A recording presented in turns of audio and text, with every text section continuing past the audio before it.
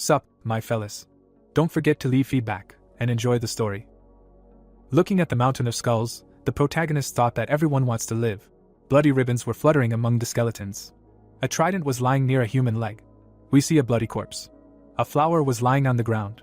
The protagonist watched as a sword hung from the corpse's hand, thinking that otherwise he would not have fought so hard to get here. A bright dagger was lying on the ground. A sword was lying near the dead man. A guy was walking down the corridor with a serious look. Entering the room, he said that he was finally able to get here. After 99 attempts, this time he will reach the end. Alex looked at the many monsters, thinking that the last 20th round are the guards of this round golems. Watching how the enemies were holding spears, the protagonist thought that the room was filled with these big guys. It seems they are guarding that door. The protagonist accumulated dark mana in his hand. Having created the weapon, he thought about how sure he was that the guards wouldn't move just like that. The golem's eyes lit up. The monster swung. The enemy cut the column. He confidently ran forward. The guy knelt down. Frowning, he activated the death seal. A brand appeared above his opponent. Alex was surrounded by mana. The protagonist rushed towards the monster. The protagonist cut its neck. Jumping back, he thought about what if he used the death seal on enemies. Grinning, the guy thought about how to attack them successfully. The brand above the golem emitted light. Alex watched as the seal attacked the guards, thinking that it would inflict 100% additional damage. The opponent extended his hand. The protagonist flew among the monsters, thinking that the guards had crowded together. Swinging his spear, the protagonist activated the Night of Death. It became dark around the monsters. The golem's eyes lit up. The guy watched as the enemies looked around, thinking that it was absolute darkness. They could not see anything at all. Alex quickly swung his weapon. The protagonist blinded the enemies with a flash. The protagonist frowned. His face was serious. The guy flew in front of his opponents, thinking that they did not even let him breathe. Dodging the attack, Alex said that he was fast. The protagonist ran past the monsters, thinking that fire and ice attacks. They were constantly attacking him, so he was too. Frowning, the protagonist used acceleration. He quickly took off from the ground. The guy quickly moved around the guard. The enemy released flame from his hand. Alex dodged the attack. The fireball approached him. The flame flew into the protagonist.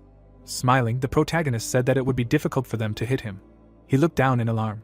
The guy flew in a bright stream, wondering if there was a magic circle on the floor. A huge ice floe surrounded him and Alex thought that he couldn't dodge it. The protagonist was in a piece of ice. The guard was stepping on the ground. The enemy swung his hand. The protagonist looked down tensely. Frowning, he activated the Moonlight of Destruction. A bright light seeped through the ice. Mana cut the golem in half. The guy was standing on a piece of ice. Looking over his shoulder, Alex thought that it was close, even he would suffer if he faced it head-on. The protagonist stood in the dark energy, thinking that this fight would drag on forever. If he fought it one-on-one, he would end it quickly, with one blow. The monster pulled a fire arrow. A magic circle appeared above the guard. The protagonist broke the ice with his foot. Looking back, he said that he wanted to activate the Moonlight of Destruction. The guy released a flash of mana at the enemies, using the Blood Moon. The golems fell from the attack. Jumping on one leg, Alex said that they were finally finished. The protagonist entered the passage, saying that it was time to see what the guards were protecting. The protagonist entered the room. He looked up and asked what this place was. The guy looked around the dark room, thinking that it looked like a temple. Should he go through this door or something would appear from there? Alex climbed the steps and said that he thought he would find out as soon as he entered there. A glow appeared from the floor. A magic circle surrounded the protagonist. The protagonist looked up with a smile, wondering if he could finish this game. A notification popped up that there were requirements to enter the boss room. A screen appeared in front of the guy with information that at least 5 players were needed to open the room. He looked worriedly, asking what was going on. The system reported that the player's entry into the boss room was confirmed. A glowing stream appeared and the game said that due to failure to meet the entry requirements, the player would die in 5 seconds. Having hit the bright barrier, Alex asked what it meant. Frowning, the protagonist shouted that it was too much. The protagonist looked at the disappearing hand and said that it couldn't be. Was it really going to end like this? The palm dissolved into space. The guy frowned. The system reported that he had died. A notification appeared that he had fulfilled the requirements for receiving the time reversal rune. The game notified that he would return to the very beginning. A window popped up with information that the time reversal rune had been used. The screen reported that the player had used up all his attempts. The rune would automatically disappear. The system said that the launch of the 100th regression had begun. A huge crowd stood on the street, listening that the time had finally come. Everyone would count down the remaining 5 seconds together. Alex stood among the people. He was surrounded by firing mana. Raising his hands, the protagonist thought that he had returned. The protagonist looked at his trembling palms, thinking that he was in the time when he was sucked into this stupid game. Clenching his fist, he thought that although he had reached the last, 20th round, the guy stood in the crowd, thinking that if he could, he would stop time right now. Alex remembered the notification that the time reversal rune had been used 100 times. Frowning, the protagonist decided that since this was the last attempt, he had to complete this game. The protagonist grabbed his hood, thinking that for this he would need to take 4 people with him to the final round. Turning around, he thought about who would be best to team up with. A few minutes later, the guy stood in the crowd discontentedly, listening to them finally become adults. Smiling, the stranger said that they would no longer need fake documents. A student stood behind the guys, asking what he should do after graduation, whether to try to become a food delivery man. Turning around, he asked his friend what he was doing. Travis smiled and replied that didn't he say he was going to be a gangster. Raising his hand, the guy said that it didn't matter, they only live once, he just wants to live his own way. Grinning, his friend said that he was crazy and thought that they should break up with him right after graduation. Looking at his interlocutor, the student asked what would happen to their errand boy after graduation. The guy stood next to his friends and said that he felt sorry for him, betting that he thought that after graduation everything would end. Smiling, Travis said that he had no right to decide when everything would end, he would be his toy for as long as possible. Turning around, his friend asked if this was his errand boy. The protagonist stood in the crowd, listening to the fact that the time had finally come. They all had to count down the remaining 5 seconds together. The guy grinned and replied that it was him. The protagonist was surrounded by blue flames. Travis looked confused and said that it was that fool. The guy grabbed his hood. He looked away with a serious expression. The student frowned and said that something was wrong with him. His friend grabbed his shoulder, telling him that he should just let him go, since it was New Year's. Looking down, Travis said that he was an asshole, he could live in peace today. He stood in a circle of friends and said that he hoped all their wishes would come true. Suddenly, a voice was heard, saying that people were so funny, celebrating New Year's without knowing what situation they were in. Turning around, the guy said that he had just heard something. Kate flew above the crowd and said that she saw them in complete shock. Crossing her arms, the woman said that she was watching monkeys in a cage. The guy looked at the sky, telling her that she was an angel. If he was told that this was real, he would believe it, specifying whether the TV station really prepared a New Year's event. Raising his head, the protagonist thought about her appearance. Even after the 99th time it was still disgusting. Kate put her hand to her chin. The surprised crowd looked up, listening to the trashy people. They all seemed amazed by his beauty. But they shouldn't think anything weird, she wasn't going to mess with parasites like them. Touching her cheek, the woman said that their reaction showed that they could hear her voice. Extending a finger, the man asked what she was doing here, cosplaying an angel or something, and what about parasites? The protagonist crossed his arms, hearing what she was even talking about, a flying piece of toilet paper, and thought it was embarrassing. Kate smiled silently. Her eye lit up furiously, and she said that he was annoying. The man's head flew apart. The boy looked at the bloody hand in fear. The stranger stood in front of the corpse, screaming. Travis frowned and asked what nonsense.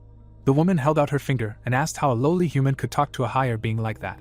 The boys stood in the street, scared, listening to her tell them that they, humans, had no right to ask her questions, that they should not act like they were on the same level, unless they wanted to die like that man with his head cut off. Kate flew over the crowd, telling them that she was sure they were confused by the situation, asking if the lowly humans had any idea what was going on. Alex closed his eyes and heard her explain it to them in plain language, so they should pay attention, and wondered what it meant. He needed to listen to this explanation again. Holding out her hand, the woman said that they were about to start the game now. On the 1st of every month, for 20 rounds, people would be spiritually transported to a new dimension to play the game. She smiled and said that there was only one thing they would need to do. The dumbfounded boys looked at her, listening to her say that they had to complete a quest. If they did, they could return to reality with rewards. Turning to his friend, the guy said that it looked like she would let them live if they completed several quests. Kate smiled, telling him that they could say that she would let them live if they completed several quests, but not everyone would survive just because they completed a quest. Looking up, the protagonist listened to how only half of the participants would survive. Dumbfounded, the stranger asked how that was possible. Smiling, the woman said that they shouldn't worry, she wouldn't take everyone.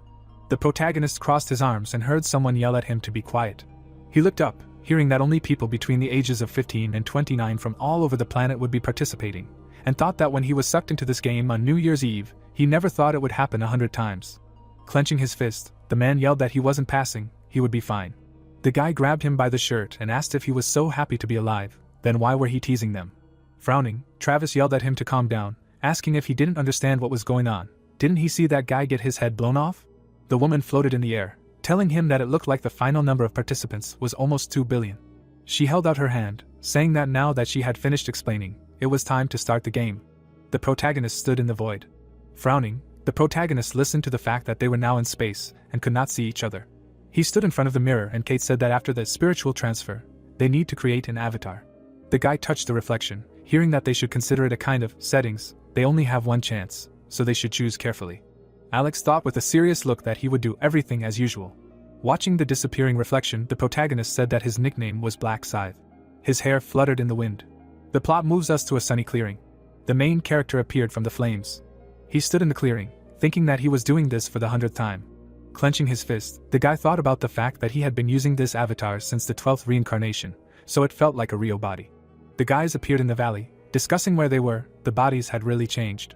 Alex looked at the smiling stranger, thinking that everyone was trying to look their best, but if they had any brains, they would never do that. Looking at the happy girl, the protagonist thought that in this world, only the strongest survive. The more beautiful you are, the more likely you are to die. If you die in this world, then in the present. Turning around, the protagonist thought that in any case, the time has almost come. He watched as Travis walked happily, thinking that he was here. Smiling, the guy thought about the fact that this time he chose a muscular body again. Kate flew above the guys, saying that very happy faces, they must be happy with their new incarnations. She likes to see their faces distorted with fear. Look, there are almost 2 billion people in total. It seems that these are all the people who were in Seoul. The stranger looked away and said that it did not look like there were so many of them here. The woman put her hand to her forehead, saying as expected of insignificant humans. Frowning, she shouted that they really thought this was the only dimension. The humans going through the round were scattered across different planes with other angels. It was better to let them focus on themselves. Alex stood in front of the screen, listening that before they started, she would explain something to them. First, let them think about their status window. The protagonist looked at the window that appeared. The angel hovered above the humans, asking if everyone had looked at the status window, adding that if they had played games before, they would understand how insignificant they were now. Looking up at the sky, Travis heard that they should become stronger if they survived and cleared the 20th round. Smiling, Kate told them that not only would they be freed from the survival game, but they would also have their wish fulfilled. The boys were standing on the ground, discussing that it was really a wish. To get it, you need to become number 1. The woman put her hand on her cheek, saying that finally, let them say, inventory, and look inside. She prepared a gift. The guy was taken aback, thinking about the inventory. He extended his hand to the screen, thinking that this was a random rune fragment. Looking at the crystal, the angel said that as you can see, a random rune fragment can only be used once. They can use it at level 1, and this is the only item that was given to them at the beginning. Travis held the rune in his hand, listening to how to use it. They should just take it in their hand and think about using it. He looked down in shock. Kate touched his cheek, saying that judging by the expressions on their faces, not everyone was lucky. No matter what they got, they should be happy with the result. It's just luck that fell to people. Raising her hand, she said that since the rune binding was complete, it was time to start the show. The woman snapped her fingers. Notifications appeared in front of the guys. The system reported that in the quest, everyone must kill 100 goblins. A monster appeared in the clearing. The girl stood in the crowd and asked if this was some kind of virtual reality game development, if they were kidnapped without their knowledge and were now being checked. Kate spread her hands and said that they should not worry yet. Monsters appeared behind her, and she said that not all the goblins had been summoned yet. Gritting her teeth, the guy asked what it was. The woman extended her hand with a smile, saying that 10,000 people will be against 50,000 goblins. Let them fight to the death. The monster growled furiously. The players stood in front of the crowd and shouted that they were approaching. It was better not to approach. The main character walked on the grass. The serious protagonist stepped forward. The man looked after him and asked what was wrong with him. He was going to the monsters. The guy's eyes flashed red. He kicked the goblin. Looking at the stunned crowd, Alex thought about how when you first get into a group or organization, the first impression is very important. The protagonist confidently struck. The enemy flew back. The monster fell to the ground. Raising the dagger, the protagonist thought that in order for the annoying flies to not approach him, he needed to show his strength. He looked up, deciding that the most important thing now. Looking at the thoughtful Kate, the guy continued the thought that he needed to attract the attention of that creature. Swinging the weapon, Alex thought that for this he needed to arrange some kind of performance. The protagonist chopped 2 monsters. In shock, she extended her finger to the girl, asking if they saw it, who he was. His nickname was also cool. The stranger warmed up his hand and said that they probably weren't that strong if they started fighting. The goblin jumped on him. The monster stuck a dagger into him. The guy bared his teeth in fear. The guys ran away screaming. The protagonist turned around. Watching the monsters kill people, he thought it was pandemonium. Looking at the goblin cutting his throat, the guy thought that no one considered this a game now. Now they only thought about one thing. Alex looked at the frightened girl, deciding that this was survival. The protagonist watched her run away from the corpse, thinking that their survival instinct would dominate their minds. They would be busy escaping. Swinging the blade, The protagonist thought that he did the same in his first reincarnation. He looked at the running girl, thinking that only after the second reincarnation did he understand that there was no point in running away from this field. The stranger crashed into the barrier. Touching the dome with her hands, she asked what it was. The boy watched as the player raised the dagger, thinking that it would be difficult for a modern man, who was unable to kill even a small animal, to kill a goblin. The monster glared. Alex watched as the monster stood in front of the boy and thought that to survive in this game, it was necessary to overcome this. Kate flew over the battlefield, saying that it was funny, this battle between humans and goblins.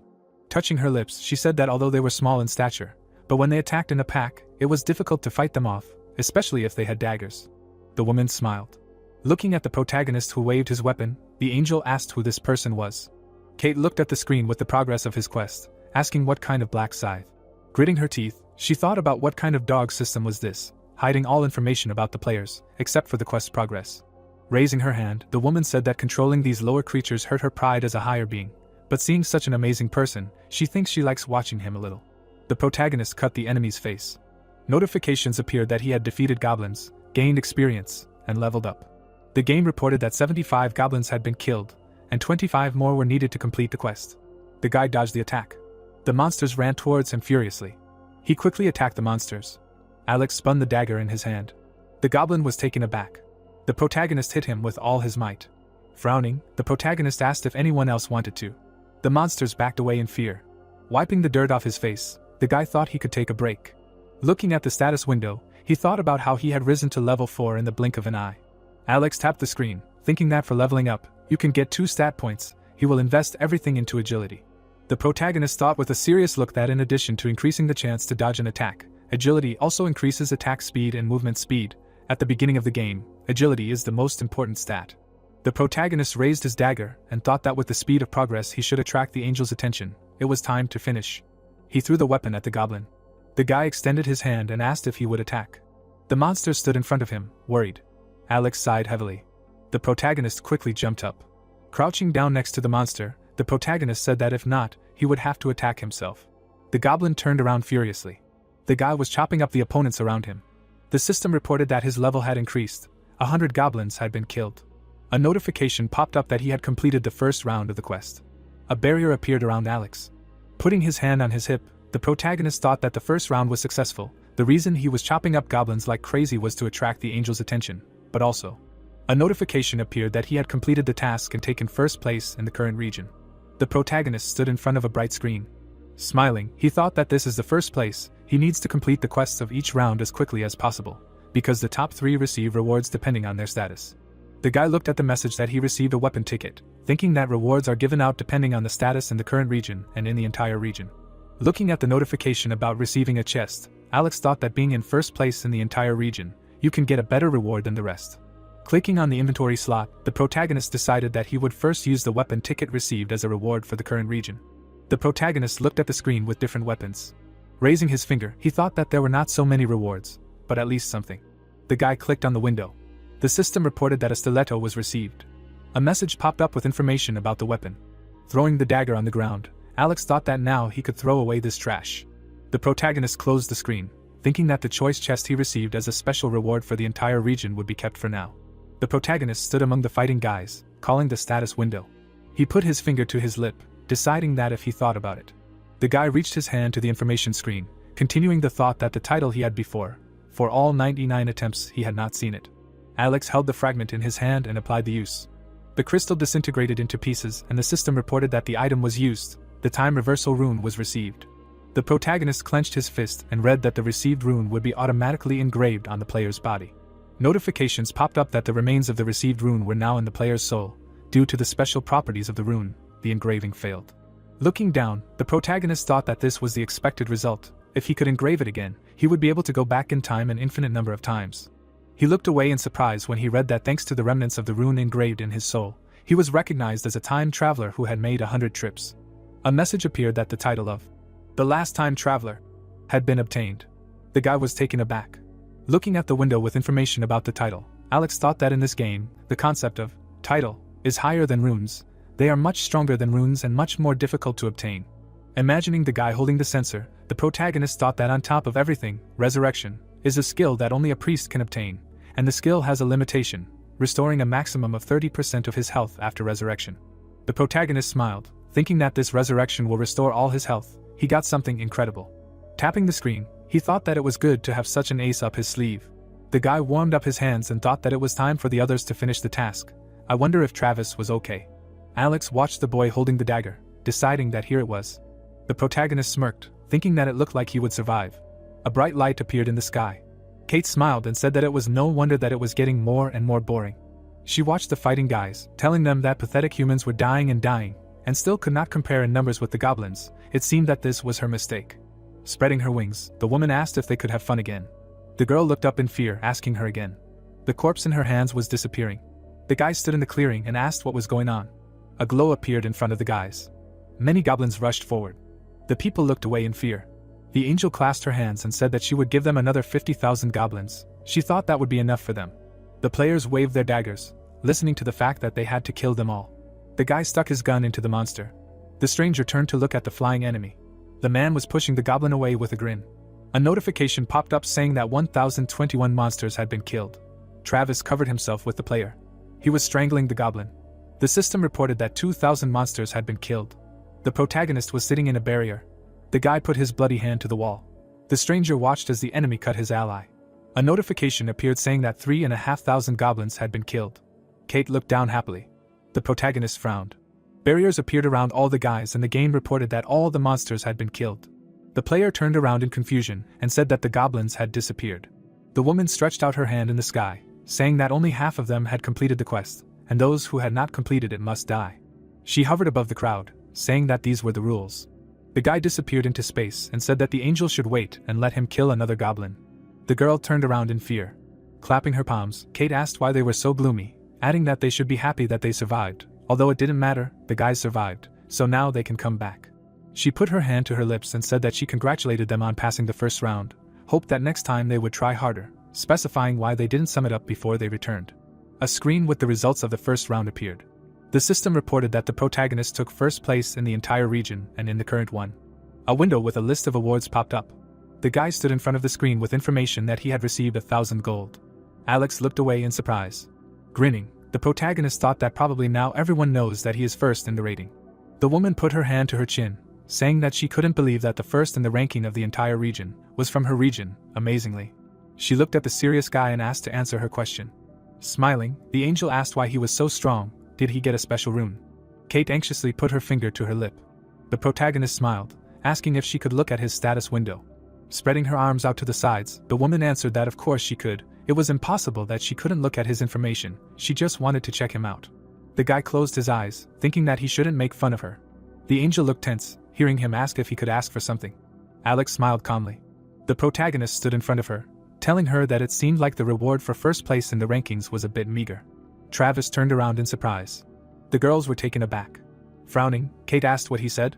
The protagonist crossed his arms, answering that he hoped she would give him something better. The woman raised her hand, clarifying what he just said. The guy smirked, telling her that he didn't like the rewards he received, so he asked her to give him something better. He stood among a crowd of people. Angel smirked evilly, thinking that this fool really dared to ask her, thought that she would keep an eye on him since he was active from the very beginning, but he dared to look down on her since he killed a bunch of goblins. Reaching out her hand, she decided that this was ridiculous, she would just blow his head off. Kate remembered blowing up the man's head, thinking she had already used that one-time kill ability. That stupid arrogant man, she couldn't kill him. The woman's eyes widened in surprise. The angel smiled, thinking she knew exactly what to give this man. She watched as the boy crossed his arms and asked if he wanted a better reward. Stepping on the ground, Kate said that she would normally just decline such a request. The woman walked up to him and told him she would think about it.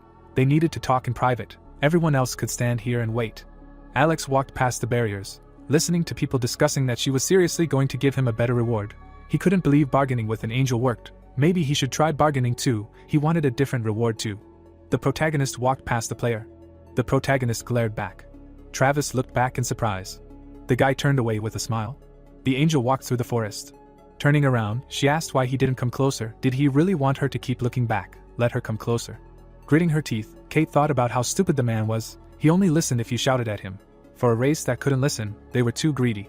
The woman looked ahead with displeasure, thinking that besides how she could change the reward assigned by the system, that is, if she could, she wouldn't do it.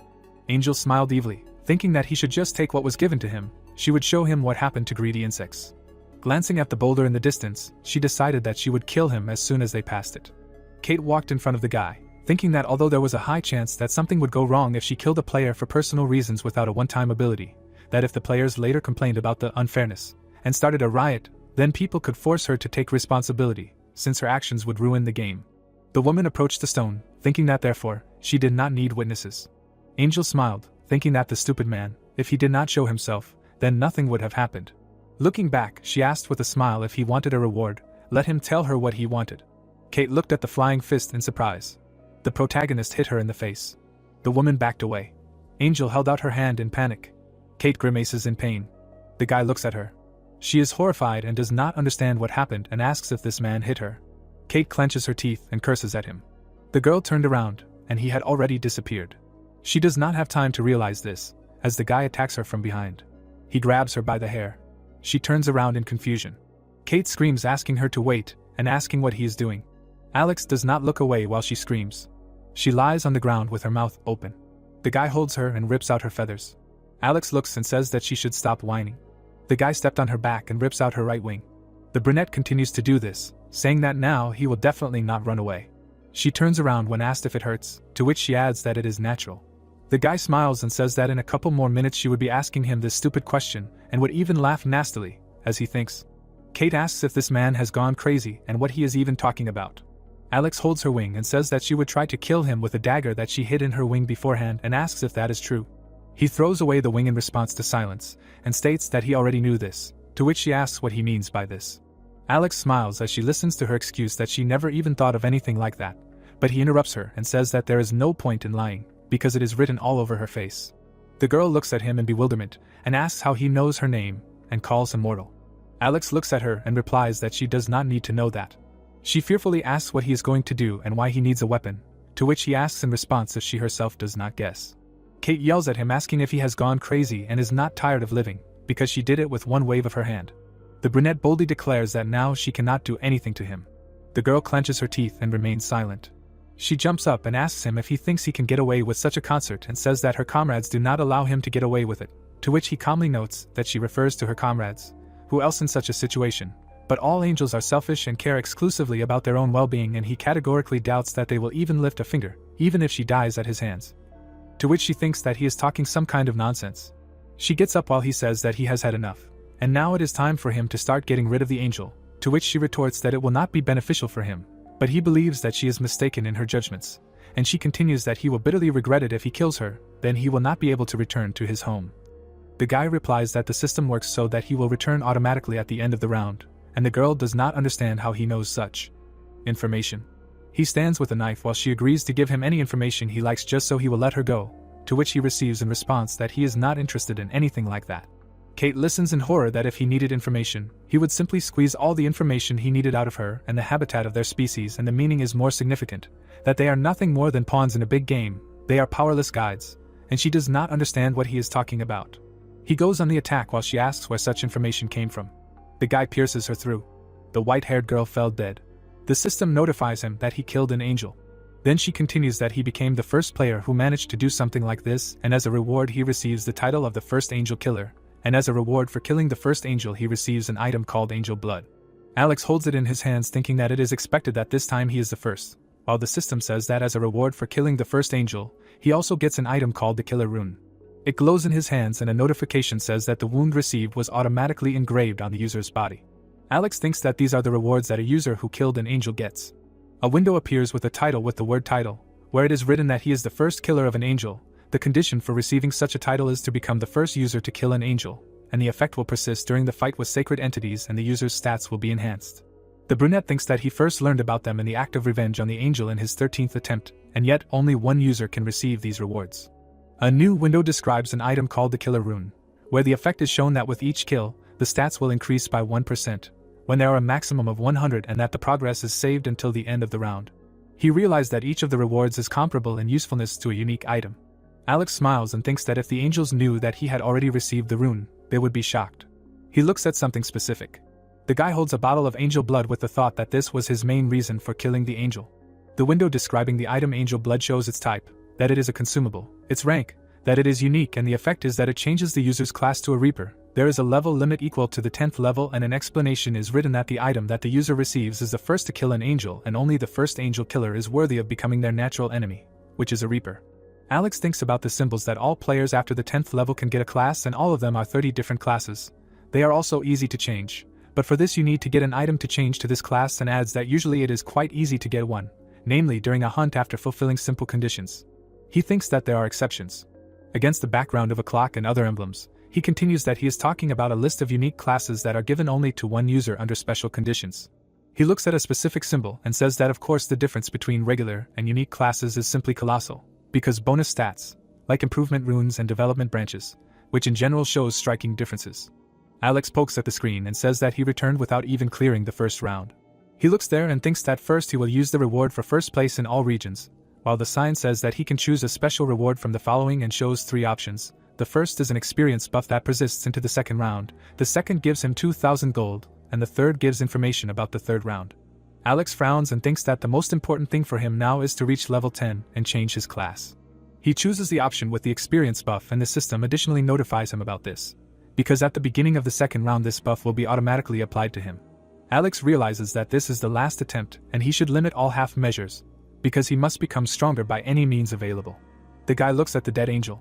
The system gives him a summary of the end of the first round, where the survivors in all regions are estimated at 900 million, and in the current one only at 5,000, and that his soul will be returned to the real body. The beginning of the second round is scheduled for February 1st, 2023, and they congratulate him and say goodbye until the second round. Alex returns to his original body again. He looks at the building and asks himself what the hell was that. The brunette is perplexed by what is happening. Travis looks at the people and wonders why they fell to the ground. While one says that she thinks she briefly lost consciousness, the second had such a realistic dream, and the third's head is about to explode. The guy looks at the phone and sees the time. He realizes that as much time has passed as in his dream. The guy holds his head, and the bald man says that everything is numb. The man with the beard asks the second if he woke up, to which the second asks if he fainted, and he explains that it was so, but not only him, but in general everyone present. The fair-haired guy asks again what happened and if they all lost consciousness at the same time, while the bald guy asks what happened, because he had such a strange dream, like his interlocutor, and they both ask Travis if he had the same or not, to which he agrees.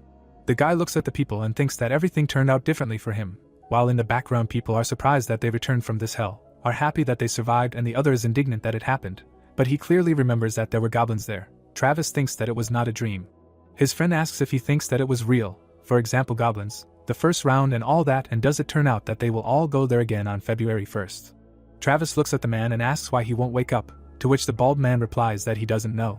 The guy turns him over asking him to get up. He looks at him and his blue nose bridge. The man realizes that there is a corpse in front of him.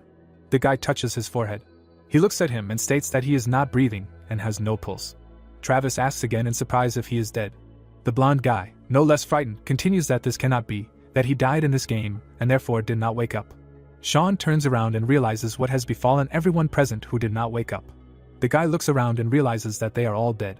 Sean notes that this is incredible, because only half survived, and asks if the same will happen in the second round. Travis, in despair, notes that this is all some kind of madness. He continues that this will also mean that they are now all equal to each other, and notes that from now on there will be no more indignation about the injustice of life. The brunette turns to his friend to calm down finally, because all they need is to survive, and asks why he is so stressed about this, and he replies that it is unfair because they are not even given a chance to play normally. Travis continues that this concerns everyone and adds that they are not the only ones and what is unfair in this case, to which his friends think that he is crazy. Sean turns away saying that he has been a street punk all his life and that he has nothing to lose, even if he dies today, but he still has a lot to do. Travis looks around and gets a question about who he is looking for, and he says that he cannot find this little bitch, to which he gets a question about who he is talking about. Is it his errand boy? The guy thinks that where could he have gone, because before losing consciousness he saw him on the other side, and asks himself if he did not even survive the first round and fell off. The brunette closes his eyes and notes that this is quite natural, because he is a complete weakling and he will not be surprised if he died one of the first. He hears something. The guy looks after someone. Travis clarifies who this guy is and where he got such strange clothes. The brunette is wary and calls the status window. Travis sees his status window in front of him. The guy is taken aback, because it really opened. Shock asks in surprise if this is a status window, to which the blonde gives a positive answer and says that this cannot be. People are indignant, because what the hell is this and why are guys staring into space, to which the second asks if he is doing the same thing now, because they seem to be unable to see other people's windows, to which someone asks if it turns out that they exist in reality, and another is surprised, because maybe objects and stats are also transferred to the real world. Travis is holding something in his hands. He squeezes it until it breaks. The brunette looks at the sand in his hand in surprise. The brunette smiles, because this is amazing. The newscaster says that something incredible happened at dawn today, namely that in the square in front of a certain building, during the New Year's greeting to the sound of bells, 10,000 citizens simultaneously lost consciousness, and now offers to take a closer look at the scene. She shows an angel and continues that an unidentified woman dressed in an angel costume descended from the sky during the New Year's greeting ceremony and spoke to the citizens. Footage of people trying to run away. She says that shortly after this, a woman dies from injuries as a result of the explosion, and right before that, a citizen points at her and says something. Again, an angel on the screens, and she continues that after this, the woman stretches out her hands to the observers. Against the background of people, she says that in doing so, she made about 10,000 people lose consciousness at the same time. Another newscaster says that according to the data provided to them by law enforcement agencies, most of those who lost consciousness fall into the age range of 15 to 29 years old, and it is already known that similar things happen all over the world. Under this live broadcast, commentators are saying that this is nonsense, and asking if all the reporters have taken drugs at once, to which the second one asks why they are reporting something like this on breaking news, the next one that today could be April 1st, and another one that the reach is more than 1.5 billion and that he simply cannot believe that the spread of fake news has reached such a scale. While yet another one laughs, saying that all the news channels are in cahoots, and that they apparently have nothing to fill the airwaves with, since they are broadcasting such obvious lies in the news, and that there are too many graphics in this video, and that a war of commentators has broken out, that someone is telling people to run away immediately, and some did not believe it and stupidly died while reading it. Chris reads all this and notes that it has already begun. Someone says that this is just the beginning, and someone says that at 5:20 about half of the people who lost consciousness woke up, the other half are in a comatose state, and some have already been diagnosed with brain death, and a celebrity was found dead in the square. While he continues that this is an unprecedented crisis because 11% of the population died overnight. And he thinks that articles about what happened have started coming out one after another. The guy looks away and realizes that this is not the real problem. The reporter says that the survivors call themselves players and that they are in the process of finding out the reasons. And the guy continues that the problem is that the players' stats are transferred to the real world. He thinks that no one has particularly high stats yet, so the problem is not particularly noticeable at the moment. But as the level increases, this will change. The guy imagines a dark night, and says that the players will become extraterrestrial entities and that ordinary people will not be able to oppose such players, and that no modern weapons will be able to stop the player, and the Earth will know uncontrollable superhumans. The man in the hood goes and continues that he does not plan to sit back and watch the world plunge into chaos, and let everything take its course. Then by the 20th round the players will completely destroy everything. The guy looks ahead and understands that there is only one way out. He decides to tie the other players under his control, becoming an order of magnitude stronger than everyone else. Alex again in the game role continues that in the end he will have to use different ways to gain strength and apply the experience gained from past attempts. While in front of him is a window that says that to open the boss room he needs at least 5 players, and he knows several suitable people with excellent potential, and he has already figured out a way to recruit them.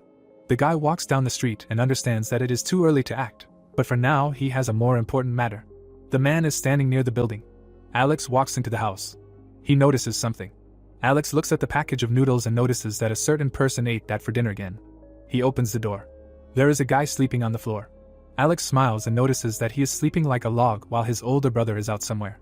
He looks at Rick and thinks that this is his younger brother who is in the 3rd grade of high school.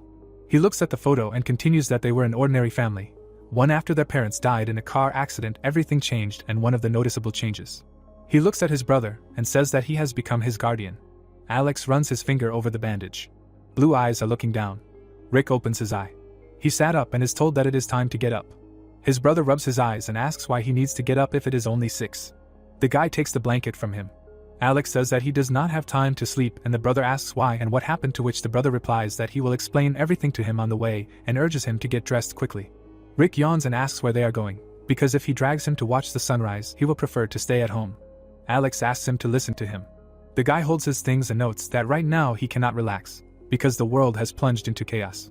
Rick sits on the floor and asks if he was going to celebrate the new year in the square and clarifies if nothing happened, to which he reminds that he promised to tell everything on the way.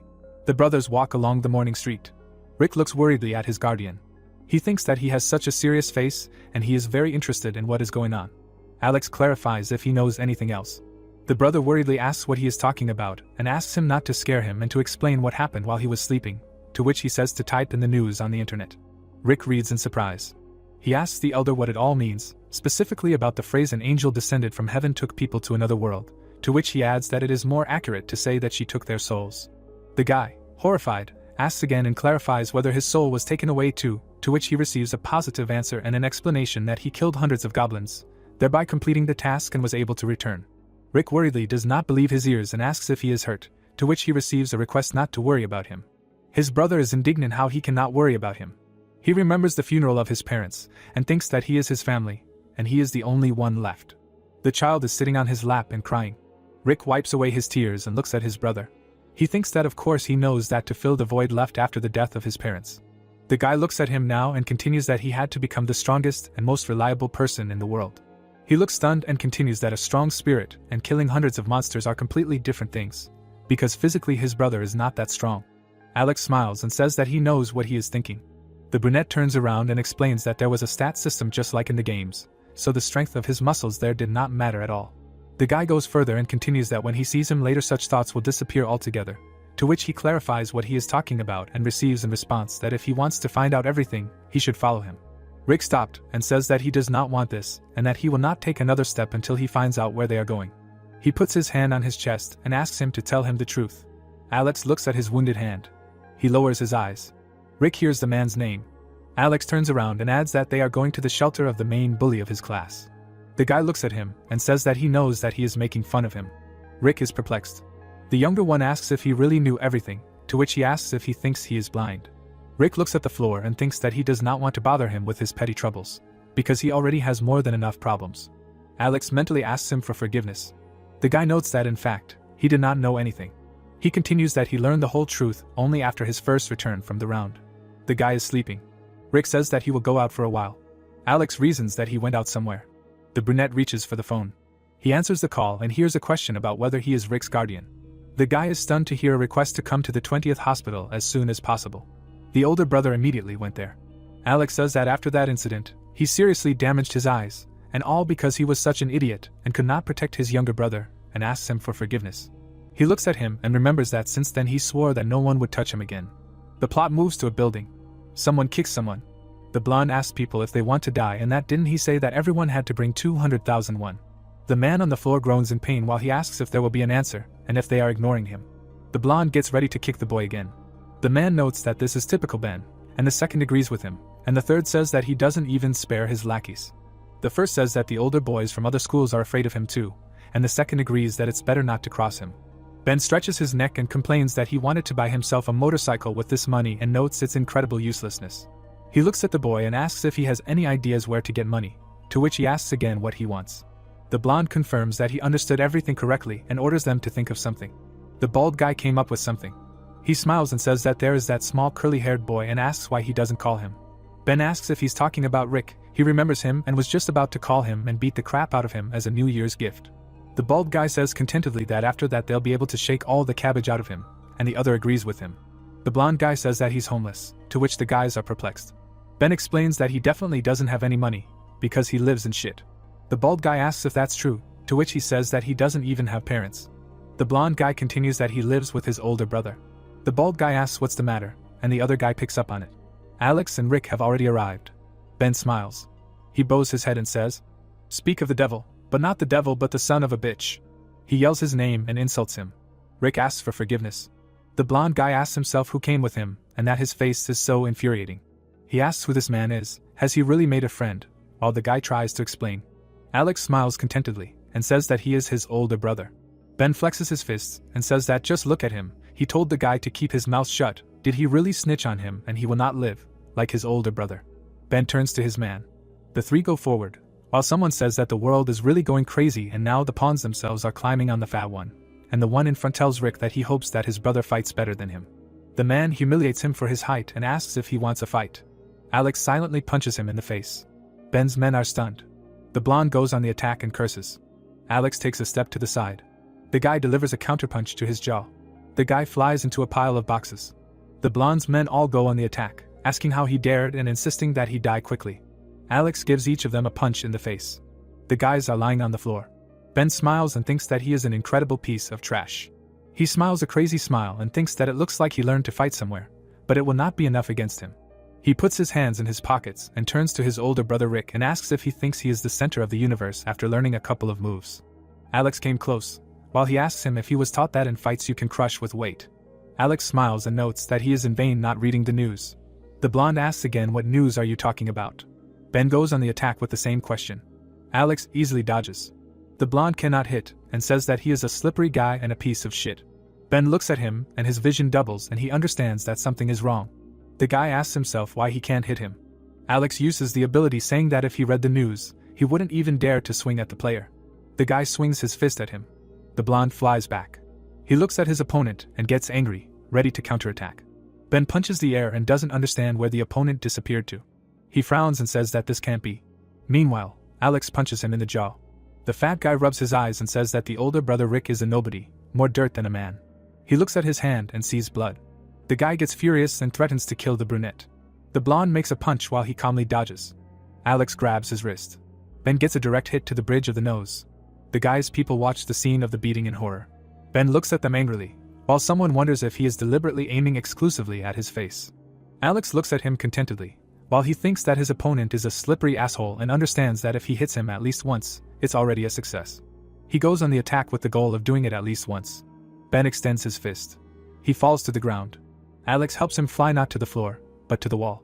The man in the blue jacket calls him by name. Alex looks at him angrily and asks if it hurts, while he himself thinks that after all the returns, he hasn't forgotten how it felt that day. He looks at the fat guy and continues that he doesn't want to go back to that hell again, and Ben asks him not to come near him. He holds his neck and asks him to stop. Alex takes his hand. The blue-eyed guy looks at him angrily and says that this is exactly why he shouldn't have touched his little brother. Ben looks at him in bewilderment. The guy screams in pain from his fingers being broken before his eyes. Ben looks at this in horror and denies what's happening. Ben's men are about to run away to the sound of their leader's screams. Rick turned away from such a sight.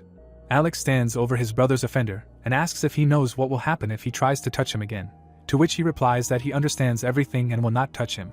The blue-eyed one smiles and says that it is nice, but he has something to say in contrast. He grabs his hand again and says that he needs to finish the job, because he can still forget about it, and asks if he is right. Screams of pain continue to be heard against the background of this shelter. Alex walks along the road, while Rick wants to find out something. The guy asks how he did it, and if he learned to fight somewhere. Alex smiled and replies that he answers that his brother seems to have not been paying attention, because players can use their gaming skills in the real world, to which he does not understand how it works. Alex shows him the ability, and replies that everything is like this. His elder has a carved dagger in his hands. Rick asks if this knife just appeared out of thin air, to which the other asks if that's cool and continues that he can summon weapons obtained in the game. The guy asks if that was the last time he moved so super fast, because he dodged all of his attacks.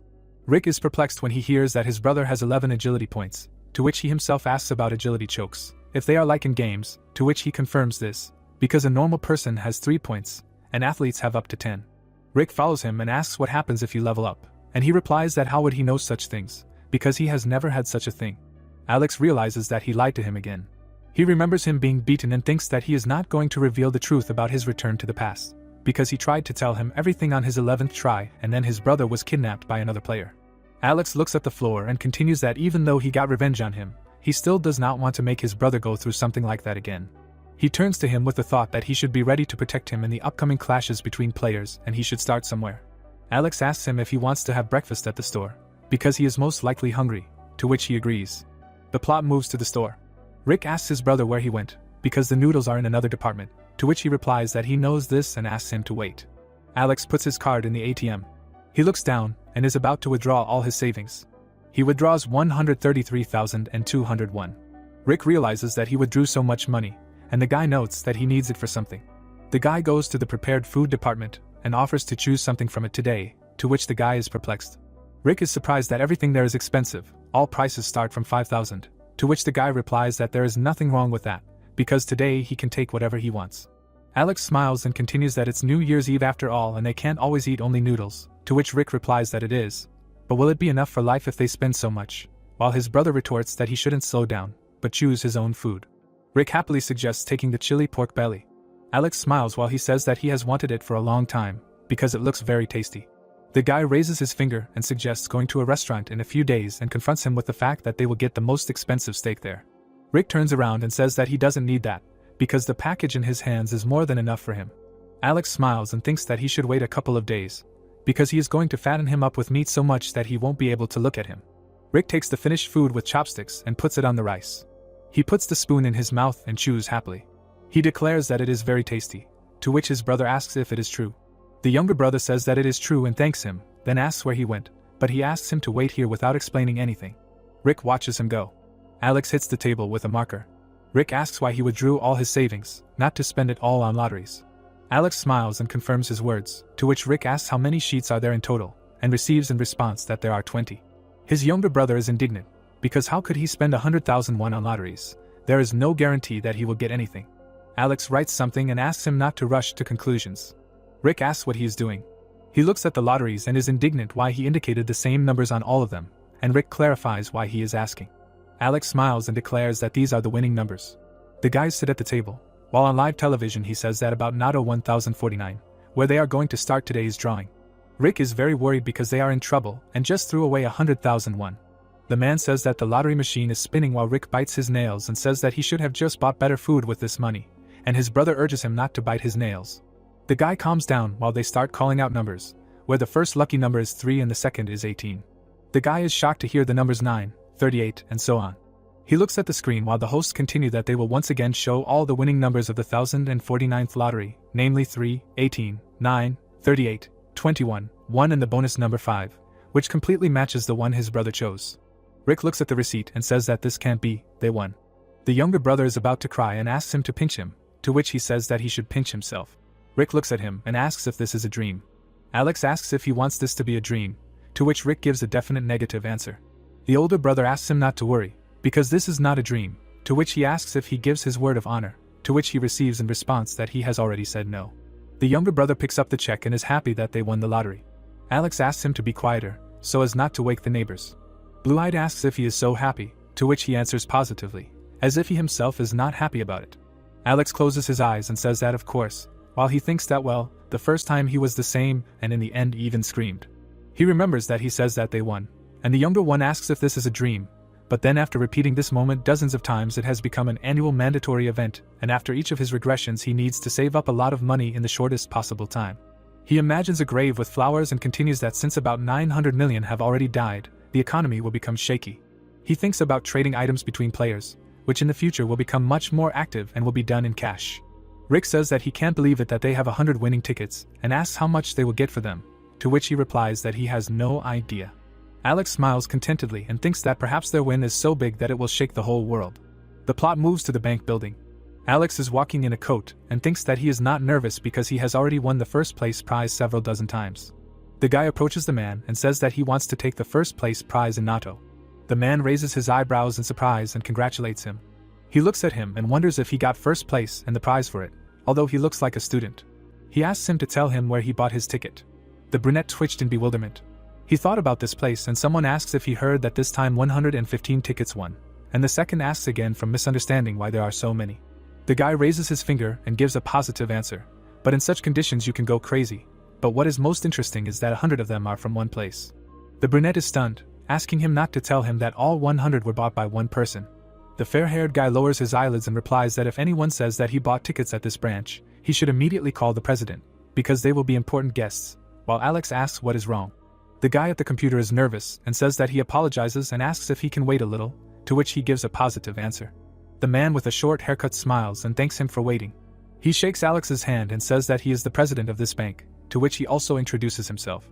The president says that he won the prize for first place in Nato, and says that he sincerely congratulates him on this, to which he thanks him. The man suggests that he go to a quieter place. Alex is standing in front of the office with the lottery ticket sales team. The girl bows and greets them. She is puzzled by who is standing next to the president, maybe his son. The president says that he is an important guest who has come to receive his winnings, and he asks to take proper care of him.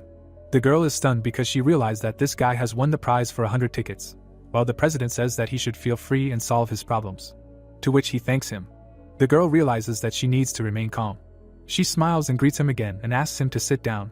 The girl asks if he would like something to drink, maybe coffee, juice or green tea, to which he replies that everything is fine and says that what is more important to him is that he would like to receive his winnings right now. The girl clarifies if this is true and asks if they can check his tickets first. The guy hands her the tickets and agrees. The girl looks at this in horror and thinks that she cannot believe it, that he bought all the tickets with the same numbers, he may be seeing the future. She declares that she is done checking and all 100 tickets can receive the first place prize. Alex clarifies how much he will get for them. She finds it difficult to answer and still tries to say that it is valued at about 22,500 billion won. Alex remembers that after taxes he has about 15 billion won left, and that after receiving the winnings everything will go much faster. He signs the papers and continues that first of all he found a place to move. The brunette looks at the list of stocks and continues that in the evening he opened a brokerage account, and remembered that next month Bitcoin will grow by 500%, and so he plans to invest in it to increase his profits.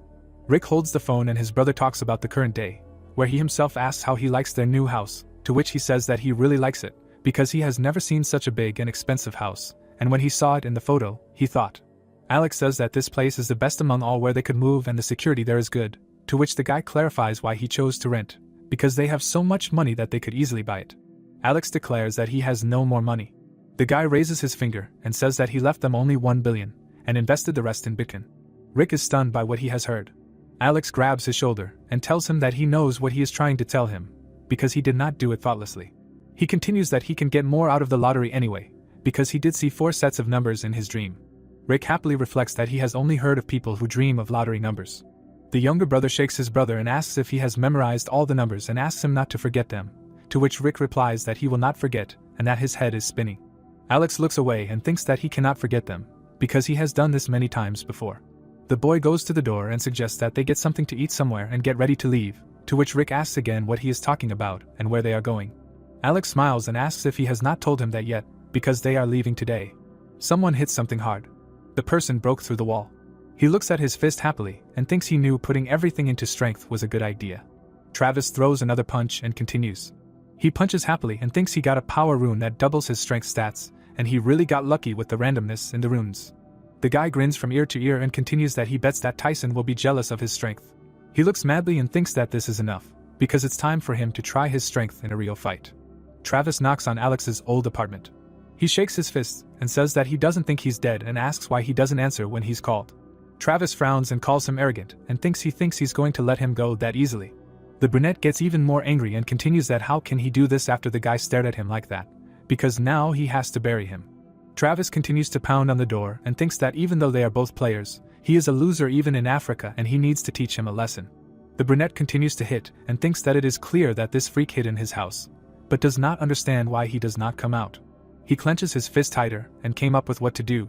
The guy listens to the sounds from the apartment and comes to the conclusion that he is not home and he can no longer do anything, therefore he can go. Travis looks angrily and thinks that he should at least breathe. In this case he will just smash the door until someone addressed him. The bald man asks what he is doing in front of someone else's door. The brunette asks why he cares.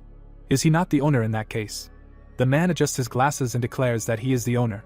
Grandpa clarifies what he is doing. Did he come to meet his friend? To which he asks again about his friend.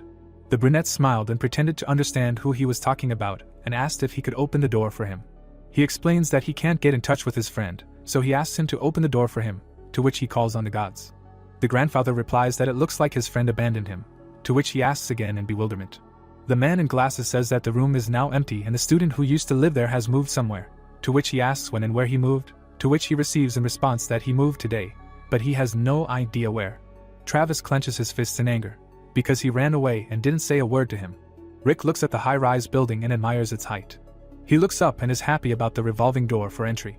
Alex does something, and he thinks about access cards.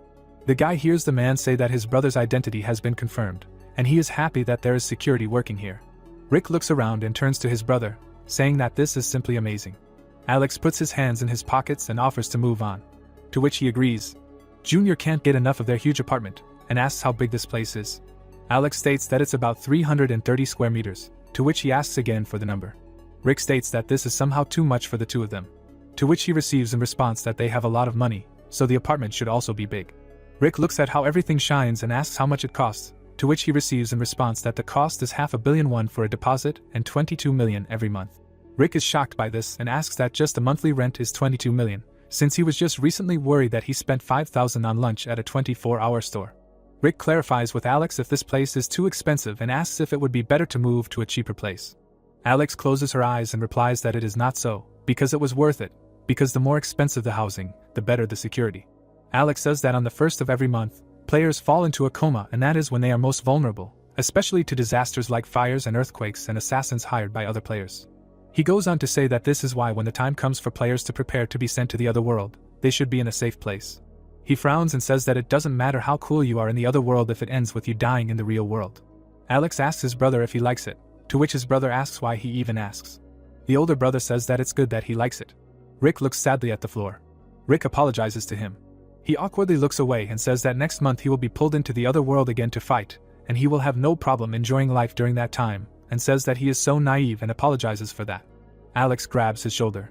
He asks why he looks so depressed and does he think that he will not come back in the next round. The guy turns away and suggests that they stop thinking about it and go get something to eat, since he heard that the Korean restaurant on the second floor is pretty good, to which he agrees. Alex looks at his phone.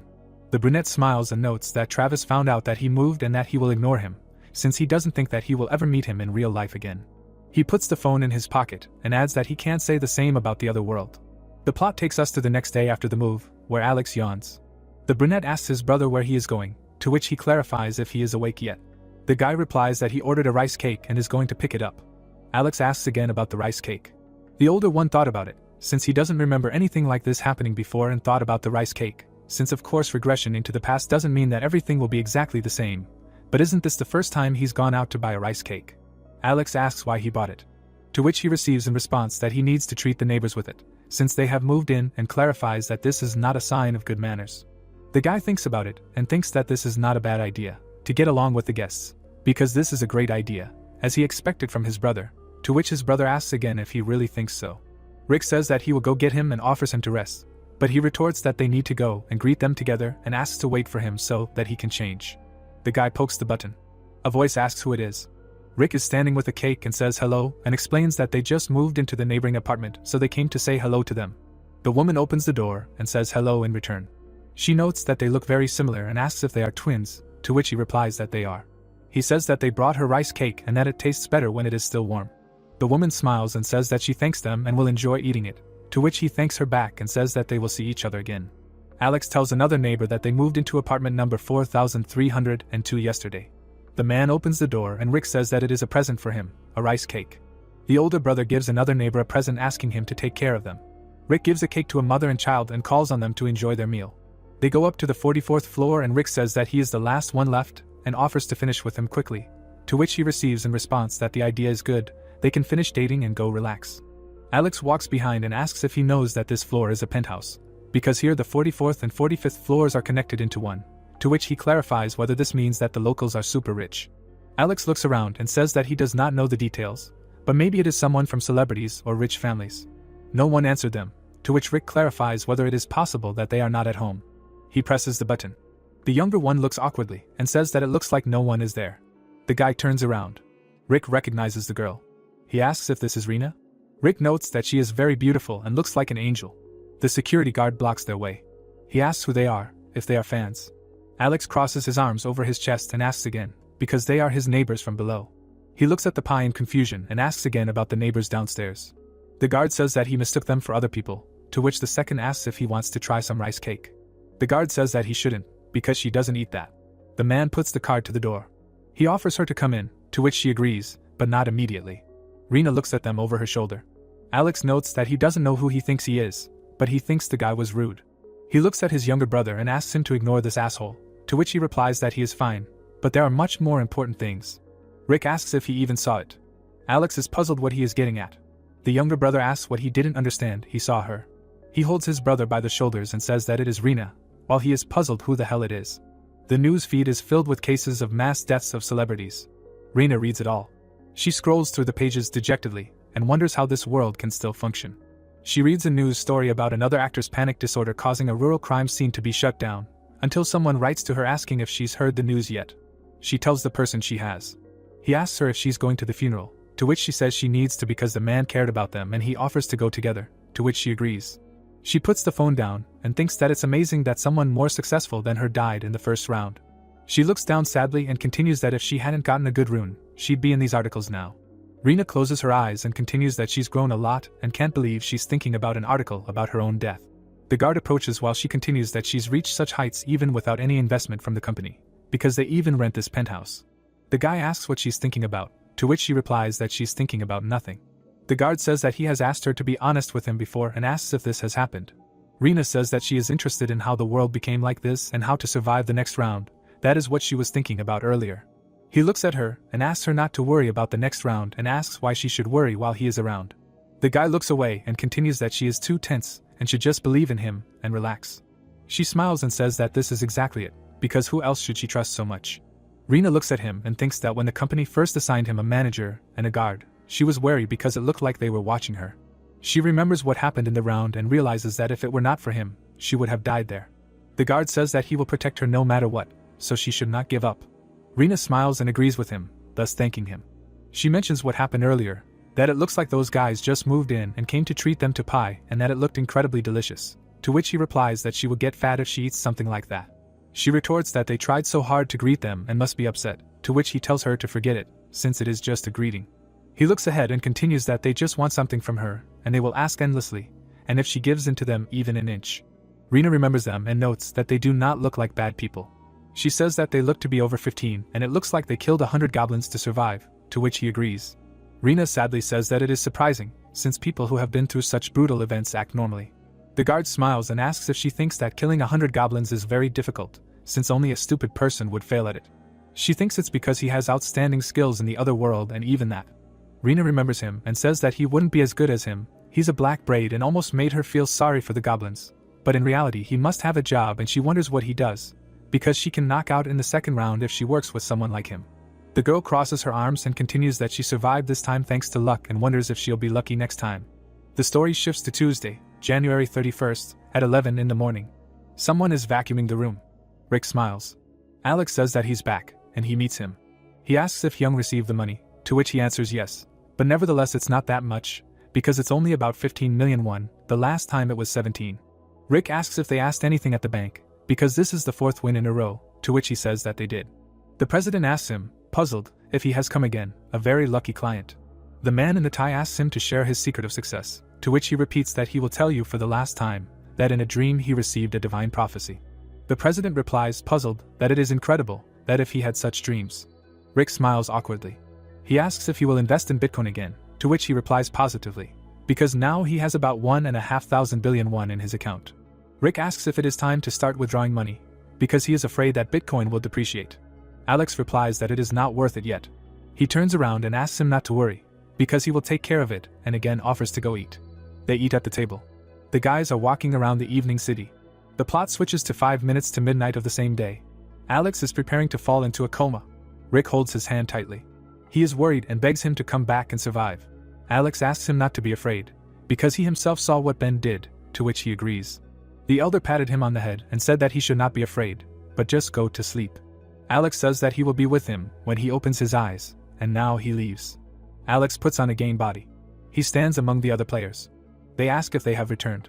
People ask how it happened so quickly, and the girl notes that she is here again, and the third did not understand at all, not them, because this is not the place from the first round, and someone else noticed someone. They look at Alex and recognize him as number 1 from the first round. He is a black braid. Alex thinks that it looks like they will not suit him, because most recognized him. Travis noticed him, while he thinks that it looks like everyone has already gathered. He frowns and wonders when she will appear. The angel asks if everyone is here. Someone is surprised that there is another angel in front of them, and the second agrees that it looks like it. But where is the first one? The angel explains that something happened to the angel from the first round and she will not be showing up, to which everyone is confused about what happened. The angel tells them not to worry. She smiles and says that she will be guiding them from now on. She spreads her wings and continues that since everyone is here, she should announce the task for the second round. The angel flapped her wings over the players and said that since everyone is already here, she asked if she should announce the task for the second round. Holograms appeared in front of the people. It was a notification for the second round, which says that they need to choose a representative of the region in 3 hours. Someone asked again how to choose a representative of the region. The guy put his hand on his belt and wondered what they would tell them to kill the monsters. The young man pointed and asked to look at the number of those who passed. The man turned around and asked what it means that everyone will survive this time. Kate smiled and said that she saw that they were confused and offered to clarify something. She pointed her hand up and said that as they saw it, there was no need to fight in this round and it would end if they chose a regional representative. She held her finger up and said that regional representatives could use their power to order other people and by their order they would crawl or die. The crowd of players looked at her in confusion, she added, asking if this was not a huge power.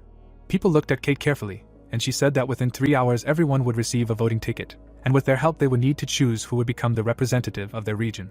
The guy squinted from the light and asked if the rules ended there and nothing more. Angel smiled and answered that yes, only a vote, with which they would complete the main quest of the second round and calmly return home, and added that this was a small respite. The hero looked suspiciously, and the crowd of people reasoned out loud that they would complete the quest if they just voted, and that they would survive and not even need to fight, saying that it was too easy compared to the first round. Kate lit up with a bright light and said that now, let them decide among themselves who would become the representative of the region, and that they had 3 hours for everything. A notification appeared about the voting time of 2 hours 59 minutes 59 seconds. The girls smiled and reasoned that they would really survive if they just voted within 3 hours. Wasn't it too easy? Besides, if you become a representative of the region, you can gain power over the others. Travis crossed his arms and, angry, said that he had prepared for the fight so much and everything went to hell. The guy looked at him and told him to relax, that wouldn't it be good if they all survived just by voting. The guy sullenly replied that he had put everything into strength, but he couldn't show it. He was furious. The hero looked at him and thought that he had put everything into strength, which meant that this time he had gotten the rune of strength. Alex turned and thought that this, including Travis's rune and the situation as a whole, everything was going as he remembered. Players were discussing something and he thought that all 3 hours they would decide who to vote for, but the choice of a representative was not the most important thing. The hero was leaving them and thinking that the existence of the main quest meant that there were additional quests. Alex held a blade in his hand and reasoned that the additional and hidden quest of the second round was a promotion to get a class. He twirled a knife in his hand and thought that for this he needed to get level 10 as quickly as possible. A small goblin crept up from the bushes. The hero called him with his finger and told him to start. The enemy ran at him. Alex quickly flew above himself. He swung the knife and blood splashed in different directions. A notification appeared that he had defeated the hobgoblin and that 1/100 hobgoblins were killed. The triple experience bonus was used, experience plus 9%, and gold plus 15. Thanks to the butcher's rune, all stats were increased by 1%. The hero looked towards the forest and thought that going deeper into the forest to hunt them was a good idea. The blade was shrouded in magic and he thought that where there was a goblin, there would definitely be more. A crowd of goblin monsters were sitting in the bushes, waiting. The guy smiled when he noticed them. He stood and looked at them. One attacked the hero, but he counterattacked and fought it off. Green blood gushed from the knife strikes. The notification said that he had defeated the hobgoblin, and information appeared that 50/100 hobgoblins were killed. There were monster corpses around Alex. It said that thanks to the butcher's rune, all stats were increased by 50% and his level was increased, and there were 2 hours 29 minutes 24 seconds left until the end of the vote. The hero wiped the blood and said that it had passed in just 30 minutes and called up the status window. The young man looked at the status window, which showed that he was already level 9. He clicked on dexterity and thought that he would invest everything into it again. He increased dexterity and thought that if he had received a rune of strength like Travis, it would be more effective to invest everything into strength. But it is much harder to survive if you invest everything into strength, and no matter how strong he is, he will not be able to do anything unless he dodges a fatal blow. It said that the player has 4 characteristics: strength, intelligence, agility and luck. Strength increases physical damage, health and defense. Intelligence increases magical power, willpower and speed of thought. The status window showed that there were 0 unallocated status points left. The plot said that agility increases attack speed, movement speed and dodge chance, and luck increases the chance of a critical hit, the chance of dropping items and additional gold. Alex looked away and thought that each of them was useful. He used red magic and thought, especially for the Reaper, who uses both physical and magical power, because it is good for them to increase all characteristics equally. The hero heard something to the side. He turned around and wondered who followed him. He did not pay attention, because he was hunting, but it seems he has a tail, and in previous attempts no one followed him. He pointed the knife and said that he did not know who he was, but let him come out, threatening that if he did not come out, he can pray. He looked in the darkness at the forest. Suddenly, a girl cautiously came out in response. The guy looked at her and recognized the actress Rena in her, and thought why she followed him. The girl apologized for following him. Behind her was a young man who apologized. He raised his hand and said that they did not follow him out of evil intentions, and hoped that he would not be angry with them. The hero recognized him as Hugo. He looked down and thought that if it was Hugo, wasn't he Mike's right-hand man? It was reported that Mike was the eldest son of one of the biggest companies in the country, a player with the alias of Heavenly Demon. He was one of the hero's targets. He thought that by luring him over to his side, he could speed up his growth, but most of all, he needed to recruit the priest who would be with him in the 20th round. He looked at them and thought that he didn't think he would meet Mike's right-hand man so early. He remembered how the young man stopped the girl and wondered why Hugo came with her. Maybe he was the one who was with Rena earlier. The girl looked at the hero carefully And he thought that if you think about it, it is known that part of Mike's business is sponsoring celebrities. More importantly, he did not take his eyes off them and asked about when they started following him and thought that he didn't like that the future had changed again. The girl looked at him with fear and replied that they had started from the very beginning. She had seen him go into the forest and had followed him. Rena had apologized if she had angered him. The guy wouldn't let them go and asked why she had followed him. The girl said that she hadn't thought of anything bad and simply wanted to offer him something. He asked her again about the offer. Rena folded her palms and said that he had won first place in the first round and that was why. He had listened attentively, and she had suggested that they could cooperate together or something like that. The hero had resolutely asked again about cooperation and had replied that cooperation didn't mean that both sides needed each other. Rena had said that it did, and the guy had thrown up his hands and replied that he didn't need them, that he fought well alone and that they shouldn't waste his time on useless talk and should get out. The guy had turned around and said that he didn't intend to team up with them. The guys watched him go. Hugo was upset and asked what was wrong with this bastard and how big his ego was. The girl fell to her knees and Hugo called out to her. She sat on her knees and said that she thought he was number one for a reason, because his blood pressure was terrifying. The guy replied that what pressure? It was natural that she would get nervous when they were glaring at her and pointing a sword. Rena was sad and said that she wanted to team up with number one, but everything didn't go according to plan. Hugo turned to her and asked about what he said. People like him are too proud to even think about allies. The girl replied that it was a bit of a pity. The players looked into the depths of the forest and Hugo replied that it was not worth it. They just wasted time following him. Rena said that she did not know that there were monsters in the forest and offered to hunt in the remaining time. The guy said that it sounded good. The girl smiled and said that then go ahead, calling him Mr. Guard. Bushes in a dark forest. Goblin with a weapon looked around. The hero attacks from the bushes. He thinks about what they say about cooperation. When he is so busy, he is too busy to think about such things. Alex, killing the goblin, thought that it is much more important to level up. He pulled the sword out of the monster and a notification about the victory over the hobgoblin appeared. 60/100 were killed and thanks to the butcher's rune, all characteristics were increased by 60%. Suddenly, several monsters came out of the bushes. The hero smiled and asked that 5 gnolls at once. It seems that he is lucky. Information about the fact that gnolls are fictional large hyena-like creatures that first appeared in Dungeons & Dragons. They rushed at him, attacking. The hero watched as all the monsters pounced on him. He swung his sword, leaving a magical trail. Alex stood there, watching as all the beasts fell around him. Notification that he had defeated the gnoll. 65/100 enemies were killed and thanks to the butcher's rune, all stats were increased by 60%. His level was increased and he reached level 10. The hero in blood looked away. It was reported that he had fulfilled the conditions for promotion. It was said that now he had access to the store and a hidden side quest had been created. He looked closely at the card and thought that he would finally get a class. The card in the side quest indicated that you need to get promotion before the vote and get the promotion item, then get the class, if successful, a 50% discount on the item from the store. Alex thought that usually, when they see this side quest for the first time, people fall into a stupor. A crowd of players in front of the cards asked questions about getting the promotion item, where to get it, and that, nowhere is it written about what classes there are. The hero reasoned that everyone understands that getting a class is very important, but no one yet knows where to get the promotion item, and usually it can only be obtained by fulfilling certain conditions. The man killed the monster in cold blood, and he reasoned that future warriors must raise their strength to 10 and kill 30 monsters within an hour, then they will receive their item. The guy strikes with a sword and it is said that in order to become a berserker, you need to hunt for some time, while bleeding. He threw a blade into the goblin's back and it was said that assassins must kill monsters many times with a blow to the back. In general, everyone must do something specific to their class in order to get the desired promotion item. Alex looked from behind a tree at the beast and remembered that at first he attacked monsters many times in a row, and then hid from them in the forest, and that is how he received the hunter class. He remembered how he held a glowing thing in his hand and thought that since he learned about the Reaper class, he always chose only it.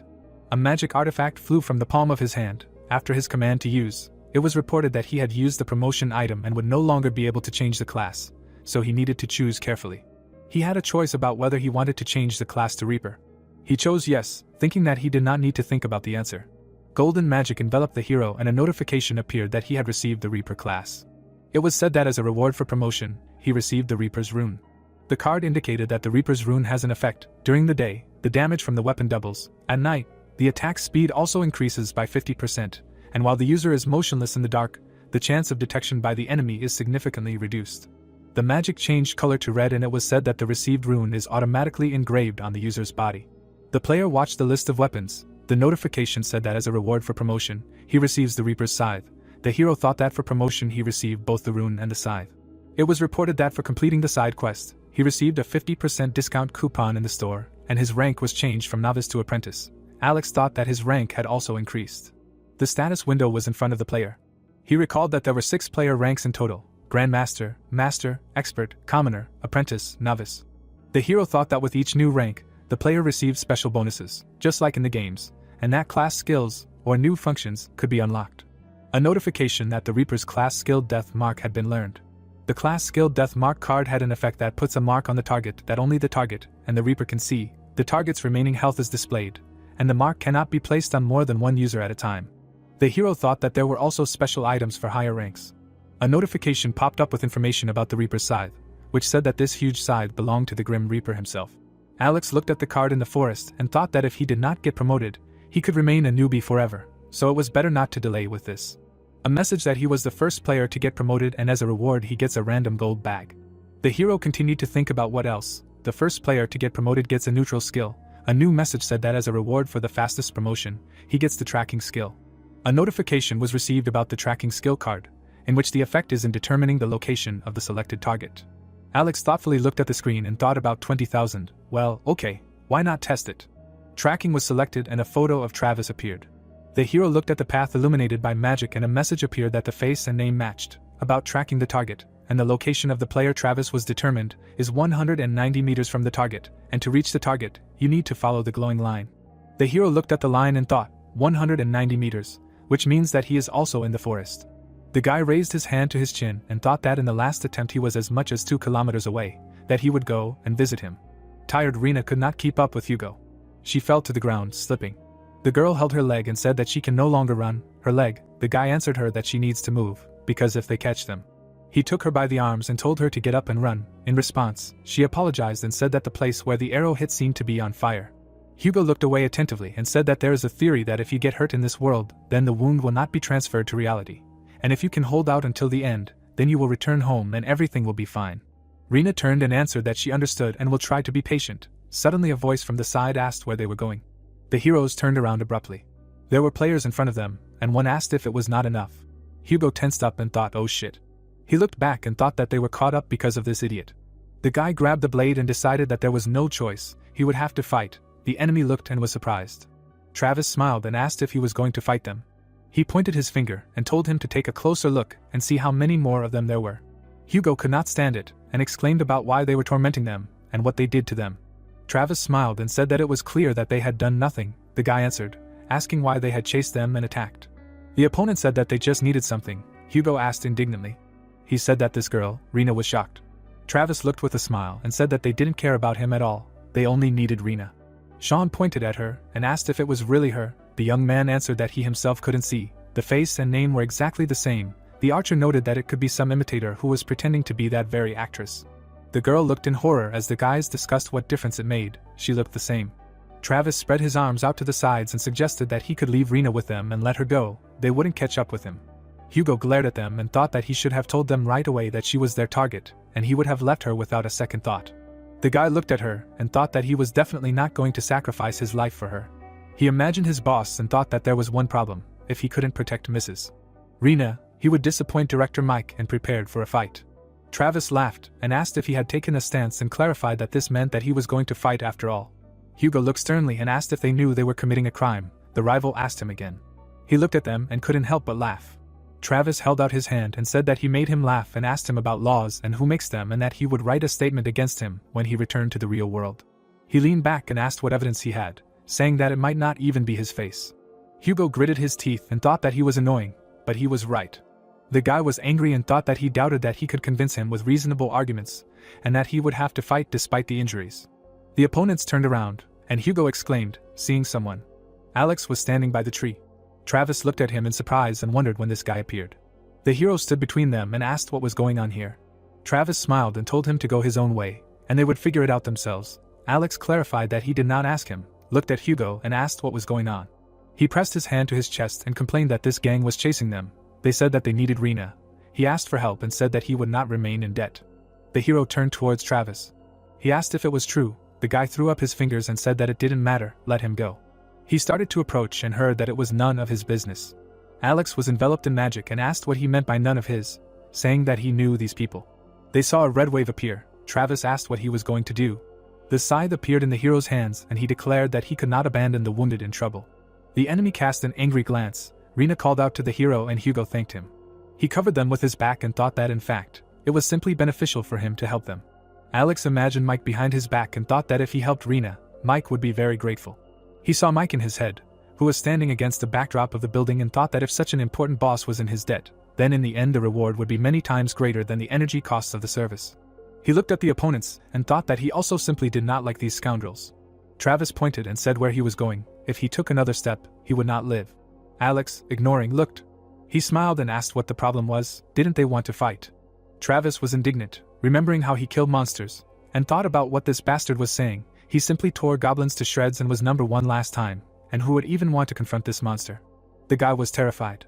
The hero dragged the scythe along the ground and said that if they did not want to fight, then let them be honest.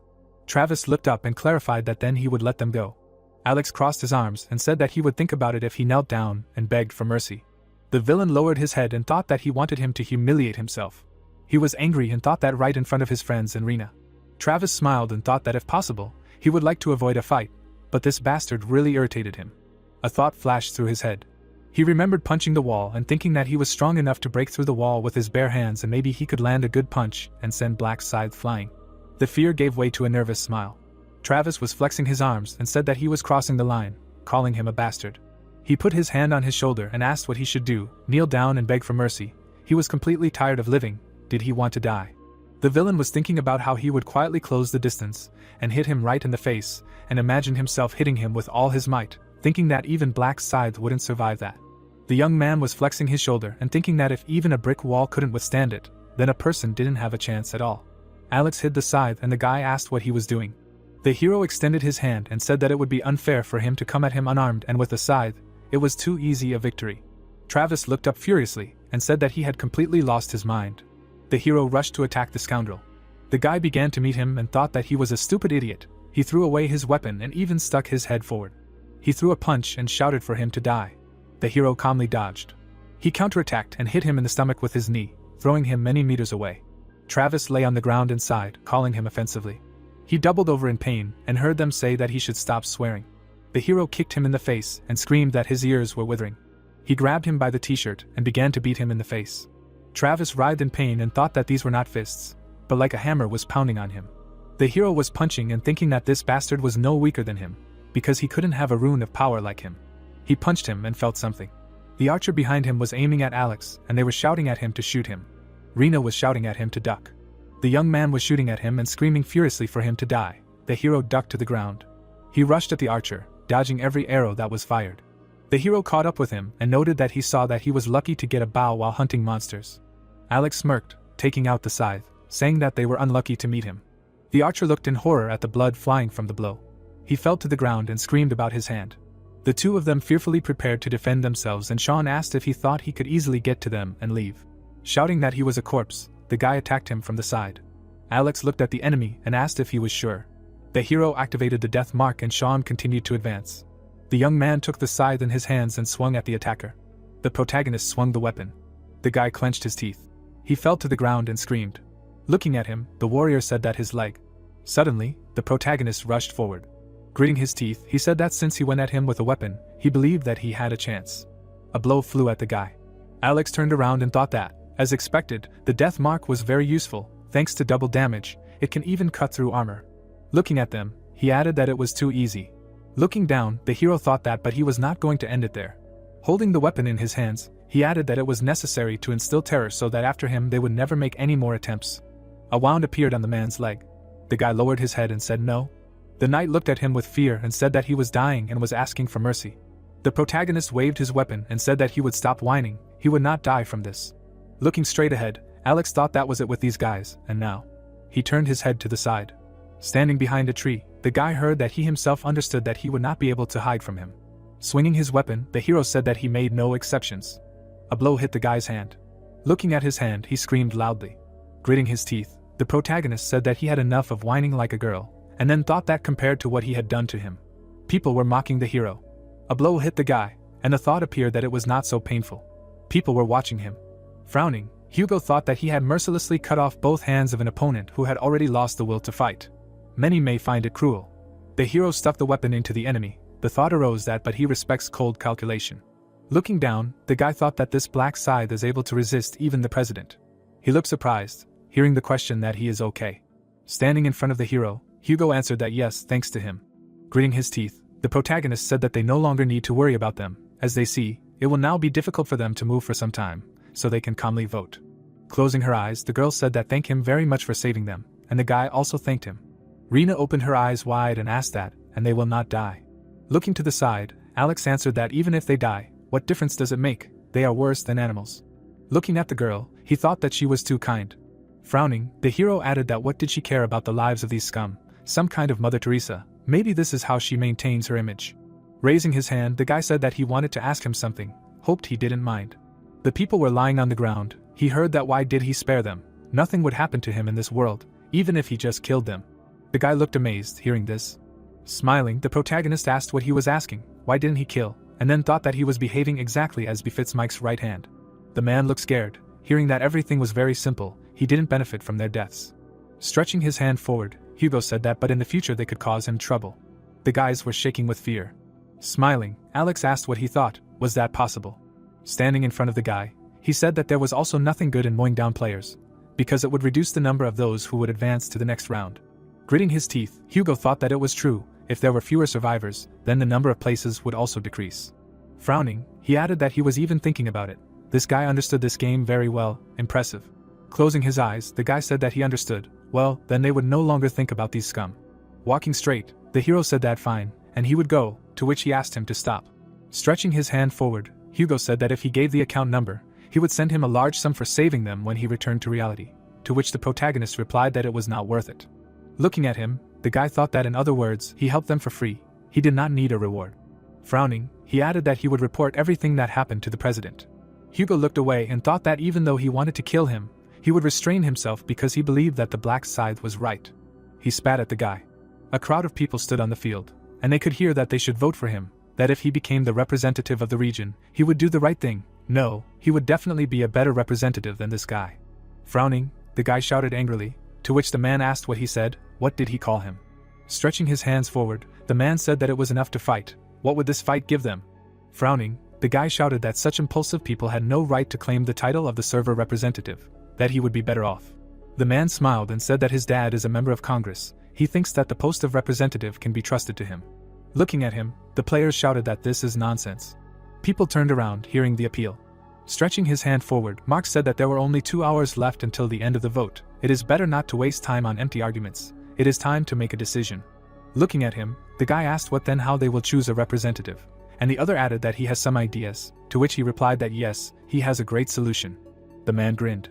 Hearing that it is true. And what? Mark smiled widely and thought that everyone obeys him without a murmur. The crowd looked at him. A thought arose that he knew that it would work again. His rune of conviction. When out of all the possible runes he got the rune of conviction, he was disappointed. Looking at the crystal, the guy thought, what is this?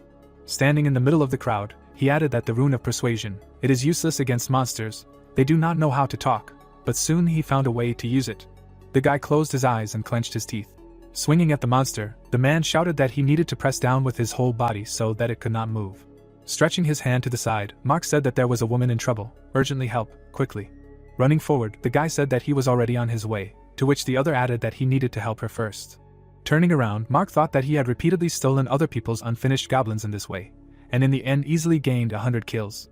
Smiling, he added that if this time everything went as smoothly, he would easily become a representative. Stretching his arms to the sides, the guy said that first they needed to decide what candidates they had, narrow the range to 5 people and choose from them. Looking at him, the young man said yes, that was a good idea, and the girl added that yes, there was some sense in it. It was certainly better than everyone yelling to vote for him. Raising his hand, Mark said great, then they would choose. If they wanted to nominate someone, they should just raise their hand. The guy raised his hand, and it was heard that yes, of course, you can't nominate yourself. If you don't set this ban, then everything will end up like before. He frowned when he heard this. The young man smiled when he heard that he was right, there was no other choice, to which he thought how easy it was to foist everything off on these brainless idiots. People looked around and thought, but who could they name? They didn't know anyone here. Closing his eyes, the guy thought that, as he expected, there was silence, so they would name only those who had managed to stand out. He looked away, hearing that he was proposing to make the representative of Mint Mark.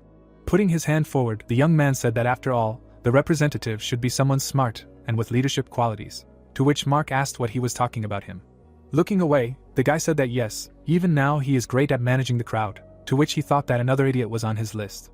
Smiling, Mark said that he thanked them for showing trust, if no one else, and someone said that he wanted to nominate a black braid. Closing his eyes, the guy thought that it was expected. It would be strange if someone did not mention the player who was the best in the first round. Raising his hand up, the man said that then he wants to nominate the previous second place, and another added that he is proposing third place.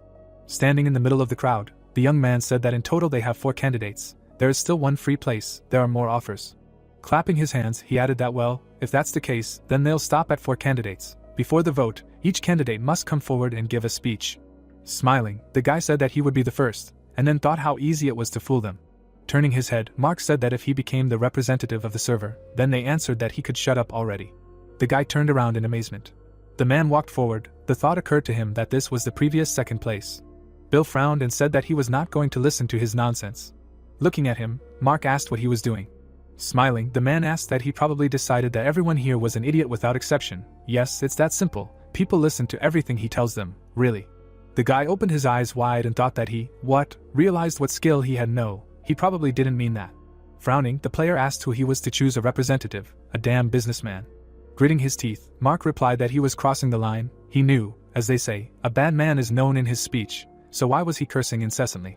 Looking straight ahead, he thought that this should work, and then heard that he was such an idiot. The man looked angrily and asked what he would scold him for. He didn't value his life. Frowning, the young man thought that his skill didn't work on him. No, that couldn't be.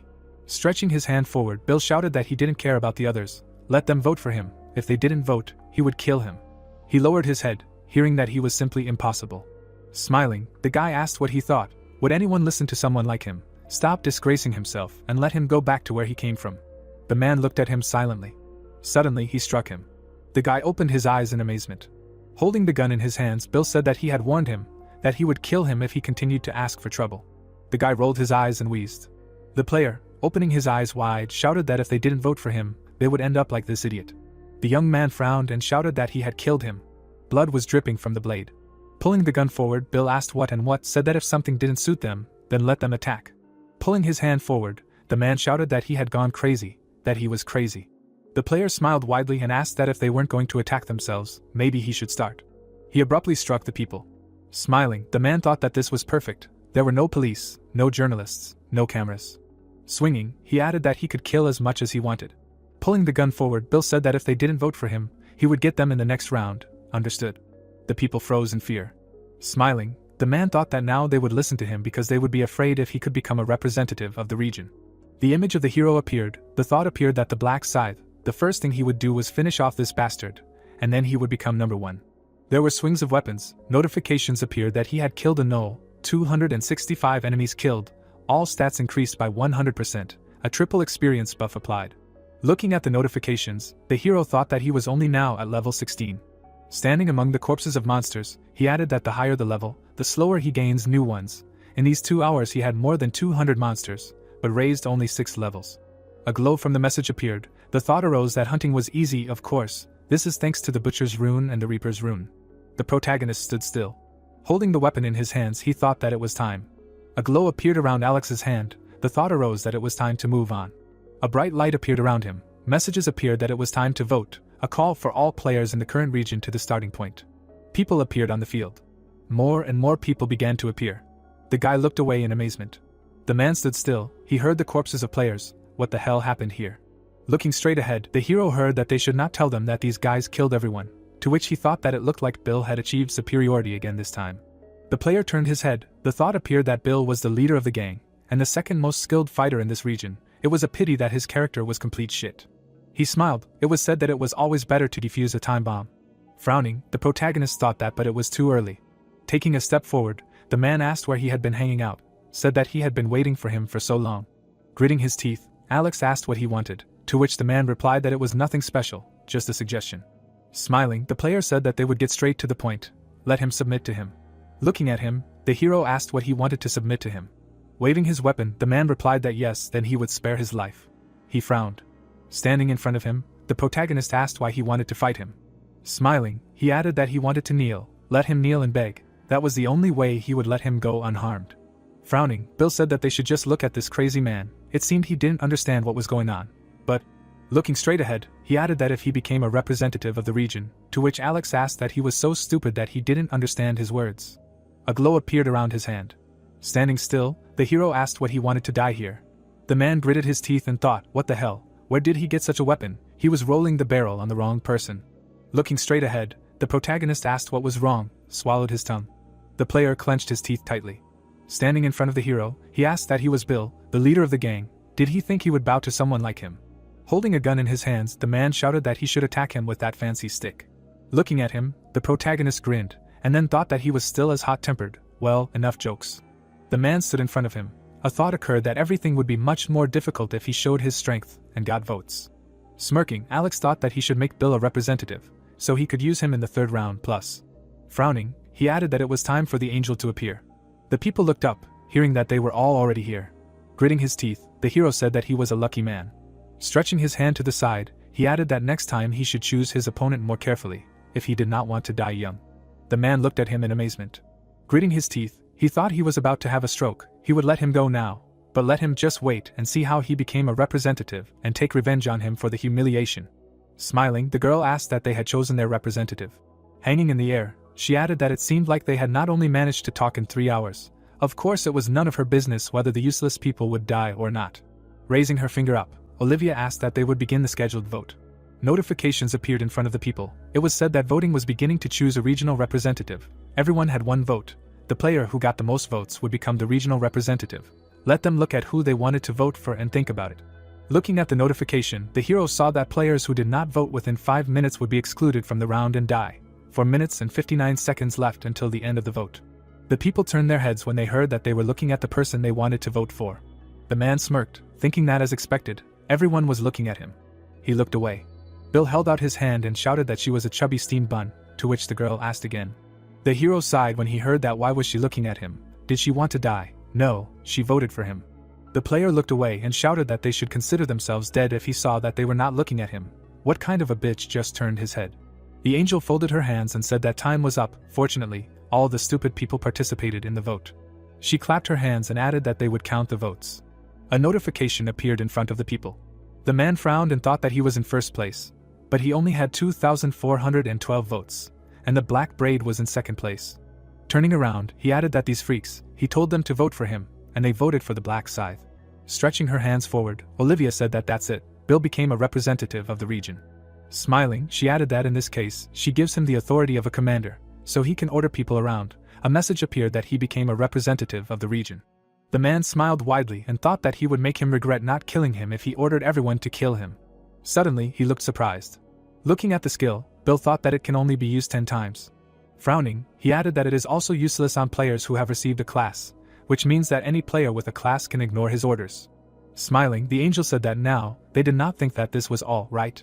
Putting her hand forward, she added that it was not quite so. In this round there is a hidden quest, to which she was asked what it meant. Hidden quest. A notification about the second round appeared. The guy gritted his teeth and asked what an improved item, and the girl added that to get a class. Putting her hand to her face, Olivia said that such a quest window would appear at level 10, but they did not know that. Yes. Lowering his head, the player asked that how can they increase their level if there are no monsters here.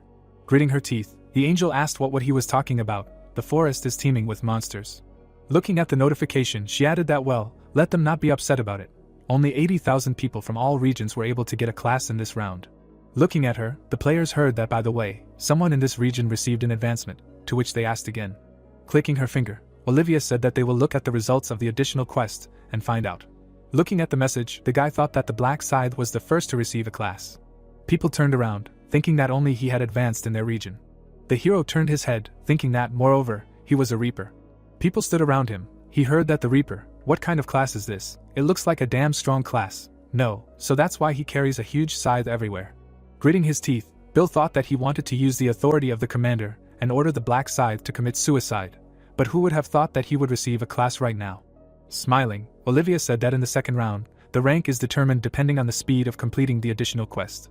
Looking at the message, she added that so, in their region, only the black Kyosa received a class. Looking straight, the angel asked that he took first place not only in their region, but in all. Looking at the hero, she added that it is impressive, He has a unique Reaper class and the nickname matches it, asking to answer why he chose this particular nickname. Smiling, the girl asked that he knew in advance that he would choose the Reaper class. Looking at her, the hero replied that he did not know that he could get a class that would suit his name. The guy looked around, hearing what it meant. It was fate that he became a Reaper. Looking straight ahead, the protagonist thought that even angels do not know how to get the Reaper class. They only know that it is a unique class. Putting her hand to her face, Olivia asked what fate means, I wonder. Smiling, she added that only one person in this region received the class, which means that only he will not be affected by the commander's authority. Looking up, the guy asked that the commander's authority does not affect him, and the other added what this means. Looking at them, the angel replied that she should explain everything while she is here. The commander's authority does not affect people who receive the class, which means that the representative of the region cannot give orders to the Black Scythe. That's what she meant. People looked at her in amazement, listening to the fact that he could also only use the authority of the commander 10 times. So just because he became a representative of the region did not mean that he had unlimited power. Bill angrily clenched his teeth and thought, that damn angel, why did she tell him about this? Raising her hand, Olivia said that well, they need to give the Black Scythe a reward, since he got the class first, right? She clicked her finger. Notifications appeared that he was the first to complete the quest in the current region. The hero clicked on the notification. Having chosen leather armor, the protagonist thought that there was no need to think about it. The first one was too heavy, and the third one was of no use. Reward options appeared in front of him. Frowning, Alex thought that since there were a lot of monsters in the third round. Clicking on the notification, he added that he definitely needed an experience buff. A glow appeared around him, and it was heard that well, since the rewards were distributed. The guy frowned when he heard that they could go home in the next round. The player gritted his teeth when he heard that it would be a lot of fun. The angel smiled widely and said that she guaranteed them. The final results of the second round appeared. The man raised his hand up. He woke up abruptly and screamed. The guy looked at his hand. Smiling, he thought that his hands were still there, as he thought, until he died, he would return to his normal body. The guy looked down and added that he would never again get involved with the Black Scythe for any amount of money. He did not want to get involved with such a heartless bastard. Putting his hand in his pocket, the young man said that she tried hard, to which Rena replied that it was not worth it, he was the one working hard. Smiling, she added that thank you for protecting her. Raising his eyebrows, the guy said that this was his duty as a manager and a security guard. Turning her head, the girl said that she wanted to thank the Black Scythe. It was possible. Standing in front of her, Hugo replied that they did not know his true appearance, so they would not be able to find him, and it seemed that he did not want to reveal his identity, to which the girl asked again. Gritting his teeth, the guy said that he asked him to give him his account number to repay him, but judging by the fact that he immediately refused. Rena lowered her head, hearing that the Black Scythe knew that with the account number, one could find out his true identity. Hugo put his hand out and said that if he wanted to show his gratitude, why didn't she find him in the next round and give him an item? Putting her hand to her face, the girl replied that it was a good idea. She needed to think of something she could repay him with. A room appeared, and it was heard that they would rest today. Yes, let him be careful. A notification came to the guy's phone. He picked it up and answered. Gritting his teeth, the guy said that he hadn't gone to bed yet, to which the president replied that he had drunk whiskey as soon as he got back. The elevator was going down. It was heard that he had seen the final results, congratulating him on receiving the Dark Knight class, to which the president replied that nothing special had happened to him. Looking away, Hugo replied that Rena and he had only been able to reach level 8 because they had been injured in the middle of the round. They hadn't been able to hunt. Walking through the parking lot, he added that he was just about to report this event to him, asked what would be convenient for him now. Holding the phone in his hands, the man heard that it was related to the Black Scythe. Standing in front of the window, he replied that he should come to the hotel. He wanted to hear the details, to which the guy said okay, he would be there in 20 minutes. Hugo was getting into the car. The man was watching him.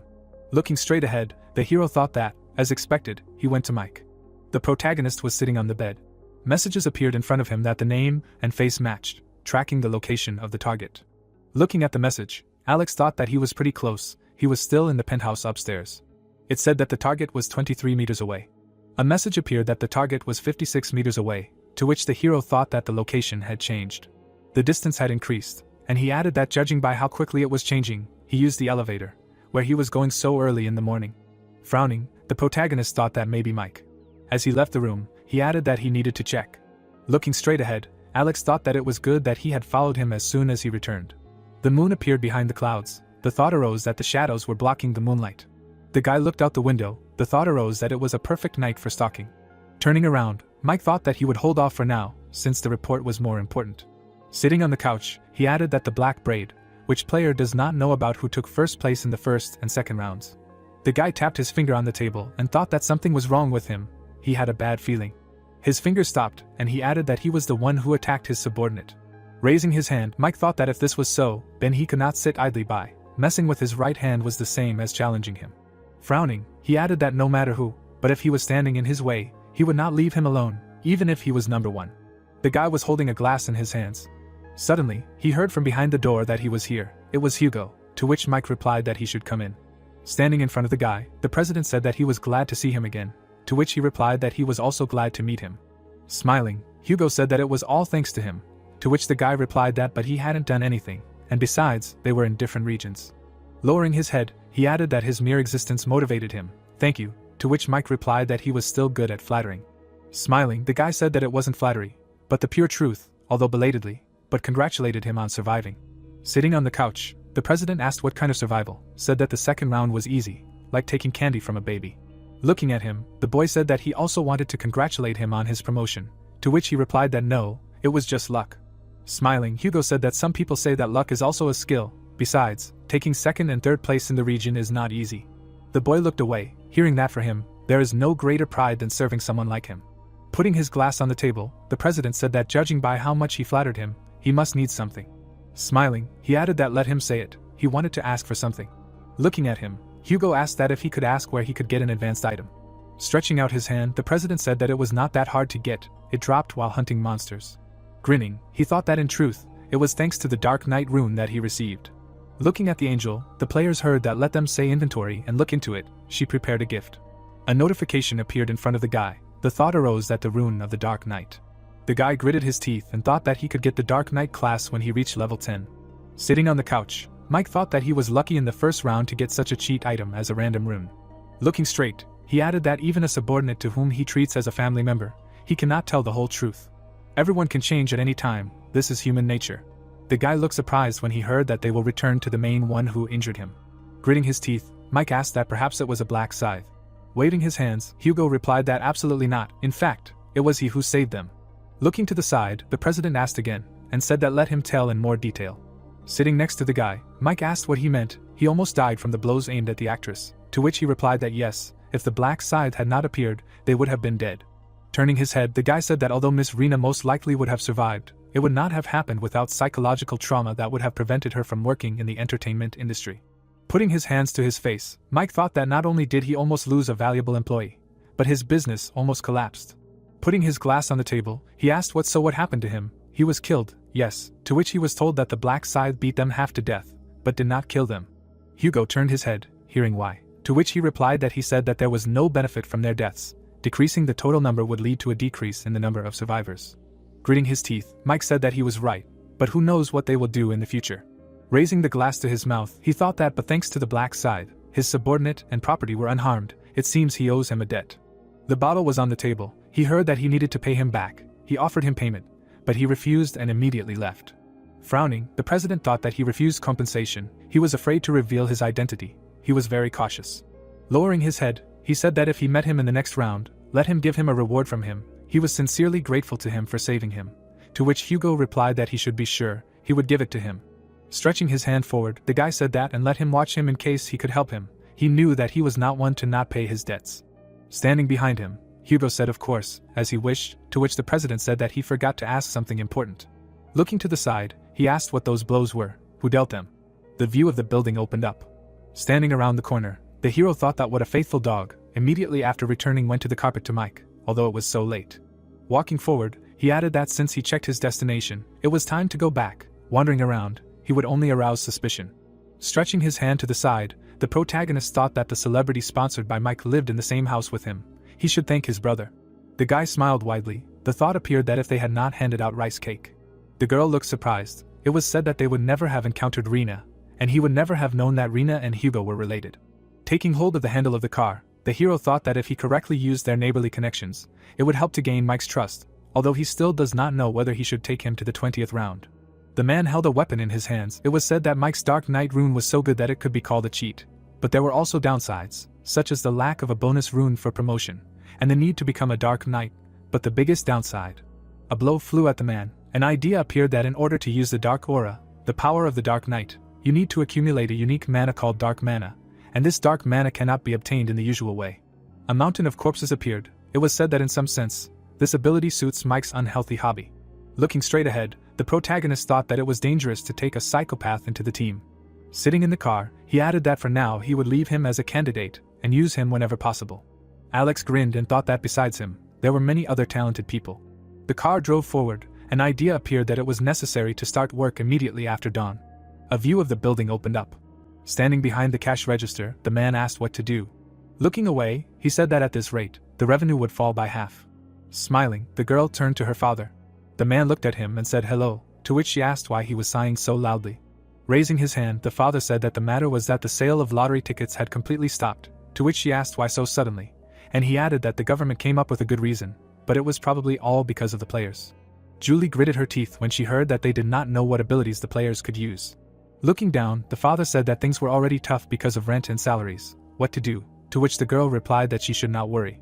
Closing her eyes, she said that she would soon graduate and would help him.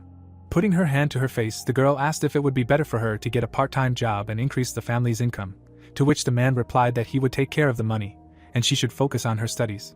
Julie looked away when he heard that she had good grades. Wasn't she going to go to college? She dreamed of becoming a doctor. The father looked at her in amazement when he heard that she had given up on that dream. Was school really important in a situation like this? Gritting his teeth, he said that she was right. Money was really needed now. If things went badly, she would die in the next round. Putting his hands to his face, the father said that lately his head was spinning, he should forgive him. Julie took his hands and replied that there was no need to apologize, it was not his fault. Smiling, she added that everything was fine. Honestly, she survived the second round and even got an A. Stretching her hand forward, the girl said yes, he should wait a minute. A glow appeared in front of her. The man looked at him in amazement and asked what it was. Looking at him, Julie replied that it was a blessing skill. She got it with the priest class. It slightly increases the stats. They say it invigorates ordinary people. Smiling, the father said that what an incredible ability. He really feels a surge of energy. To which she replied that she will regularly use it on him. Clenching her fists, the girl said that so let him cheer up. Closing his eyes, the man replied that it was good, he will try. Smiling, he said that he was welcome. The hero entered the store. It was heard that this customer. Putting her hand to her face, the girl asked that he knew him, to which the father replied that he was the winner. The protagonist took a step forward. It was heard that he won first place by writing the same numbers on 100 tickets. Walking forward, he asked that perhaps he remembered him. He bought lottery tickets for 100,000 won. Looking at him, the salesman replied that yes, he remembered, but why did he come here? Lowering his head, Alex said that first he would like to apologize, to which he asked why so suddenly. Gritting his teeth, the hero said that he saw the news. Since he took first place several times, ticket sales were stopped. Looking at him, Julie heard that he should forgive him for unwittingly harming the store. Waving his hand, the salesman said that he should not worry about it. It was not his fault. They would not die of hunger if they did not sell tickets anymore. Holding the bag in his hands, the hero replied that he still did not like that they suffered because of him, therefore. Handing over an envelope, he added that he would like to at least compensate him a little for his losses, to which the man asked what it was. The man exclaimed in surprise, hearing that it was 10 million won. With wide eyes, he said no need, let him take them back, to which the protagonist replied that he should take them, since it was his fault. Turning around, Alex said that he would go then. Clutching his head, the seller asked how he could accept so much money. Taking the envelope, Julie said that she would run and return them, to which he replied that for sure, let her return the money to him. The girl ran forward. Raising her hand up, she asked to wait a minute. The hero turned around, hearing this. Looking at him, Julie asked what it was. Smiling, she asked that he did not remember. Julie they were in the same class, to which the protagonist asked again. Gritting her teeth, the girl asked what she wanted to say, that she did not know that they studied in the same class. Looking down, the protagonist said that he should forgive him. He had a bad memory for faces, and then thought that although naturally, this was a lie. An image of a girl appeared. It was said that Julie, they were in the same class, and she was the daughter of the owner of a convenience store. She also had a unique class, a priest. Alex swung at the monster. The girl lowered her head. A thought appeared. When he first found out that they were in the same class, he was very surprised that fate existed. The reason why he supposedly met Julie by chance for the first time was to attract her to his side. Standing in front of him, the girl asked if they could go somewhere and talk. Smiling, he said okay. They were sitting on a bench. Holding an envelope in her hands, Julie said that here, let him take it. Gritting his teeth, the hero asked that isn't this the money he gave, to which the girl replied that they can't take that much, so let him take it. Looking straight ahead, the protagonist thought, well, 10 million won is quite a burdensome amount. He will give it to them knowing that they will not accept the money since they are the kind of people who cannot live with debts no matter how difficult the circumstances. Smiling, the girl said that he should take it quickly. Her arm would soon fall off. Closing his eyes, Alex replied that no, as he had told the owner, he was giving this money because he felt guilty for the damage he had caused. It was the least he could do for his conscience. The girl looked at him in surprise and said that but the amount was too big, to which he said that it didn't matter how big the amount was, he would like her to take it, otherwise he would feel bad and would continue to think about it. Gritting her teeth, Julie said that but it was still too much, it was a burden, to which the protagonist thought that was why he was giving it to her. Looking at the girl, Alex said that he should give it to the owner, for him it was not a big amount, so he should accept it without pangs of conscience, to which the girl asked that he had always been so stubborn, why him? Standing up, the protagonist said that they were done talking and that he had to go, to which she asked them to stop. Taking out some money, the girl said that 10 million won was really too much, so she would only take one, okay. She raised her head when she heard that how could she decide, she needed to ask the store owner, to which she replied that dad would definitely be uncomfortable with that amount of money. Standing in front of her, the protagonist asked that dad, the store owner was her father, to which the girl responded approvingly, and he added that he often came there, amazing. The protagonist looked down when he heard that she was also surprised. The person who took first place was a friend from her class, to which he thought that it was a friend. Looking at him, Julie asked that but he really didn't know that she was his classmate, said that she recognized him as soon as he entered the store, to which Alex replied that he should forgive him, he really is bad at remembering faces. Smiling, he added that besides this was the first time they talked like this, right? The girl clenched her teeth and replied that it was. Lowering her head, she said that it meant he heard her name for the first time, to which the hero replied that yes, let him forgive her. Julie turned her head, a thought occurred to him that although it was really awkward for him to pretend that he did not know her. Looking at her, the protagonist thought that this was necessary for her to be interested in him. Standing up, the girl said that she had already said this before. Her name was Julie, they were in the same class. Frowning, she added that this was her face too, now he remembered. Closing his eyes, Alex responded approvingly. Turning around, the girl said that reality suddenly fell upon her. What the hell was she doing? She was introducing herself to a classmate when graduation was just around the corner. The hero smiled and said that well, at least now he knew, and who said that they could not communicate after graduation. The girl looked surprised when she heard that by the way, she could give her number. She opened her eyes wide and asked again. Holding the phone in her hands, the protagonist said that yes, something was wrong, he didn't think it was weird to ask for his classmate's number, to which Julie said that it was true. The girl looked down. Holding out the phone, she said that here it is. Standing in front of her, Alex said that since fate had brought them together like this, they would contact each other more often, to which Julie replied that it was true. Looking straight ahead, she heard that he would go then, he urgently needed to do something, to which the girl responded approvingly. Holding the envelope in her hands, she shouted that it should stop, this. Frozen, Julie thought that in the end she couldn't get it back. Putting her hand to her chest, she added that to think that he suddenly asked for her number. Her heart continued to pound. Looking down, the girl thought that although she knew that he asked him as a friend, but she still liked Alex. Standing around the corner, the girl heard that he had told him to bring money, his words that, for him, it was a joke. It was said that at first they met by chance. Frowning, she called the police. Julie watched the hero. A thought arose that maybe it was because of pity for him, or she felt some responsibility for him, but in the end, she followed Alex to make sure that he would get home safely. The hero smiled. A thought arose that when she saw Alex at the part-time job as if nothing had happened. Julie looked at him and thought that she realized that he was much stronger than he seemed. Standing by the window, the girl thought that this was where it all started. That's when she became interested in him. The protagonist was sleeping on the desk. The thought occurred to her that she didn't have the courage to talk to him.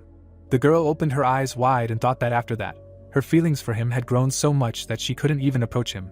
Who would have thought that they would meet here? Closing her eyes, Julie thought that now she would be brave. This chance was given to her by heaven. Looking at the envelope, she added that after he gave her 10 million won, she couldn't pretend that she didn't know him. Smirking, the girl thought that well, then she might as well go out to eat with him. The hero was sitting on the bed. Looking at the phone, he thought that well, now she feels obligated, even offering to pay for the meal, this is a good sign. Smirking, the protagonist added that if they become friends, he could easily make her his ally. Standing up, Alex thought that he would easily save Julie and bring her to the 20th round. The guy looked at him in surprise. The hero looked away, hearing where he was going, to which the protagonist replied that he was going to meet a friend. Gritting his teeth, the brother asked what friend, a girl or something, to which he asked again, what and what, he can't see girls.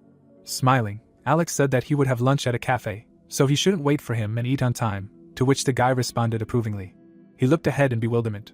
Frowning, the brother asked that it couldn't be, was he going on a date? A view of the restaurant opened up, and it was heard that she liked steaks. Sitting at the table, the girl asked again, to which the hero repeated the question. The protagonist smiled, hearing that yes, she liked steak, and he replied that she should help herself then. Putting her hand to her face, Julie responded approvingly, and then thought, just think, She and Alex are having lunch together, the best day of her life. They sat in front of each other in silence. Looking at the hero, the girl thought that there was some awkwardness between them. She needed to say something. Come on, be brave. The hero looked up, hearing that how come he won the lottery, and 4 times in a row, right? She exclaimed in surprise, hearing that he dreamed of the right numbers, to which Julie asked what and how much he won thanks to his prophetic dream. Smiling, the protagonist replied that in general, enough to not worry about money for the rest of his life, although now he needs to worry about his safety. Sitting in front of him, the girl said that right, she completely forgot to ask what he did in the first round. Let him say, killing goblins was difficult, to which Alex replied that yes, he spent a lot of time on it. Holding the glass in his hands, the hero heard what region he was in, to which he replied that he has something there, he doesn't remember exactly, but the last digit is 5. Smiling, the girl replied that hers ends with 7, it's a pity that they won't be able to play together. Looking down, the protagonist thought that there was no need to be upset about it, they would meet again in the game. After there were very few survivors, the regions would be united. The flower was in a vase, he heard what level he was at, she was also at 10th, he already had a class. Smiling, Julie said that she was lucky to find the item needed to change the class, so now she was a priest, to which the hero asked again. Looking straight ahead, Alex asked what it meant that she could impose positive effects like a mage, and then thought that thank God nothing had changed this time. The girl held out her hand and asked what she wanted to see. This buff is called a blessing, it increases all stats, to which he replied that it was true, let him show her. A glow appeared around her hand, notifications appeared that the blessing increased his stats by 50%, the duration of the blessing was 3 hours. Looking at the message, the hero said that it was very cool, and then thought that the effect was quite strong. Well, yes, it was not for nothing that this was a unique class, the effectiveness of this skill would double when she reached the maximum level, so by that time the buff would be 100%, but it was still a long way off. Sitting in front of the girl, he added that it was still great that she had buffed him, that was why he had met her in the first place. A bag appeared. It was said that as a reward for the fastest completion of a side quest, he was given a random bag of gold. From the name it is clear that it contains a random amount of gold coins. The amount depends on the luck characteristic. This means that the more luck points the player has, the more winnings. Smiling, the hero said that this is just great, thank you. Closing her eyes, Julie replied that if she needed a buff again, she should just say so. It was not difficult for her at all, to which he said that he understood. Looking at him, the girl heard that by the way, it seemed like she wanted to tell him something, to which she replied that yes, in fact, she was going to start this topic first. Smiling, Julie said that she thanked him very much for the money. Dad asked her to convey her gratitude to him. Looking at her, the protagonist heard that she also promised to return everything, to which he asked what she wanted to say, and added that he had told her not to worry about it at all. Stretching her hands forward, the girl said that if he didn't need money, he could repay with something else. A glow appeared near her hands and she said that he should take it, to which Alex asked what it was. Holding the rune in her hands, Julie replied that she received it during the hunt. If he didn't want money, then he should at least accept this. It's a gift, so he shouldn't even think about refusing. Waving her hand, the girl said that they had a great time, they would have lunch together some other time, to which the hero replied that they agreed. Let him take care of himself, be careful during the round, and she added that they would see each other if they survived. The protagonist walked through the park. An inventory appeared in front of him. Looking at the magic crystal, he thought that he didn't expect to receive this from Julie. Taking it in his hands, Alex thought that it was still unclear what effect it had due to the vague description. Raising his hand up, he added that but when he reaches level 20, he will know its true potential. A pentagram appeared. It was said that the combination function is only opened after the player reaches level 20. Thanks to it, you can combine a weapon with a magic crystal. A glow appeared near the scythe. The thought arose that additional functions were also opened. Crystals appeared. It was said that there are a total of 7 types of magic crystals, 1 for each color of the rainbow. The player's eyes lit up. The thought arose that red gives damage, orange strength, yellow increases luck, green increases agility, blue intelligence. The knight looked straight ahead. It was said that blue reduces susceptibility to damage. Looking at the crystal, the hero thought that and finally, purple is the rarest of all. It drops much less often than other crystals and increases all characteristics. Grinning, he added that he was lucky to get it for free. Looking to the side, the protagonist thought that he has a high luck indicator in real life too. Looking at the notification, he added that he would use this crystal when he reached level 20. He needed to open the bag before the buff ended, and more. Alex lowered his head and thought that it was time to increase his stats with the butcher's rune. Holding the bag in his hands, he added that there were 100 maggots. Looking straight ahead, the hero thought that the rune increased all stats by 1% for each kill. And yes, insects also counted. The main thing was that it was a living creature. The bag fell to the ground, and the thought occurred to him that there were no insects in the game world, so he had to kill monsters. Fortunately, there was a loophole. Raising his leg up, the hero apologized. Turning his head, he called up the status window. Looking at his stats, the the protagonist thought that 15 luck points had grown to 45. At this rate he would have good results. He held the bag in his hands and thought that for now his luck would not be higher, so the bag flew up and he used it. Alex looked up, wondering what and how much he would get. Although the luck indicator affects the amount, it can still vary. A bright light appeared from the bag. A thought appeared that in the past he got from 3 to 6,000. The hero looked in amazement and asked again. His eyes widened. A notification appeared that he used a random bag of gold and received 9,999 gold. Smiling, the protagonist thought that this was the maximum amount. All the preparations were worth it. Looking at the characteristics, he added that now he only had 16,249 gold. This is more than enough to buy an epic item. The notification disappeared. A thought appeared that the item he needed would appear in the store in 2 weeks, so he would not spend it for now. A view of a high-rise building opened up. Entering the room, the hero said that he was home. Looking at him, the guy asked how the date went, to which he asked again. Rick held out his hand and asked if he hadn't just gone on a date with a girl, to which the hero replied that he should stop making up stories about what he had for lunch. His brother closed his eyes and replied that he had ordered black bean noodles. The protagonist looked at him and said that he should have gotten something better, to which the brother asked what was wrong with black bean noodles, since that was what he wanted. Alex looked away and thought that, well, they had been scraping by just a month ago. He put his hand to his face and added that, by the way, his bitcoins had already risen to $150 million and that if everything went as usual the price would crash in about 2 weeks, so it was time to get rid of them. The hero thought as he watched the TV that but before that he would get his driver's license. The hero was taking the theoretical part of the driving test. Looking down, he thought that this was the umpteenth time he was taking this test. He would quickly click through and go. The man looked at him in bewilderment. Looking at the hero, he thought that he was already leaving. Looking at the screen, the examiner thought that he had passed the exam so quickly with 95 points. The protagonist held his license in his hands. It was said that the outcome was obvious, but it still took 4 whole days to get his license. The thought arose that he had enough driving experience. Looking straight ahead, Alex wondered how long he had been in this time loop, how old he was in general. A car appeared. It was said that after receiving his license, he immediately ordered a supercar for himself. He did not have to think long about the choice, because this was the one he had driven during his previous attempts. The man smiled when he heard how long it would take to deliver it, to which he replied that if they placed an order today, then in a month it would already be with him, and the hero said that very well, he would sign the papers right now. The consultant closed his eyes and said that it was great, he had excellent taste.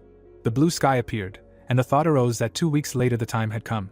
Looking at the phone, the protagonist said goodbye to the bitcoins.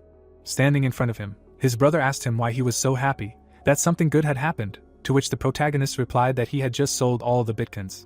Looking at him, Rick asked what and how much it was, to which Alex replied that it was 300 million. He opened his eyes in surprise and asked again. Sitting in the chair, the guy said that he had only won 60 in the lottery, and they had become 300, to which the hero replied that it was all true. Putting his hand to his face, Rick said that he had tried to dissuade him from buying the bitcoin because he hadn't thought it would take off like that. Smiling, the hero replied that he hadn't expected it either, to be honest, and then thought that the previous times he had received a maximum of 280 million, so it was true. Looking at him, the brother asked what he had decided to sell them before the price dropped, to which the protagonist said exactly what. Closing his eyes, the guy said that it was well thought out. He shuddered when he heard that he would now invest everything in stocks. Rick's eyes widened and he said that he didn't know a damn thing about investing, to which Alex replied that he shouldn't worry. Raising his finger up, he added that he had seen it all in a dream, and the guy asked that he had another prophetic dream, and this time about stocks. Rick grinned when he heard that yes, according to this dream, if he invests now, there will be a big profit later, to which he replied that well then let him do as he knows. Looking away, the hero thought that he didn't blame Rick for doubting, but he knew the future. Looking down, he added that the company he was investing in also. Holding the phone in his hands, the protagonist thought that the company ranked 85th on Kosdaq with a capital of $900 million, the Heavenly Demon Consulting Corporation. The guy sat on the throne. It was said that this company was managed by Mike, and although it was still relatively small and unknown, after developing a special system after the end of the 4th round, the success of his company would skyrocket. Looking at the phone, Alex thought that since he knew that his company would rise, then why not invest? If he now buys out a significant part of the shares and gains some influence over the company, then in the future he will receive a lot of benefits and power, as the main holder. Clicking on the screen, he added that first, invest 280 million and buy out 31% of the company. Looking to the side, the hero heard a request. Closing his eyes, the guy said that let his dream come true again. The purchase order was placed. The thought appeared that in general, the deed was done, and now all that was left was to purchase the items. The light was on in the room. The lamp illuminated the room. A shop window appeared. Lying on the bed, the hero thought that he had been saving up gold for this moment. He went into equipment and added that if he had gold, he could buy items and general skills. That's how simple it was. The shop appeared, and the thought occurred to him that although they were all of a normal rank, this did not mean that rare and epic items could not be bought. Cards appeared in front of his hand. It was said that the item of the day. This function allows you to buy a random item that is updated every day. It is usually difficult to stumble upon what he needs, because every day the item is completely random, but for him this is not a problem, because he knows when what will appear. Clicking on the item of the day, the hero thought that today the shop will have exactly what he needs. A description of the item appeared, and the protagonist thought that here it is, a bone necklace. Looking at the notification, Alex thought about the fact that this item increases intelligence and attack speed. For such valuable effects it is quite cheap. This is what he was waiting for, so you can spend it. The hero called up the inventory. A discount coupon appeared. The thought arose that it was a 50% discount coupon that he had received for the promotion quest. Clicking on purchase, the protagonist thought that if he bought this item with a 50% discount from the coupon, his balance appeared. Alex stood up abruptly and thought that yes, he still had a lot of gold left. Putting his hand to his face, he added that he was initially going to spend the remaining gold on a set of normal armor. Looking away, the hero thought that but if he saved up another 6,000, then he would have enough for a general skill, and this is better than normal armor. Grinning, the protagonist added that he urgently needed to raise 6,000. Fortunately, there would be a lot of monsters on the third round. People appeared in the middle of the city. It was said that time passed, the 1st of March, 2023, and this day inevitably came. People looked around. It was heard that the location looked like a ruined village. What a village! It looked more like a mountain of ruins. The players stood in front of the wall, and someone said that they should look. The village was surrounded by protective walls. Well, yes, and that's true. A glow appeared around the crystal. It was heard that what is this glowing thing? I wonder what they will do in this round. Standing near the house, the hero thought that the place was unfamiliar, so everyone was excited and confused. Peeking out from around the corner, he added that only Bill was acting relatively confidently. The man gritted his teeth, hearing that their regional representative was there. He turned to the crowd, hearing that they heard that he was some kind of mafioso. He made everyone vote for him, threatened to kill. The representative should be a black braid, and not this maniac. The guy held his hand out and said that he would hear. He also had the subjugation skill, to which the player replied that it didn't matter, it only had 10 uses, so there was no need to worry. The man held his hands out to the sides and shouted for them to shut their mouths. He clenched his teeth furiously, hearing why he was speaking so rudely, behaving like that, as if he had no control over his speech. Pointing at the player, Bill asked which of them was talking nonsense about him. Frowning, he thought that he knew it would be like this. Why didn't that winged creature keep its mouth shut? The man took a step forward. The guy bowed and said hello. Looking down, Travis heard him ask what he was doing. He raised his head and shouted that he had come to greet him. The man crossed his arms and asked if he was his brother or something, to which the guy replied that he wasn't yet, he was just a guy who dreamed of becoming a bandit. Bill frowned and asked again, then thought that he dreamed of becoming a bandit. Was he completely nuts? Travis smiled and said that he was his role model, that their gang was the one he had always wanted to join. The man looked down and asked what he needed for what. Kneeling, the guy said that he swears to obey and serve him as an older brother for the rest of his life. Let him accept him. Bill smiled and thought that he had seen a lot of crazy people in his life, but he had never met such a crazy guy. He liked his attitude. Taking a step forward, he told him to stand up already. Stretching his hand to the side, the man asked if he had problems with his eyesight or hearing, did not notice that his reputation was now below the baseboard, and still wanted to serve him. Clenching his fist, the player replied that he did not care about all this, he respected him, and that was the main thing. Standing in front of him, the man heard that he did not care what others thought. The main thing was to take him in. Smiling, Bill said that a good answer, okay, he would take responsibility for his upbringing. Bowing, Travis said that he thanked him, it was an honor for him. People looked at them in amazement. It was heard that he had decided to fraternize with him for life, some kind of crazy person. The players smiled. It was said that well, you know, as they say, a fisherman sees a fisherman from afar. Looking to the side, the hero thought that this time he joined Bill's gang again. That's good. Suddenly an angel appeared above them. They heard that well, have you gathered? Putting her hand to her face, Olivia said that they would look, this time 9 dozen less. Gritting his teeth, the guy asked that there were fewer of them, and the player added that but what was that? A notification with a task appeared in front of the people. They looked in surprise. They heard that there really were fewer people left. But how did this happen? Smiling, the angel said that she doubted that such young individuals would suddenly fall down dead at once. It seemed that the fight was continuing even in the real world. She was terribly worried about their squabbles. Frowning, the guy shouted that stop, let them look at the number of those who passed. The players shuddered in surprise. They heard that there were only 1,225 people. The number of those who passed had decreased almost 4 times. There was definitely no mistake here. Olivia lowered her head and asked again. She held out her hand to the side and asked what they wanted to hear. No mistakes, she saw that they were overwhelmed by the number of seats. But they had obviously forgotten something. Looking at her, the players heard that only half of them would survive each round. Raising her finger, the angel said that but in the last round there was an unlimited number of seats. So it was only logical that only a quarter would survive this time. No. The guy clenched his teeth angrily. The angel's eyes lit up and she said that everything was fair, they just had to try to get into that 25%. And now she would explain what would happen in the third round. The city appeared. It was said that every half hour, monsters from her legion would emerge from the city gates. Their target was the relic in the center of the village. The people stood in front of the crystal, listening to the story that there would be 4 waves in total. They all had to work together to protect the relic. A glow appeared around the crystal. It was heard that for protecting the relic for 3 hours they would receive an additional reward, and if they failed the task, they would be severely punished. Looking at the angel, the players heard that and finally, regardless of whether they could protect the relic or not, they would all be assigned a rank depending on the number of monsters killed. People looked at the gate. It was said that this round there would be many more monsters than usual, but they would have only a third of their usual strength. It was easier, wasn't it? Of course, the amount of gold and experience from them would also be cut by 2/3. The exit appeared. Smiling, Bill thought that in other words, you just need to kill a lot of monsters. This round will be easy, especially considering that he has the subjugation skill.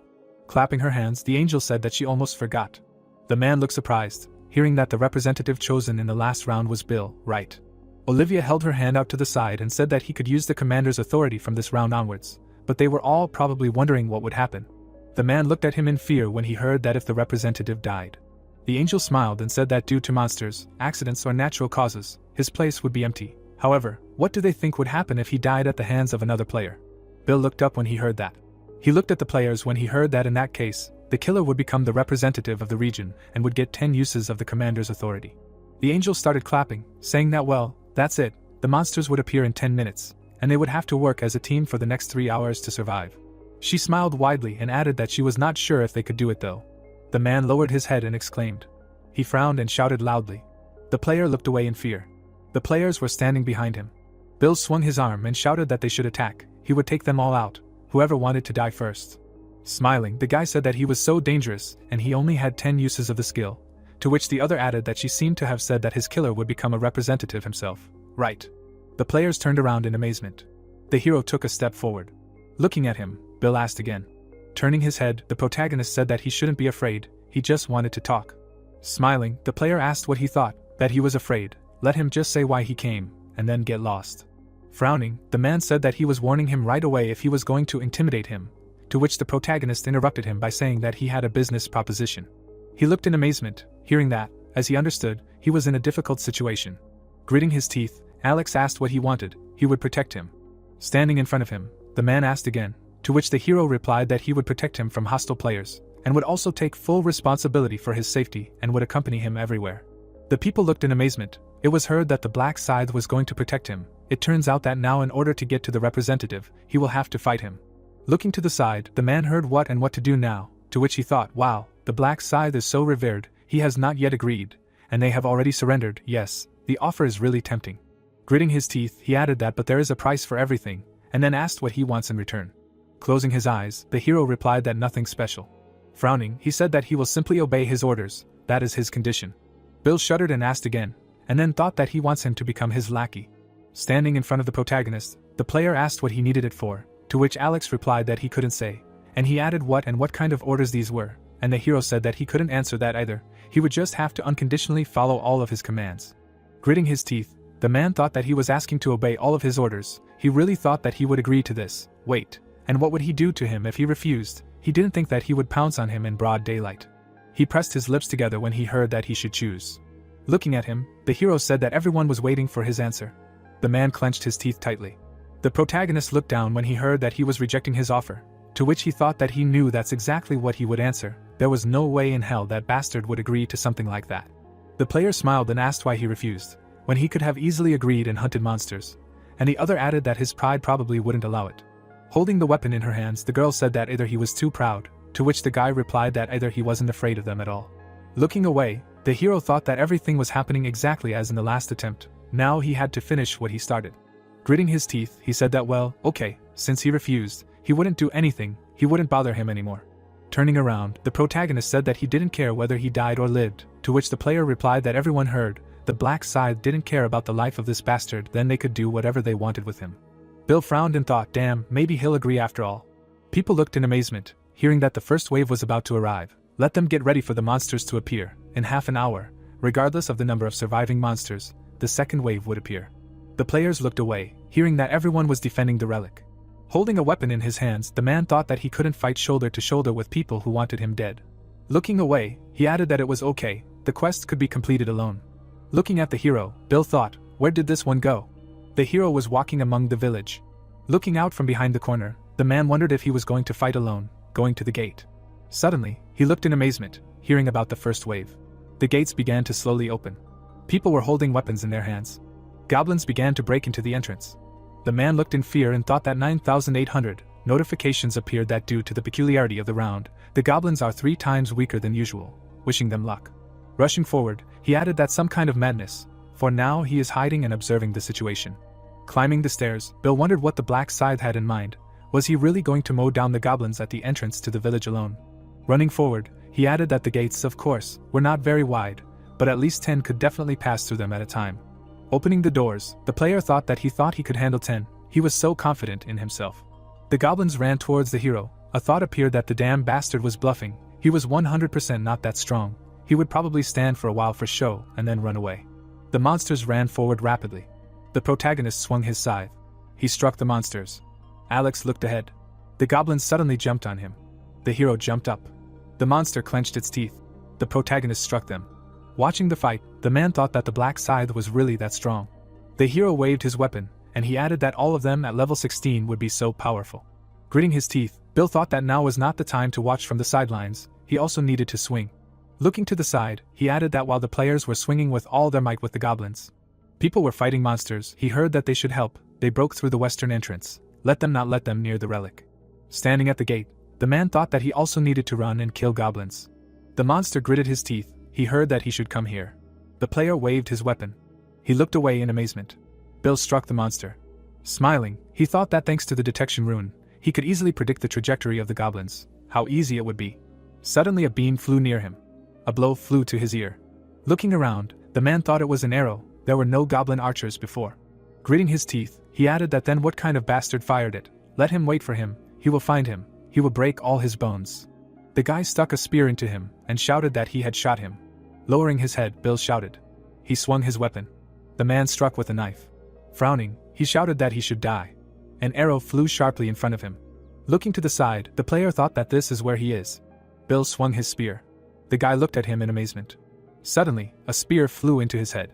Holding his wound, the man thought that he did not expect that players would cause more problems than monsters, if only he were not a representative of the region. Gritting his teeth, he added that the role of a representative was damned. If he had his way, he would have simply passed it on to someone. He should have accepted the help of the black scythe. Turning his head, Bill thought, no way, he's a man, and he has pride, he'll never bend under it. There must be some way out, a way to safely hunt monsters without the threat of players. The guy struck the goblin. The player waved his weapon. The thought came that he was the top 3 regions, a black lizard in his hand, or something like that. Smiling, the man thought that right, he was the one he needed. The man turned around, hearing the appeal. Stretching his hand forward, the player said that now he would protect him. Swinging the blade, Alex read that the skeleton necklace increases his attack speed by 25%. Notifications popped up that he killed the goblin. The experience gained was increased threefold, thanks to the Butcher's rune. All stats were increased by 100%. The main character stood in front of the status window with a thoughtful look. Looking at the projection, Alex noticed that he had almost 16,000 gold, and thought that he received about 2,000 gold. Smiling, the protagonist emphasized that at this rate, he could easily collect 20,000 gold for the second wave. Monsters were running at him from behind, while Alex was arguing that he would accumulate more gold in this round and by 2 common skills. If he succeeded, he would be able to get the rune of true thoughts of the heart. The protagonist turned around with a serious look. Swinging his scythe, the protagonist killed the goblins running at him. The monster stopped in front of him, after which Alex asked if they would attack. He rushed into battle and said that in this case, he would attack. The guys guarded the purple crystal and asked what was going on. A bright glow began to emanate from the goblins, after which a message popped up saying that they successfully repelled the first wave. The exhausted guys started shouting that they survived. They needed to rest before the second wave and read the notifications, which said that almost 4,000 players survived, and about 1,000 died. As a reward, the surviving players received 500 gold. Looking at the corpses of the guys, the protagonist thought that almost 1,000 died. Although they are weaker than the goblins, they are still a pity. Turning around, Alex wondered where he was, whoever it was. The protagonist looked at the guy and noted that he found him. This is Bill. It is expected that he survived. It will be difficult for him to pass this round. The guy with an angry look began to look around. He thought with an enraged look that this fool did not kill the goblins, but only followed him. The guy swung his knife and screamed loudly that he wanted Bill dead. The man suddenly turned around and hacked him to death. Bill smirked and pointed out that he was lucky to have these idiots around, and thanks to their protection, he was able to survive the first wave. Travis turned around and asked if he was okay. Bill suddenly closed his eyes and cried out in pain. There was an open wound on his stomach, and he thought that the bleeding was very bad and wondered if he would last the rest of the time. He gritted his teeth in pain. Bill seriously concluded that he would cling to life and definitely pass this round. They suddenly turned around at a loud sound. Goblins began to run into the fortress, after which a notification popped up that the second wave had arrived, almost 4,000 players, against 8,000 weak goblins and hobgoblins. According to the terms of the round, goblins have access to only a third of their usual strength. The monsters were running towards the protagonist. Swinging his scythe, the protagonist began to chop them down. Alex jumped up from the ground and killed the monsters. There were countless corpses lying on the ground. Raising his head, the protagonist read that he had reached level 20. His rank had been raised from student to commoner, and he could now use the combination function. Wiping the sweat from his face, Alex noted that he had succeeded. He had finally reached level 20, and he could now use combination to create unique items that could not be obtained from the store. A multitude of notifications popped up, stating that due to the rank increase, Death Seal had been strengthened, additional damage had been increased from 100% to 120%, and the exclusive Reaper skill, Death Knight, had been learned, the description of which stated that within a radius of 500 meters, darkness energy would spread, creating an artificial night.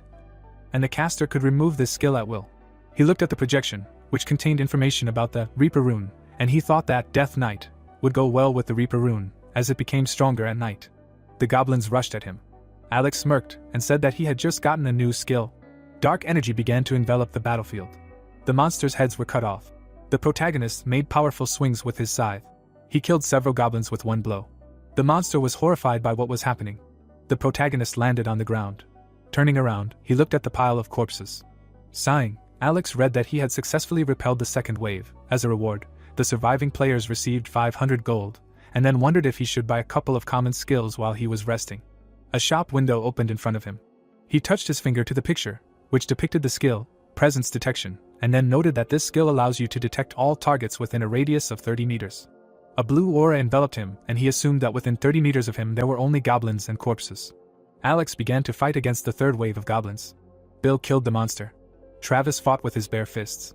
The boys stood in the middle of the battlefield. The exhausted boy thought that he needed to hold out for another hour to stay alive. Even though he had used the commander's authority 10 times, these worthless people were protecting him, and for now he could live. A pink mark hung above the boys. The boys looked up at the projections, which said that the fifth wave had arrived. 2,700 players would fight almost 11,000 weak gnolls. According to the rules of the round, the gnolls could only use a third of their usual strength. Bill watched the fight and thought that he should not worry. This was a chance to set a new record. Frowning, the boy declared that he would become stronger and rip out the throats of everyone who looked down on him. He suddenly turned around at a loud scream. People began to kill each other and pointed a finger at Bill, screaming that this time they would finish him off. Bill held the guys in front of him like a human shield and screamed that they should not let them pass. The guys in front of him were hit by arrow shots. Bill looked at his opponents. He started to retreat thinking that he was in trouble. Bill started to run away from them. He thought with a dumbfounded look that he just needed to survive this wave. He ran into the protagonist who was holding a black scythe. Bill ran up to him and shouted that he accepted his offer and would do whatever he said, so Alex had to protect him. The guy stood in front of him and repeated that he accepted his offer. The protagonist said with a serious expression that he refused. Looking at Bill's depressed face, the protagonist added that he had already said that he didn't care whether he died or not. The guy started shouting after him that he himself had offered him, after which he asked why he refused. Because he said that he would become his servant, to which he received the answer that Alex did not need a servant who did not even have the authority of a commander. Bill frowned and wondered if the jerk was telling him he was useless, noting that if he had known, he would have agreed sooner. He heard the voices of his pursuers behind him. The boys happily stated that they were sorry Alex had refused, as they had already begun to think of what to do if he did. Bill clutched his stomach wound after hearing that they would definitely be able to kill him now. Holding the dagger in front of him, the boy stated that even if he died, he would take at least one of them with him to the grave. Travis stepped forward and said that he would help him. Bill smiled and emphasized the fact that if he got out of there alive, he would take good care of him. Travis punched him in the face. The boy fell to the ground, holding his face and grunting in pain. Travis smiled and emphasized the fact that he would kill him quickly. He grabbed Bill by the collar of his shirt. Travis continued to beat him. He kept punching repeatedly. Travis's fist was stained with blood. Bill, beaten, lay motionless on the ground. Looking at his assailant, he thought that he had been betrayed by this fool. Travis swung his leg. He cried out with satisfaction that he was now the representative of the region and the king. After reading that Bill had been killed, the power seemed to have passed to the killer. He thought with a crazy smile on his face that now, if he tried, he could control Rena as he wanted. Looking at Bill's corpse, Travis began to reason that it would be good to use the authority of the commander, after which he wondered if this happened because the leader of the gang kept running away. He began to walk away from the corpse and noted that it was a shame. Pointing his hand at the dead Bill, Travis clarified whether they saw how he beat him, adding that he said that they had a good chance of winning. The guys looked at the guy's bloody hands and thought that this fool killed a man with his bare hands. He is a crazy psychopath. The guys looked at each other and asked if Travis was sucking up to the gangster. They asked with an enraged look how such a person could become a representative of the region. Travis, with a smile on his face, wondered if they would try to kill him now, after which he noted that he was sorry, because they would not succeed. He began to run away from there. Travis ran up to Alex. He stood in front of him and said that he was now a representative of the region. He had the authority of a commander. Putting his hand on his chest, Travis said that he accepted the offer that the main character gave. In other words, he would do everything he said, and in return asked for protection. He thought with a satisfied look that the black side did not help Bill, because he had the authority of a commander, so he should accept his offer. Alex said with a serious expression that he did not like the way Travis spoke, and if he would kneel and beg, he would think about his offer. The guy pointed at himself with his hands and repeated that he had the authority of a commander, and Alex suggested that he did not understand, but he needed it, not the protagonist. Smiling, the protagonist said that if Travis wanted protection, he should kneel and beg. Turning around, the guy looked at the warriors. He turned his gaze to the protagonist. Kneeling, Travis said that he would do everything he said, so he asked to use him as a servant. Alex looked at him intently. Looking at the guy, the protagonist thought that he had seen this so many times that he was a little tired of it. But unlike Bill, Travis could be useful for now. The stunned guy raised his head when he heard the protagonist accept his offer. Alex frowned and asked to stop thanking him, because he didn't want to see his pathetic face. The protagonist walked past him. The guys stood in front of Alex and started discussing whether everything would end like this, and whether the black scythe would protect him. Turning around, the warrior said that the protagonist was fighting a bunch of opponents at once. They had no chance against him. They were taken aback by Alex's words that he would help them make a decision. The protagonist said with a serious look that there were two options. The first was that they could forget about the representative of the region and go hunt monsters. Pulling out the scythe, the protagonist noted that the second option was to die at his hands. Holding the scythe in front of him, Alex said that if possible, he would recommend the first option, but the second would suit him as well, since he would not consider someone who raised a sword against him a person. The guys suddenly dropped their hands. They began to leave from there. Travis was kneeling and thought that it was impressive. Everyone retreated after the words of the protagonist. He stood up and noted that although he was scary as an enemy, there was no more reliable ally.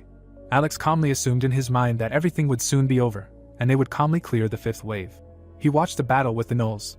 Smiling, the protagonist came to the conclusion that it would be somehow sad if everything just ended. Travis put his hand on his chest and asked to just tell him what to do, after Alex said that he had an order for him. Turning around, the protagonist said that Travis should use all attempts at commander's authority to break the relic. Taken aback, the guy asked again. He remembered how the girl said that if they could not protect her, then everyone would receive a huge fine. Frowning, Travis wondered why he would do this, adding that if he used all attempts at commander's authority, he would not be able to make Rena his slave. Holding the back of his head, the guy asked if he could use 9 tries instead of 10, to which he received the answer that he must follow the order if he did not want to die. Looking down, Travis replied that he would do as he was told, after which Alex added that he would tell him himself who to use the commander's authority on. He seriously listed the nicknames of the players and noted that Travis should order them to break the relic. Taken aback, the guy asked again. Looking at the guys, he came to the conclusion that the main character named all his friends. Spreading his arms, Travis said that he was sorry. This was Alex's order, so he hoped that they would understand it. His eyes began to glow when he began to name the guys' nicknames. The guys were taken aback by the words that they should break the relic. The warriors turned around when they saw a projection that said that the relic was attacked. The guys struck the stone many times. The guys screamed in shock that at this rate it would break. They started trying to stop them. The warriors started killing the rebels. The relic broke. The guys were scared when they read that as a penalty for failure, a representative of divine retribution would be summoned for 30 minutes. They needed to escape from the representative of divine retribution until the time ran out. The round would not be completed. Alex read the message with information about an additional hidden quest with a satisfied look. The guys discussed with a satisfied look that they would get 3,000 gold if they survived, and for protecting the relic they would give 2,000. Standing in the middle of the crowd, the protagonist thought that the reward was higher than for clearing the 5th wave, which is why he used Travis to destroy the relic, but the reason why he did not destroy the relic himself. The boys looked up and read that it had been confirmed that the relic had been attacked by players. A penalty was being distributed among the 10 players who had attacked the relic. All of their stats were permanently reduced by 50%. They cried out in shock that they had simply followed orders. They began to walk towards Travis, who apologized and said that he didn't think they would get a penalty. He was surprised when a notification appeared that for failing to protect the relic, the region's representative would also receive a penalty. His stats would also be permanently reduced by 50%. The boy's mouth dropped open in surprise. He kicked the wall while the protagonist reasoned that a permanent reduction in stats was a very harsh penalty. But he should nevertheless prepare to kill the representative of divine retribution. He summoned a projection with a store in front of him. Looking at the equipment list, Alex thought about buying normal items with extra gold, then chose the assassin's hood and nimble boots, adding that it would be easy to kill the representative if he raised the stats a little. A fusion window appeared in front of him. He placed the necklace in the slot. He added a crystal to fuse them. A picture of the necklace appeared in front of him, saying that the fusion was successful. All the stats of the skeleton necklace were increased. Alex continued to fuse items with crystals, thinking that he could only fit one magic crystal in each item. He began to improve his scythe. A hood appeared on his shoulders, while the protagonist thought that low-ranking magic crystals did not help much, but it was better than nothing. Currents of wind swirled around the square. The guy clapped his hands and cried out that he needed to hold out for half an hour. Frowning, Travis heard that they could just run and dodge. Raising his head, the protagonist thought that it was not so easy to run away from the representative of divine retribution. In his previous times, out of 2,700 remaining, only 500 people survived. He imagined the corpses of people and emphasized the fact that even just surviving is incredibly difficult. The representative of divine retribution is a boss that 5 level 40 players together can barely defeat. But he wants to kill it and get the maximum possible reward. The space in the sky cracked and began to glow with yellow light. He remembered how he killed the creature and emphasized that he had a title obtained after killing it, the title of First Killer of the Creature. Doubles all stats if you fight against the sacred creature. The creature appeared in the sky while Alex was arguing that the representative of divine retribution is a sacred creature. The guys looked at the boss and asked if they should just dodge it, and if it was too easy. Travis smirked and said that he was afraid in vain. His gaze fell on the staff of the sacred creature. The creature landed on the ground. He raised the staff above his head. He hit the ground. A purple aura began to spread from it. The guys looked at the bright glow. The dumbfounded guys read that the representative of divine retribution used a restriction field. Until the caster cancels the skill, no one can leave the territory. Until the caster cancels the skill, no one can leave the territory. All the stats of the players in the field were lowered by 50%. They asked with a frightened look if they were trapped. The warriors banged their hands on the barrier and asked to be released from there. Watching what was happening, the protagonist wondered if about 300 players were trapped, noting that he was sorry, but they could not be saved. The creature flapped its wings. The creature created many magical spears around itself. Alex turned away and thought that everything had begun. The spears flew at the guys and began to kill them. The dumbfounded guys shouted that this was madness. They did not know how to dodge such attacks, because they could not even see them. The creature created more spears around itself. Watching the dying warriors, the protagonist told us that this is a field of restriction. If you fall into such a trap, then it is almost impossible to dodge the light arrows. But if you use your brain a little, then you can dodge. The protagonist ran around the barrier. He found himself behind the creature and thought that, as expected, he was so focused on killing people that he completely forgot to watch the rear. He will attack from an ambush when the barrier collapses. All the guys in the barrier died. The barrier began to open in front of the protagonist. Looking at the back of the representative of divine retribution, Alex came to the conclusion that he did not need to worry about him turning around, because he did not hear him. The protagonist rushed into battle with the thought that the target was 5 meters away. A death seal appeared above the boss's head. Swinging his scythe, Alex came to the conclusion that he needed to deal critical damage with the first attack. The creature suddenly turned around. The protagonist struck and noted that the boss had just noticed him, but it was too late. Alex swung for the next attack and heard the monster scream. He was hovering above the creature and thought that it was working. He hit it right in the eye. The protagonist landed on the ground. He ran behind the boss. He looked at the health bar and began to reason that his remaining health, which can be seen with the help of the death seal, is about 60%. He took off about 40%. With one attack, this is not bad. The protagonist ran across the battlefield and thought that now the creature is using the field again to find him. Having hit the ground with his staff, the representative of divine retribution began to create a barrier around himself. The protagonist ran out of the field's reach and emphasized that when the boss realizes that he has not caught anyone, he will cancel the field. Alex rushed into battle. Swinging his scythe, he noted that since he had already taken away one eye, he would take the other one as well. The protagonist attacked the creature. The dumbfounded monster began to scream when it lost its second eye. The protagonist landed next to it. He read with a smile on his face that the representative of divine retribution had used a restriction field. All player stats were reduced by 50%, after which he noted that it didn't matter anymore. Without sight, he was just a bag of bones for him. The boss created many copies around himself. Alex watched him with a serious expression and thought that since he couldn't see, he was trying to send arrows of light in all directions to kill him. Standing behind the monster, the protagonist used Night of Death. Dark energy began to destroy the light arrows. The boss was taken aback by what had happened.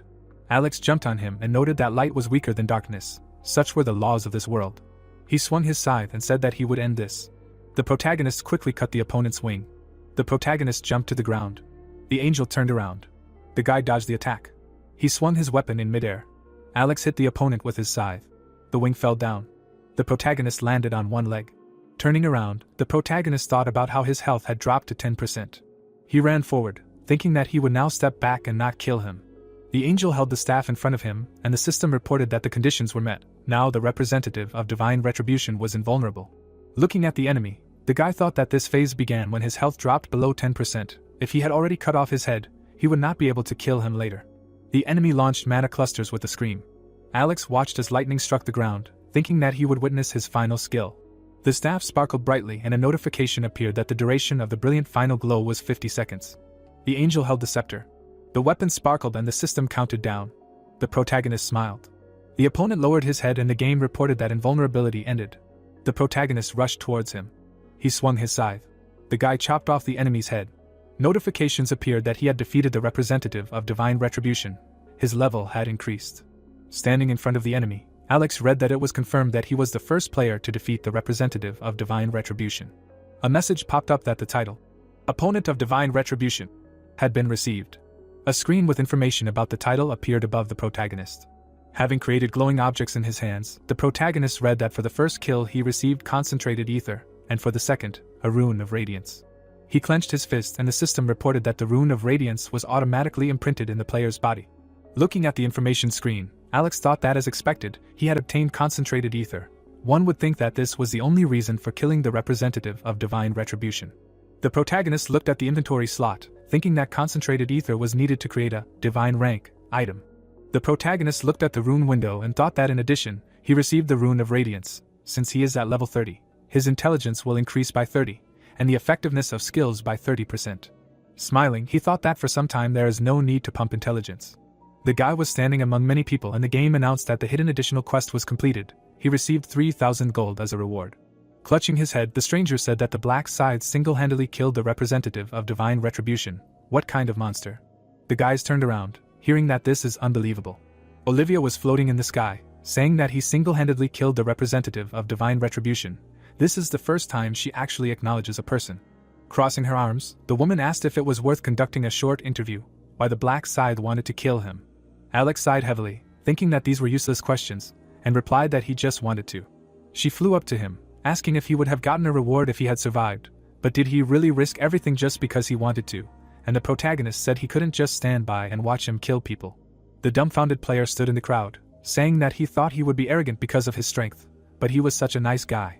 Touching his chin, the woman said that he made the first move to save his comrades. People are so strange, somehow they unite, forgetting the time when they were ready to tear each other's throats. Smiling, the protagonist wondered what an egoist could know. The angel hovered above the crowd and said that they tried hard to survive, but it was too early to relax. Smiling, Olivia said that they should remember that the decision to exclude them will be made based on the overall results, asking if they will be looked at. A screen with the results of the third round appeared. The stranger was taken aback and said that Black Scythe had killed 3,600 monsters on his own. The second place hadn't even killed 1,000. Maybe he had received an experience buff. Raising his head, the protagonist thought about the fact that he really had an experience buff, but they would only know about it if they took first place in all regions. Notifications popped up that he had taken first place in all regions and the current one, and received a selection chest and a ring selection ticket as a reward. The protagonist put his hand on his hip, thinking that he wanted a mid-rank ring selection ticket. A list of rewards appeared on the screen and the system said that he had to choose one ring. Clicking on the window, the guy thought that it might seem weak by name, but he would choose Ring of Resistance. Information about the ring popped up in front of him. Frowning, Alex thought that no matter how high his stats were, getting hit by a status effect meant death. Resistance could not be increased with stats, so it was better to get it now, even if he did not use it. A window appeared with a list of different rewards. The protagonist stood in front of the messages, thinking that as expected, there was no buff for triple experience. After all, the goal of the 4th round was not to kill monsters. Having pressed the screen, the protagonist thought that therefore he would choose gold. Olivia closed her fingers and asked if they checked their ranks. Everyone who is below rank 1225 is eliminated. Taken aback, the player cried out that the system counted incorrectly. He killed a lot of monsters. His rank cannot be so low. Grinning, the woman said that insects that got on this list will be excluded. She extended her hand forward. The guys disappeared into thin air in panic. A notification appeared with information about the end of the 3rd round. Rena suddenly woke up in bed. Looking at her hand, the girl thought that she returned and survived the 3rd round. She got up from the bed, thinking that no, that's not all, now she has the summoner class. Rena created a pet in front of her, using the fairy summon. The beast flew to her shoulder. Remembering how she swung the dagger, the girl thought about how she was able to calmly finish the 3rd round, thanks to this cute fairy who creates a barrier, and thanks to her guard aggroing enemies. She put her hand to her lips, thinking that she took 3rd place in the region. Rena reached out to the screen. The girl stood with a stone in her hands, wondering if Black Side needs this crystal that she received as a reward. Meanwhile, Travis grabbed the lamp. He threw it at the wall with a scream. Gritting his teeth, the guy read the notifications that a punishment was applied. All stats were reduced. Travis walked around the room, thinking that he would never have ordered the destruction of the relic if he knew it would happen. He turned around with displeasure. The guy picked up the phone from the nightstand. Looking at the screen, Travis thought he was in trouble. A call to an ally was lit up on the smartphone. The guy picked up the phone, listening to the other person say that he was completely crazy. The player grinned, hearing from the phone that this happened every time. Why was it like that? Frowning, Lester shouted that he shouldn't pretend to be an innocent lamb. Didn't he know that they all screwed up because of him? How dare he use automatic commander priority on his friends, and still dared to call himself a human after that. Travis shook his head and replied that he had no choice. If he hadn't done it, the Black Scythe would have finished him off. He looked at the phone with displeasure, hearing that he should have just died. Gritting his teeth, the man said that he could have quietly died peacefully in the corner instead of setting them up. The guy put his hand on his chest and shouted that he was not happy with this. Didn't he see that his stats had dropped since he was a representative of the region? Pulling the phone away from his ear, he listened to how it was as if he was the only one with problems. None of this would have happened if he hadn't wanted to become a representative of the region, a piece of a traitor. Travis stood next to the bed, hearing that he shouldn't call him anymore. No matter what world they were in, he didn't know him anymore, just like he didn't know him. Otherwise he would break his face if he saw him again. The guy looked at the screen. Frowning, he thought about what he did wrong, since he was also a victim. The player put the phone to his ear, thinking that he would ask the other guys to beat him up, and heard that the number he dialed was temporarily unavailable. Travis threw the smartphone on the bed, shouting that they were fools. The guy stood in the room, displeased, wondering if they were friends. He didn't need such fools. From now on, let them live as they wanted. Grinning, he thought about what he said. He would kill him if he saw him again. He wanted to fight him. But next time he would get caught, and he would kill him. The sun was shining on the building, from which a voice was heard, saying that the head of the department should pass. Hugo stood in the office, listening to what if he had survived this time too, and answered that he was just lucky. Turning around in his chair, Mike asked if he was okay, because the 3rd round was quite difficult, and his subordinate said that probably because the monsters were not very strong, he did not have much trouble. The guy stood in front of the boss, telling him that he was level 11 in a night class. Rena was the same level. The man looked surprised, hearing that she had a different class. She was a summoner. Holding out his hand, Hugo said that he was also surprised. After receiving the class, she was able to summon a fairy and learn to cast shields. Thanks to her, he was able to hunt in peace. Mike turned away, saying that this was great. Smiling, he said that he should continue to maintain a good relationship with the actress Rena, and if he liked her, he could start dating her. Raising his hand, the man said that he was simply saying that relationships are the easiest way to find out someone's weaknesses, and he was not talking about a serious relationship.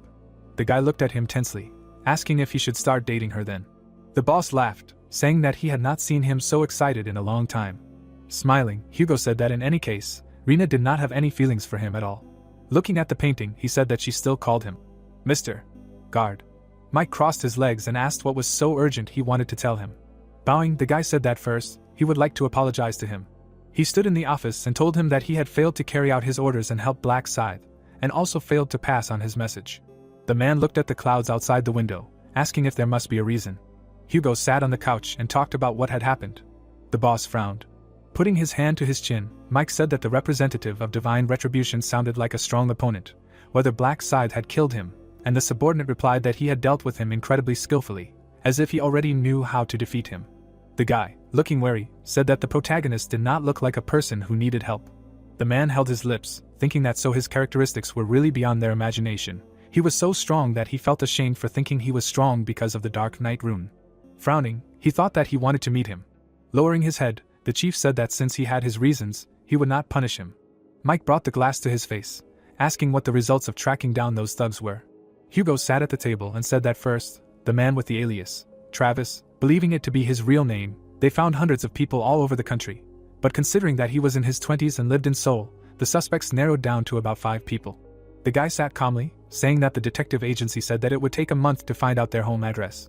Holding the glass, the man said that they would not know anything until the 4th round. Hugo poured him alcohol and said that they did not need to rush. The boss sat in front of him, telling him that he was already halfway to his goal. There was a general skill called tracking in the store. Once he had accumulated 20,000 gold, he should immediately learn it. The guy looked at him worriedly and said that he had completely forgotten to tell him that last month, a shareholder had bought a huge amount of shares in his company. Raising his glass, Mike asked which of his companies he was talking about, and heard that it was Heavenly Demon Consulting, which he was currently focusing on. The man put the alcohol on the table, asking how many % of the shares he had bought, and the subordinate replied that he shouldn't be too surprised, 31%. Taken aback, the boss clarified, could one person really buy that much? He put his hands on his legs, thinking, the market value of Heavenly Demon Consulting is about 900 billion won, 31% of the investment. That's about 280 billion won. Does one person have that much money? Mike looked away, thinking that it was a rich man he didn't know about or one of his brothers did it. The man reached for the phone and thought that on the other hand, if he bought 31% of the shares, he should be involved in the management. Pressing the screen, the boss asked the guy to give him the contact details of this shareholder. Meanwhile, the protagonist held the smartphone in his hands. The protagonist was lying on the bed, thinking that it was time for him to contact him. He couldn't call him first, he needed to save face as a major shareholder. The dumbfounded brother ran into the room and asked what his level was. He looked at the confused guy, telling him that there was some kid acting like he was immortal and kept bragging that his brother had a very high level. Rick grabbed his head and said that they were laughing at him, saying that his brother was already level 11 and had a class. Scratching the back of his head, Alex thought about what to tell him. If he told the truth, there might be problems. The protagonist smiled and said that he was level 12, and his brother asked if he had a class too. The teenager smiled enthusiastically, clarifying what his class was. The protagonist crawled under the covers and replied that it was a secret. He watched as Rick left, and said that it was time for him to get out of here now. The door closed. Looking at the phone, the guy thought that here it was. Alex sat on the edge of the bed and asked who it was. The protagonist listened with a serious expression as he was told that his name was Mike. He was the director of Sky Demon Consulting. Smiling, the protagonist thought that it was better to pretend to be naive at first. The more stupid he seemed, the more he would be caught off guard. The man happily sat in the office and asked if it was true that he had invested a fortune in his company last month. He smiled and said that the guy had become the largest shareholder in Sky Demon Consulting, so he would like to meet him and treat him to lunch. Alex looked at the phone, answering that of course he agreed. Looking at the calendar on the screen, the protagonist thought that Friday was an important day to get the inner thinking rune. Frowning, the protagonist said that he had plans for Friday, so he couldn't, clarifying what about Saturday. He put his hand on his waist and thought about the fact that he knew Mike would call. After all, he founded the Heavenly Demon Consulting to get his father's approval, so he would never treat the main investor badly. Smiling, the guy thought about the fact that before meeting the man, he needed to get the rune he needed. The protagonist imagined a stone fragment, and noted that the rune can be obtained in many ways. They can be found in certain places in certain rounds, or received as a special reward. Alex imagined the rune glowing in his hand. He remembered how he got the rune after killing a representative of divine retribution. The protagonist fought monsters and noted that in extremely rare cases, the rune drops from ordinary monsters. He walked to the warehouse and reasoned that few people know about it, but the rune can be obtained in real life. Climbing the stairs, the protagonist thought that the conditions for its appearance are quite difficult. He glanced behind the closed door and added that Chris would come there soon.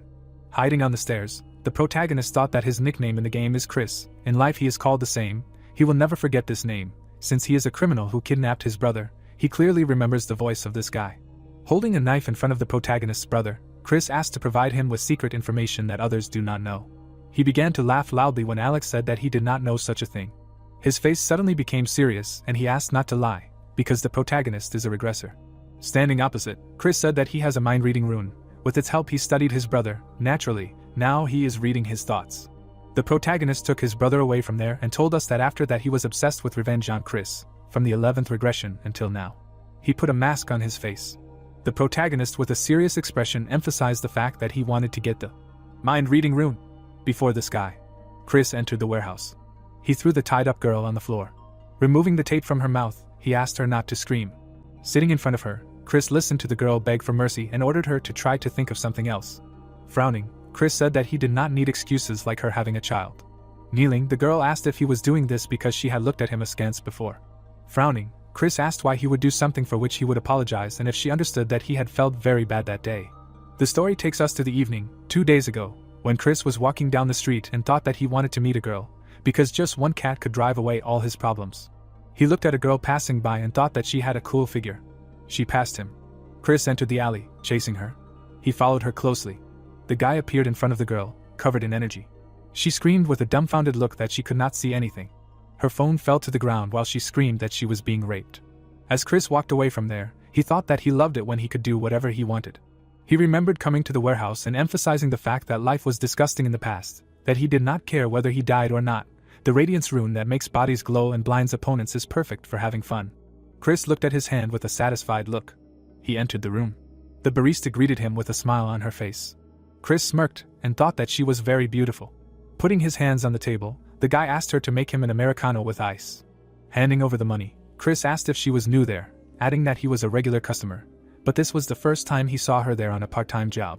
Smiling, the barista replied that many who work part-time quit. The world is changing quickly.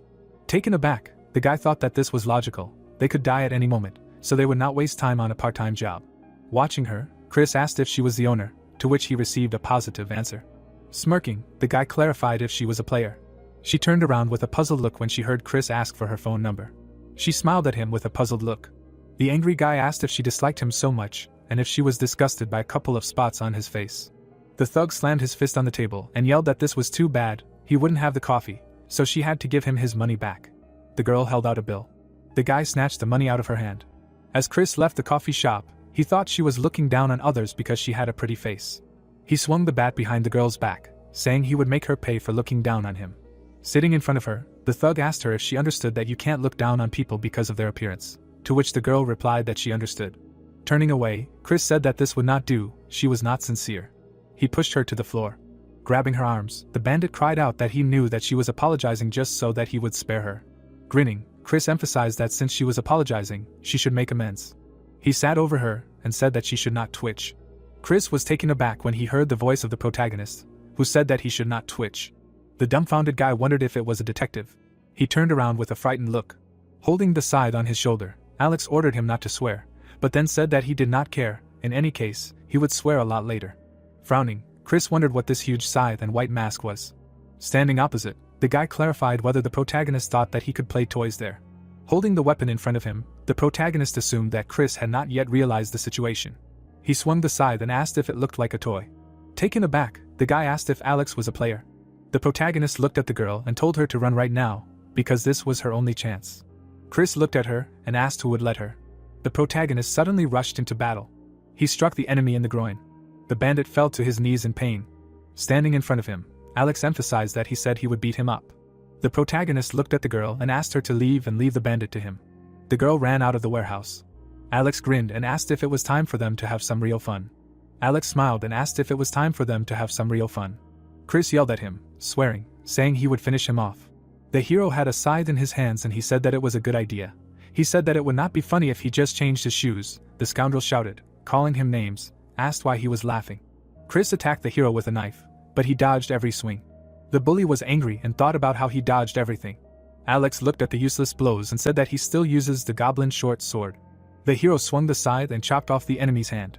Chris was horrified, looking at the blood gushing from his hand. The guy calmly put his hand in his pocket and asked if it hurt.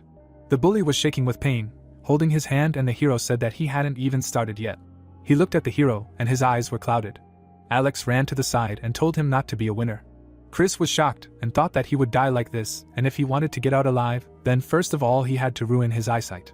The villain looked at him and thought about his own. Suddenly, energy flared up in him and he screamed for Alex to die. Chris stood there not understanding what was happening. He lowered his head, cursing, and thought about why he wasn't working.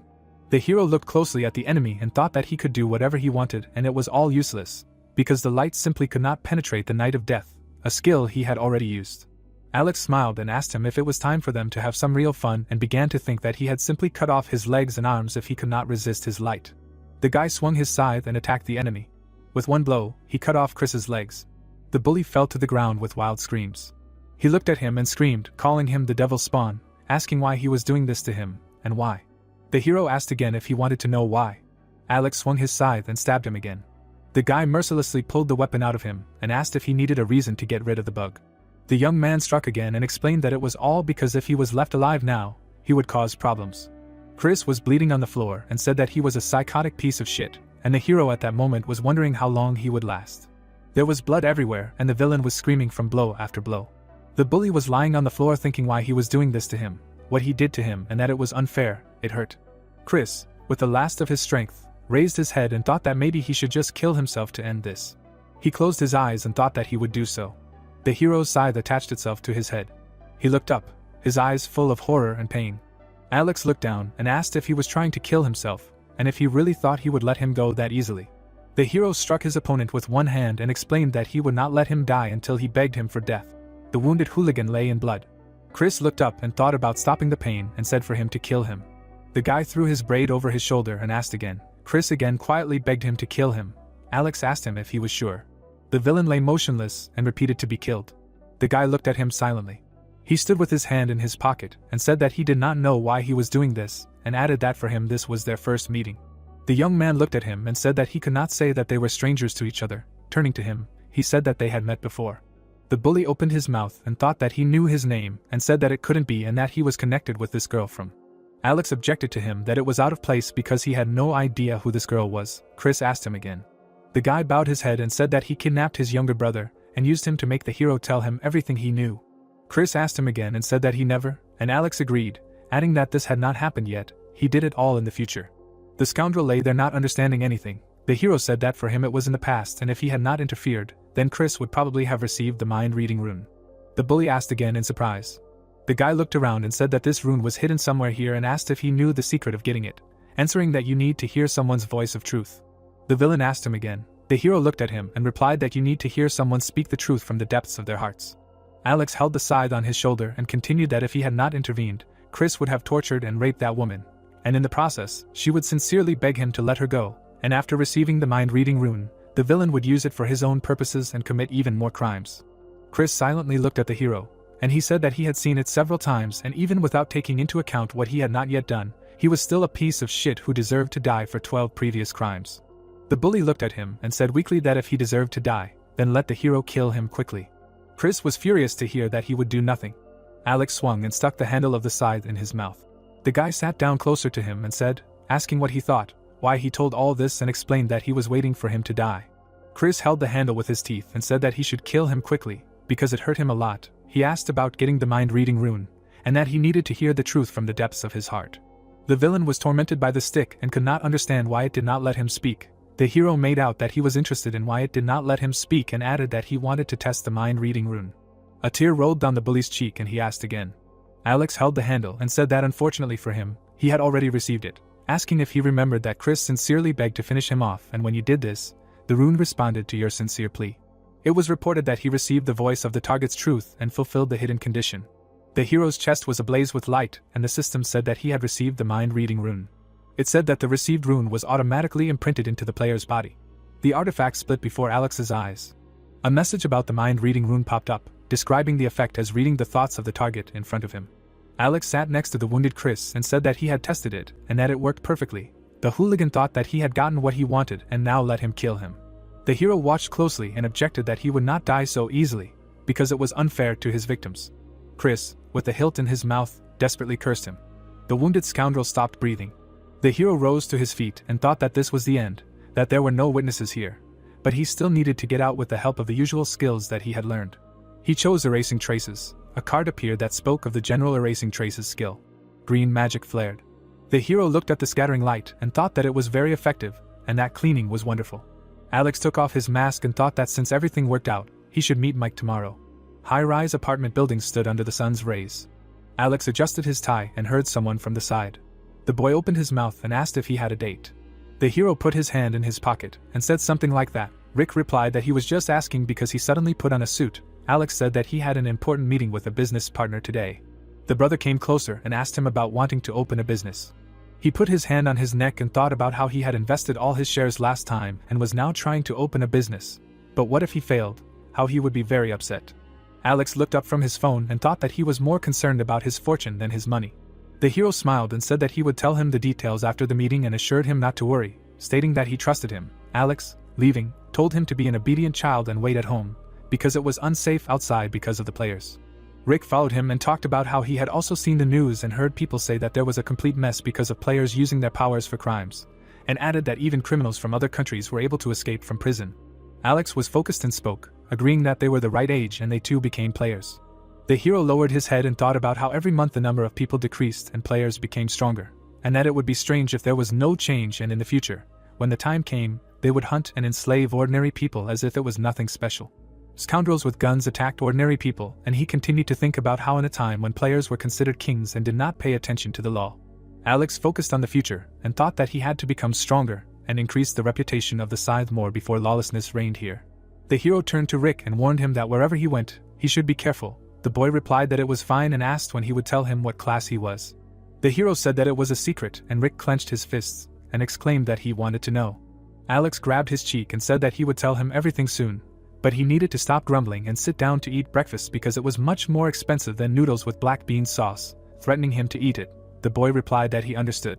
Alex stood in front of the doors of the building and thought that he knew he would want to meet here because it was better to play on familiar territory. He walked into the building and thought that today's place for lunch with Mike was known as a hotel owned by the Ozen Group, but the real owner of this place was Mike. But this was confidential information, and the hero was the only one who knew it. He was heading to the reception and thought that maybe his parents knew about it, so he should use this information to the maximum to prove his worth to Mike. Alex looked away and continued to reason that before that he needed to create an image and look as naive as possible.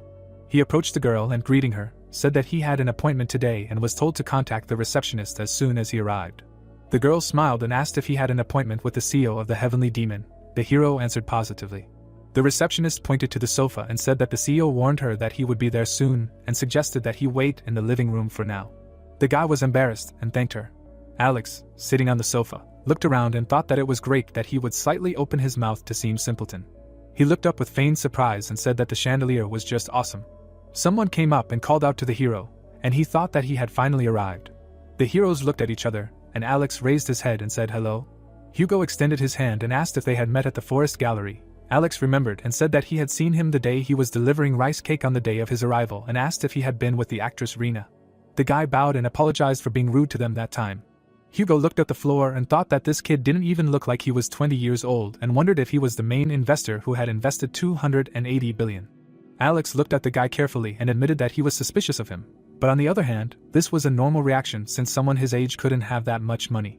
The hero put his hand on his neck and said that they still acted like that because they didn't know, and he didn't know either, that the CEO of the Heavenly Demon lived upstairs. Hugo extended his palm and asked not to misunderstand, but he is not the CEO, Alex asked again, as if he did not hear. The guy put his hand on his chest and said that he would introduce himself a little late. He said that his name is Hugo and he is the head of the department, and Mr. Mike will arrive a little later, so he came first. The guy pointed to the side and offered to wait inside until Mr. Mike arrives. Alex agreed. The hero sat down at the negotiating table and Hugo kindly asked him to wait a little. The protagonist watched him leave. Hugo took out his smartphone and began to write to Mike that he met him and that he did not look like someone who could invest so much money. He assumed that someone else was behind him and added that he should be careful. The hero put his elbows on the table and thought that he knew that he, Mike, would send a scout, and it is not surprising that he treats management so meticulously, and that he would never be late for a meeting. The hero looked away silently. A young man entered the hall and, after greeting him, introduced himself as Mike, the CEO of the Heavenly Demon. He extended his hand to the main hero. Alex pretended to be confused and introduced himself in return. Mike pointed with his hand and offered to sit down. The guy agreed, and Mike added that Hugo could also sit next to him. Alex leaned back and thought that he had forced the guy to join in without asking his permission, which meant that his plan was to quietly seize the initiative. Waiters entered the hall and Mike offered to eat before talking about business, and said that he had asked for Korean dishes to be prepared and hoped that he did not mind. There was a large amount of food fragrantly on the table, and someone remarked that the food would be delicious in such a high-class hotel. The hero ate and added that it was very tasty. Mike, who was sitting opposite, was glad that he liked it. Mike watched him with disdain and thought that the department head was right, that he was too young to invest 280 billion, and it seemed that he did not have enough tenacity for this, and it seemed that someone was definitely behind him. The man let his head go and wondered who it could be, his brother or his father. He thought that whatever it was, he had to get to the bottom of it. Mike smiled and said that he was very surprised when he first saw Alex, added that he was so young, and already the main investor, and asked if he did not mind knowing how old he was. The hero raised his mug and said 20. The man looked at him carefully. He jumped up when he learned about 20, and said that he was 29, and was glad to meet someone so young. The guy said that he was glad too. Mike folded his hands on the table and asked where he got such a sum at such a young age, assuming that he came from a rich family. Alex looked down and thought that this was rather straightforward of him. The hero smiled and asked again, began to deny, saying that until recently he was an ordinary student. The man looked at him questioningly and asked him again, not understanding what he meant. Alex answered that perhaps he had already heard the news. The hero spread his arms and continued about the news about a man who became a millionaire overnight, winning the Nado lottery 4 times in a row. Mike answered that he had heard. Alex looked him in the eyes and said that it was him, the first 4-time Nado winner. The man, surprised, said, assuming that he was the winner that was talked about in the city a few months ago. The hero answered that yes, it was him. Mike, not understanding, asked what the article said about 60 billion, and how he managed to invest 280 billion. The guy took the sticks and answered that he was playing with Bitcoin. The director asked again about that. He answered that yes. Mike smiled and said that he was really amazing, asking how he came up with the idea to invest 60 billion in Bitcoin, adding that he could never do that. Hugo looked at the hero and said that he seemed to be very lucky. Alex objected that it was not luck. The head of the department added that he saw in an article they said how they saw the lottery number in a dream, and if that was not luck, then what was?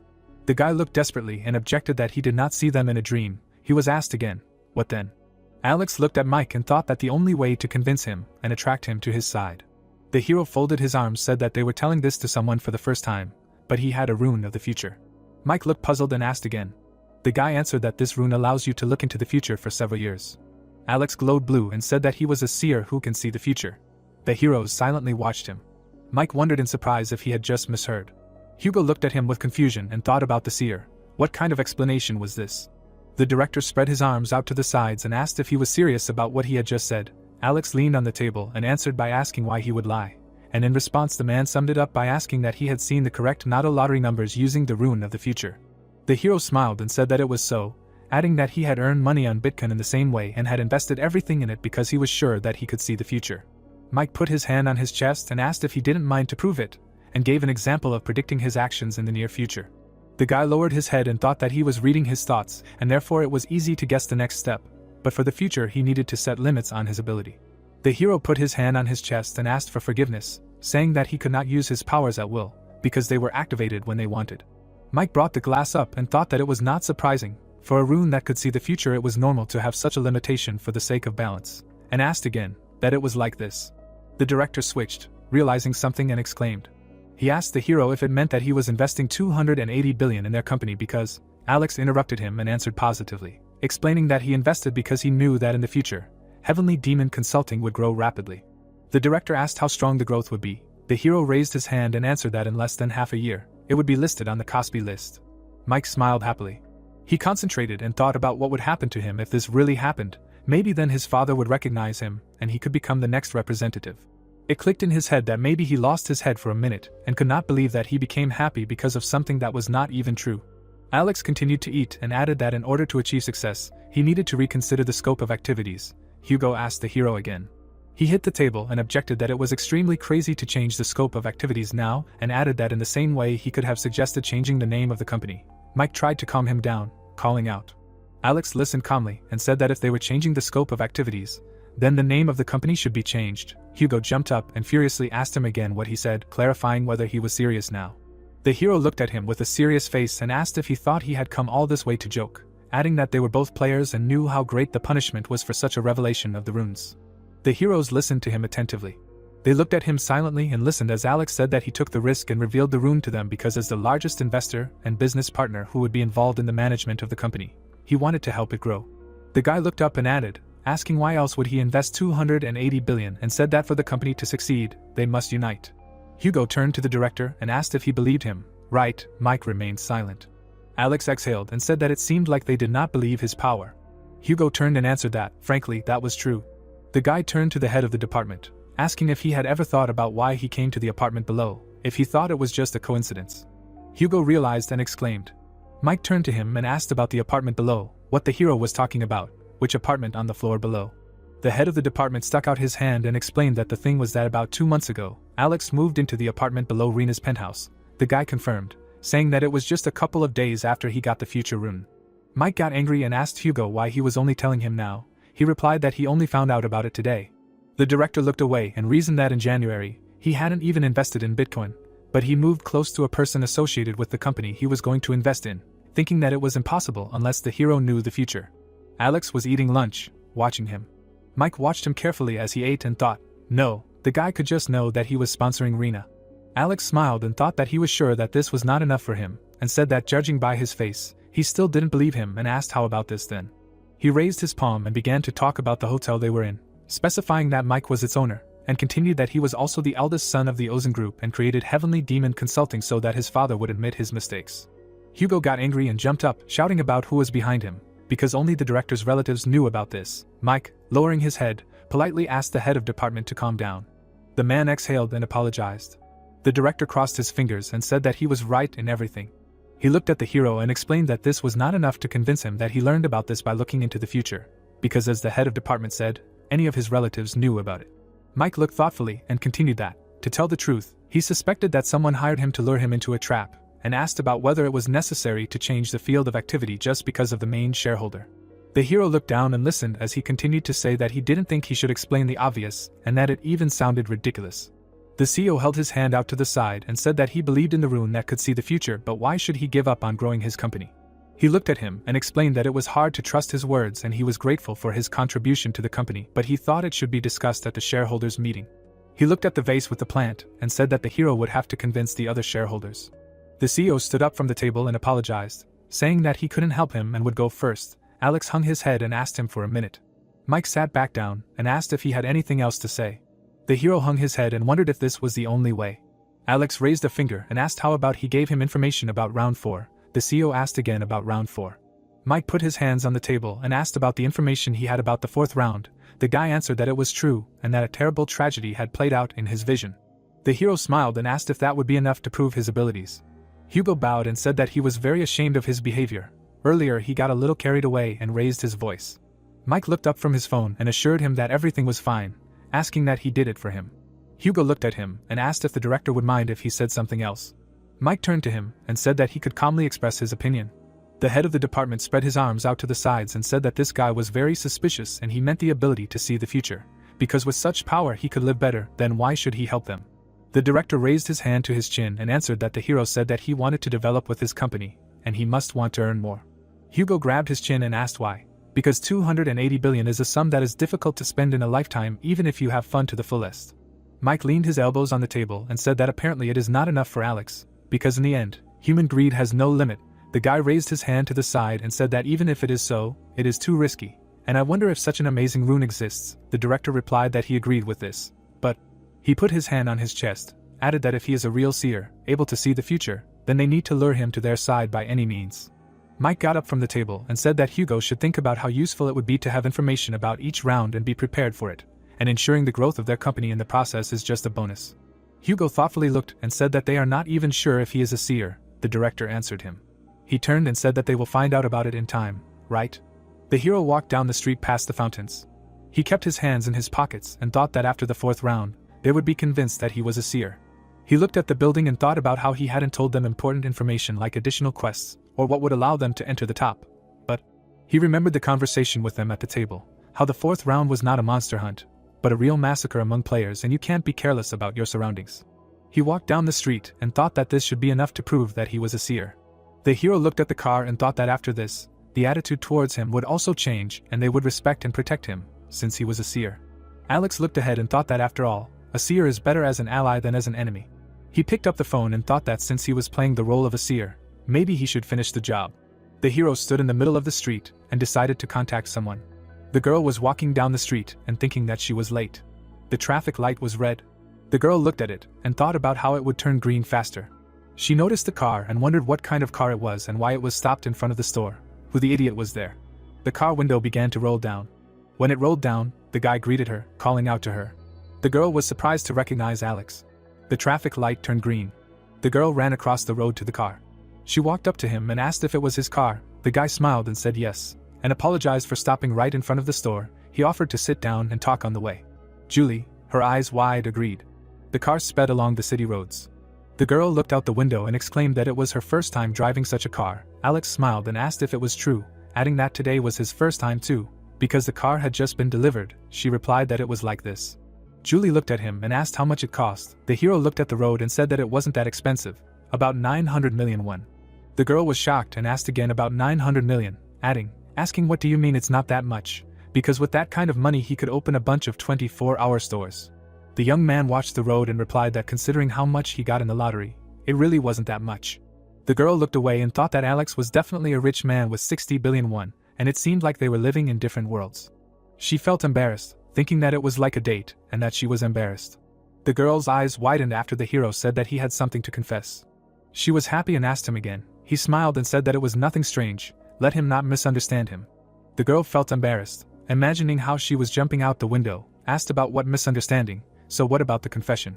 The car stopped at an intersection and Alex asked if she remembered the last time he said that he saw the lottery numbers in a dream. Julie answered that she did, and the hero said that he lied. The girl asked him again.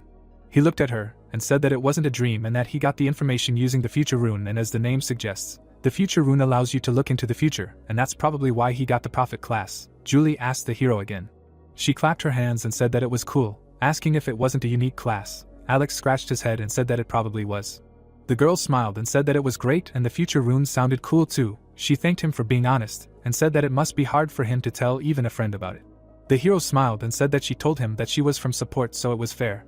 Julie looked at him and asked again, saying that she didn't think she told him about her rune, and continued that maybe she should tell him about her rune too then. Alex said that it wasn't necessary, it was fine. The girl raised her finger and said that in the first round she got the rune of protection. She imagined that in the game she illuminated the people around her with turquoise light, and added that people 10 meters away from her added an additional layer to her barrier. She said that if there were 5 people around her, she would have 5 layers of protection. The girl looked at him and grinned, said that it was so nice to reveal the secret. The hero laughed and asked if it was true.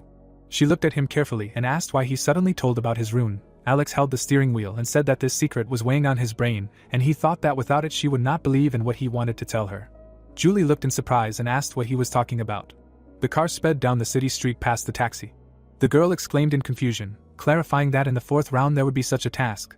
Alex confirmed and calmly answered that therefore she needed to be very careful. He raised his hand and told her to be careful with the players around her. The girl replied that she understood everything. Julie grabbed the belt and thought that she was grateful that he told her about it, and also contacted her first. She looked at him cautiously and thought that maybe there was a place in his heart for her, too. That would be great.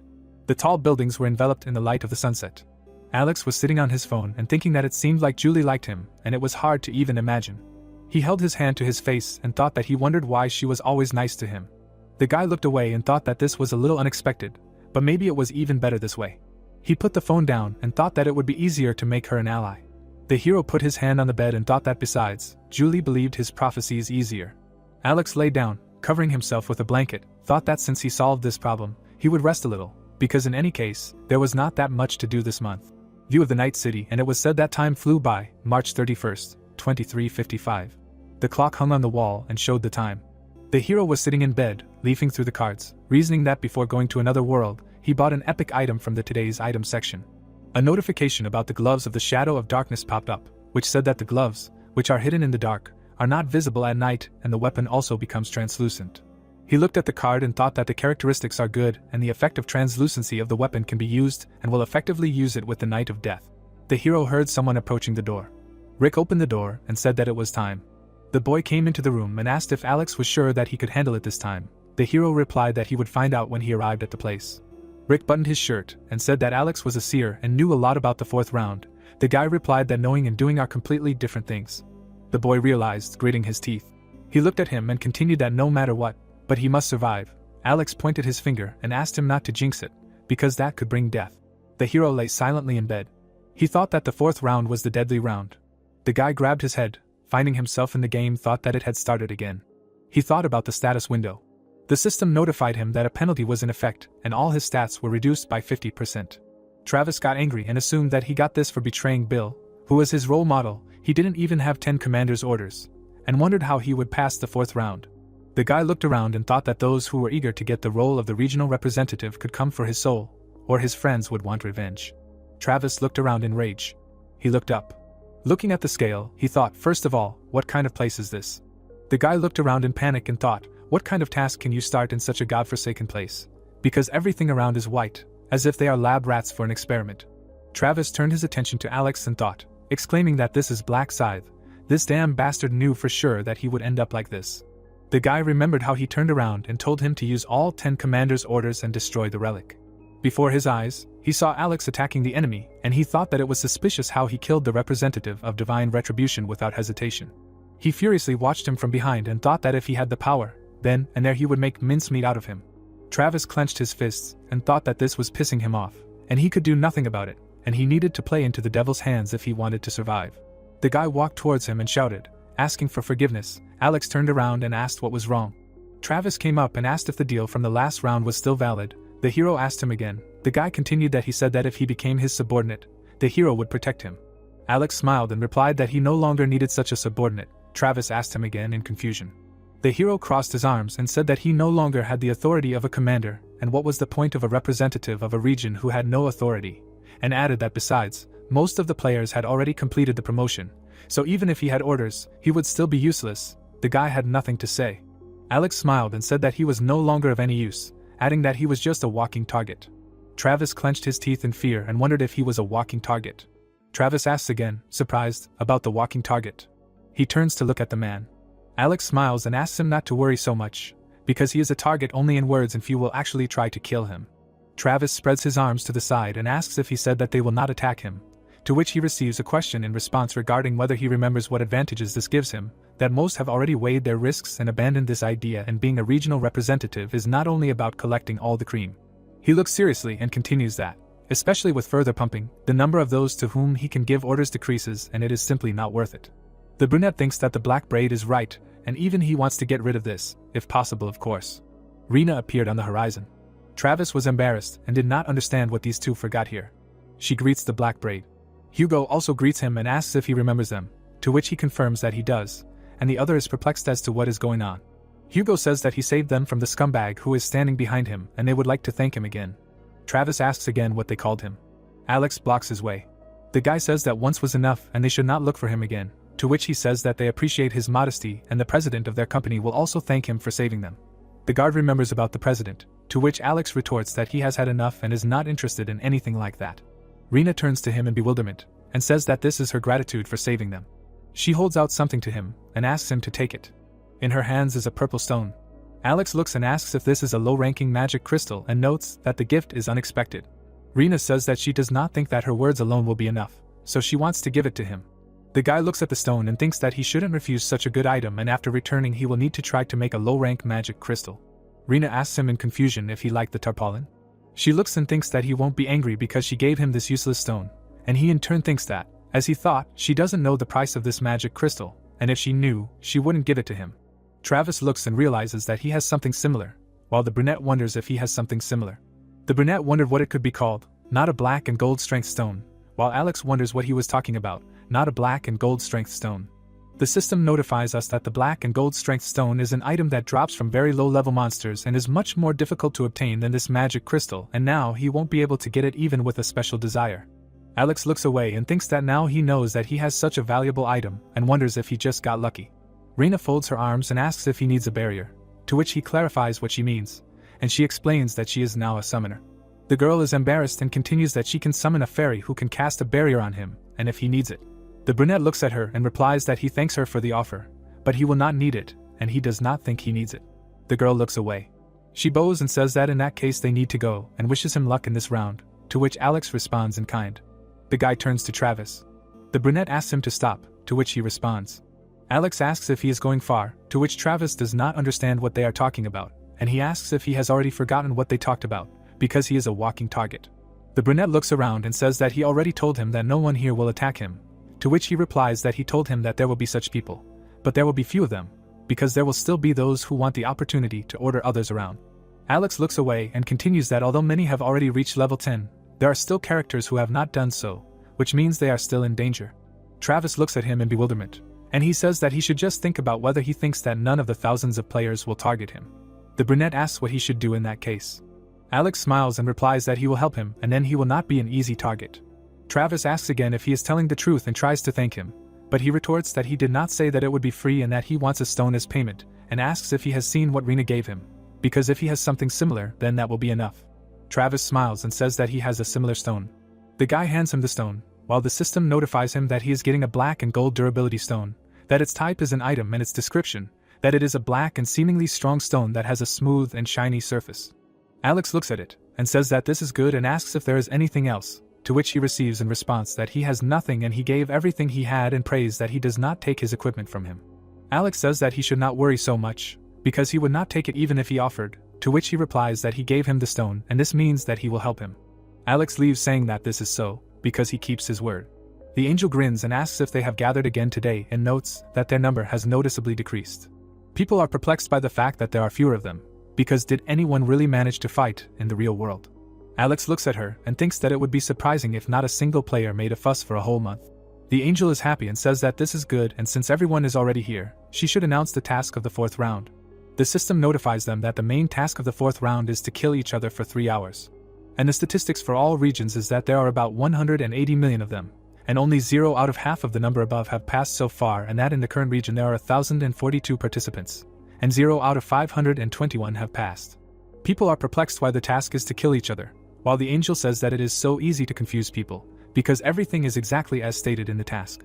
She flies above them and says that they just need to kill the players next to them and asks what is wrong with the task, to which the people are indignant why it is necessary to kill players. She puts her finger up and says that she will try to explain in more detail that the goal of this round is to reduce the number of players by setting a task to kill each other, and unlike the previous rounds there will be no monsters in this one. People ask again if there will be monsters, and someone says that he just needs to level up and become stronger, and another one asks her if it is true that since exactly half of the players will pass, then everyone only needs to kill one. Angel puts her finger to her mouth and says that this is the whole secret, and if she tells everything so simply, it will not be so fun. Alex is indignant and asks if this is fun, because she just received an order from her superiors not to tell them anything. She flaps her wings and he says that for them, angels are just a source of information in this damned game, and the game itself has a master, and the fact that she hides part of the rules means that she received an order directly from him. Angel laughs and continues that in this case, they will not be able to complete their task simply by killing players, only half of those present will be able to survive, and the formation of ranks is already a secret. She looks at them and continues that she wants to tell them one more thing, that they will not become number one, just by killing someone first. She waves her hands and says that this is all she has to explain, and now she suggests that they start the slaughter. The system notifies that they are given 3 hours until the end of the round, while someone is confused about what to do, and another asks if he should just kill someone. More people are indignant because he needs to kill them, other people, even though they are not his enemies, and someone asks what kind of madness this is. Travis smiles and asks if he should kill other players, because he is lucky, because he just wants to kill a couple of assholes. Alex stands in the crowd while he continues that everything is as he thought, that he is only thinking about killing his friends. The brunette laughs and thinks that if you think about it, then wouldn't it be better if other players hesitated with killing others, because then he will definitely advance to the next round. He frowns and notes that these sons of bitches, he doesn't know where they are, but he will finish them all off. Alex stands behind and scares the brunette. Travis looks at him and asks if something happened. The brunette says that he said that he would help him not become a target, and he is here to keep his promise and uses magic. Travis didn't get what he was getting at. Alex swings. The brunette looks at his fallen comrade. The system notifies him about the start of a hidden additional task, which states that in the 4th round you need to kill a regional representative within a certain time, and the reward for completing such a task is a ticket for a low-level magic crystal. The window also says that the additional task was completed, and he received an item called a ticket for a low-level magic crystal. The system describes an item called a ticket for a low-level magic crystal, specifically that it is a rare consumable and it has an effect. You can get from 1 to 5 low-level magic crystals. There are also restrictions in the form of the fact that it can be used until the next round and have a rank of a commoner and higher. There is also a description that this is an item with a limited time of use, which allows you to get magic crystals and the item will be automatically destroyed when moving to the next round. It also heavily depends on the user's luck indicator. Alex reads this and thinks that it is good because he got what he wanted and he killed his attacker in order to get the reward for the additional task, although this is clearly not the only reason. The people are stunned that someone has already died, and the girl says that she saw the black side kill him. Someone looks at him and asks if he is trying to kill the regional representative again to regain power. The people turn to him and ask how he can just kill someone and ask if he is even human. Alex wonders if he is a killer and realizes that it is true, because he killed this person. He looks at them and wonders if they think that this is all, because he killed many people to reach the 20th round. But he never killed without a good reason, especially in this round. He has no choice but to kill regardless of his desire and refers to the text of the task that they need to kill other players within 3 hours. He remembers the angel's speech and continues that they all know about it and want to kill him. The first person thinks that if everything goes well, they will be able to turn people against the black side. The second says that he is going to use this opportunity and destroy the image of the black side. And the third that if they all attack at once, even the black side will not be able to stop them. And another that the black side cannot be a regional representative. They need to try to find his weak spot. Alex exhales and thinks that everyone thinks that he has a good position and that he will find it funny. The man asks if he is laughing, and the girl asks if he is crazy, because how can you laugh at someone like that? The system notifies them that the player with the nickname Black Side has become the new representative of their region. While the people are indignant about this news, the second says that the guy with the blade now has a gun and does not understand what to do in this case. Alex smiles and asks them why they are all silent now, because it looks like the brick factories have postponed the news that he is now a representative of the region. He crossed his arms over his chest and asked if they were afraid of the commander's authority, that they still hadn't moved forward, to which the man asked what he was talking about. The man with the scarf asked to look somewhere. They saw that the black braid's name was now written in red. People noted that he was right and the name was indeed red, but why was the name different? To which Alex thought that judging by the people's reaction, his name had changed color from light to red. He remembered what happened before and said that in this round, if you kill someone, your name turns red and the more people you kill, the richer the color. The brunette looks at the people and continues that the name's color change is needed to distinguish killers from ordinary people, while they declare that the single-barreled shotgun killed someone and turned against him, because he is a killer, and killing a killer is morally easier than killing an innocent person, since people feel less guilty for what they did. He imagines a player named the Imposter's Tragedy and says that whoever kills the killer also becomes a killer, and eventually it will speed up the killing cycle. Alex looks at the people around him and thinks that right now they still have doubts about killing each other, but at this rate more people are dying. Alex asks what they are doing, because he does not think they have time to admire the scenery, to which the players send him away. Alex pulls his hand away and asks why it looks like he was the only one who wanted to kill the regional representative, and where are all those people who pounced on him like rats in the last round? Do they want to kiss him goodbye? He turns away and says that it is either kill or be killed, and they all survived knowing this. The people listen as he calls for them to get rid of hypocrisy and accept the reality of what is happening, that if they say that everyone will die unless they kill someone who does not raise a weapon. He continues sullenly that now is not the time to show off, and if they can't do that, they should try to discuss everything like in the vote in their last round. The guy turns away and thinks that even if he doesn't tell them anything, there will still be a massacre, and he understands that it will be too late. He looks at the floor and thinks that if he hadn't told them about this, then the time would have been wasted, and it is likely that at this stage they won't even be able to count the number of survivors, and pushing them to complete the task is the only way to save as many people as possible. The girl says that she doesn't think they can stand like this and asks if they should do what the black side told them, to which the guy asks what she wants to do or continue standing like this and talking. She replies that there is no need to distort her words, she only suggests discussing what to do next. The guy with the scar asks how about fair one-on-one fights, to which the other retorts how can they be fair when you fight posthumously, and it is worth mentioning fights, asks if he came there to play, since they have no time. The man asks again what he told him. Rena looks at this squabble. She asks the guard what to do, since they really need to kill someone like the black side told them. He looks at her and replies that of course they need to kill someone, otherwise they will be killed, and asks if she would value another person's life more than her own. He continues that he completely agrees with the words of the black side, that they need to figure out themselves, since killing is far from a pleasant experience. Rena frowns and retorts that he says this as if he has killed someone before. He looks up and asks how this is possible, since this is just his assumption. The girl asks who they should kill in this case, and suggests waiting and seeing the atmosphere before deciding. The man suggests simply choosing someone to kill, to which the second one asks who they should kill then, and the girl suggests killing the killer, all the people with red names, and another one asks how she came up with that, while the man with the ponytail asks that didn't he say that they needed to kill the black braid, and the brunette asks again about the black braid and notes that he's completely crazy, because how can they kill a level 30th player? And another one says that he doesn't think they can kill him, even if they all attack him together. The man puts his finger to his mouth and suggests that everyone shut up, because what will happen if the black braid itself hears them? Alex looks at them with displeasure and thinks that he can hear them anyway, and they get scared.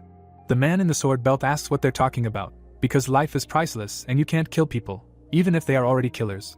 And the man in yellow adds that it's true, because if they kill someone, they themselves will become killers.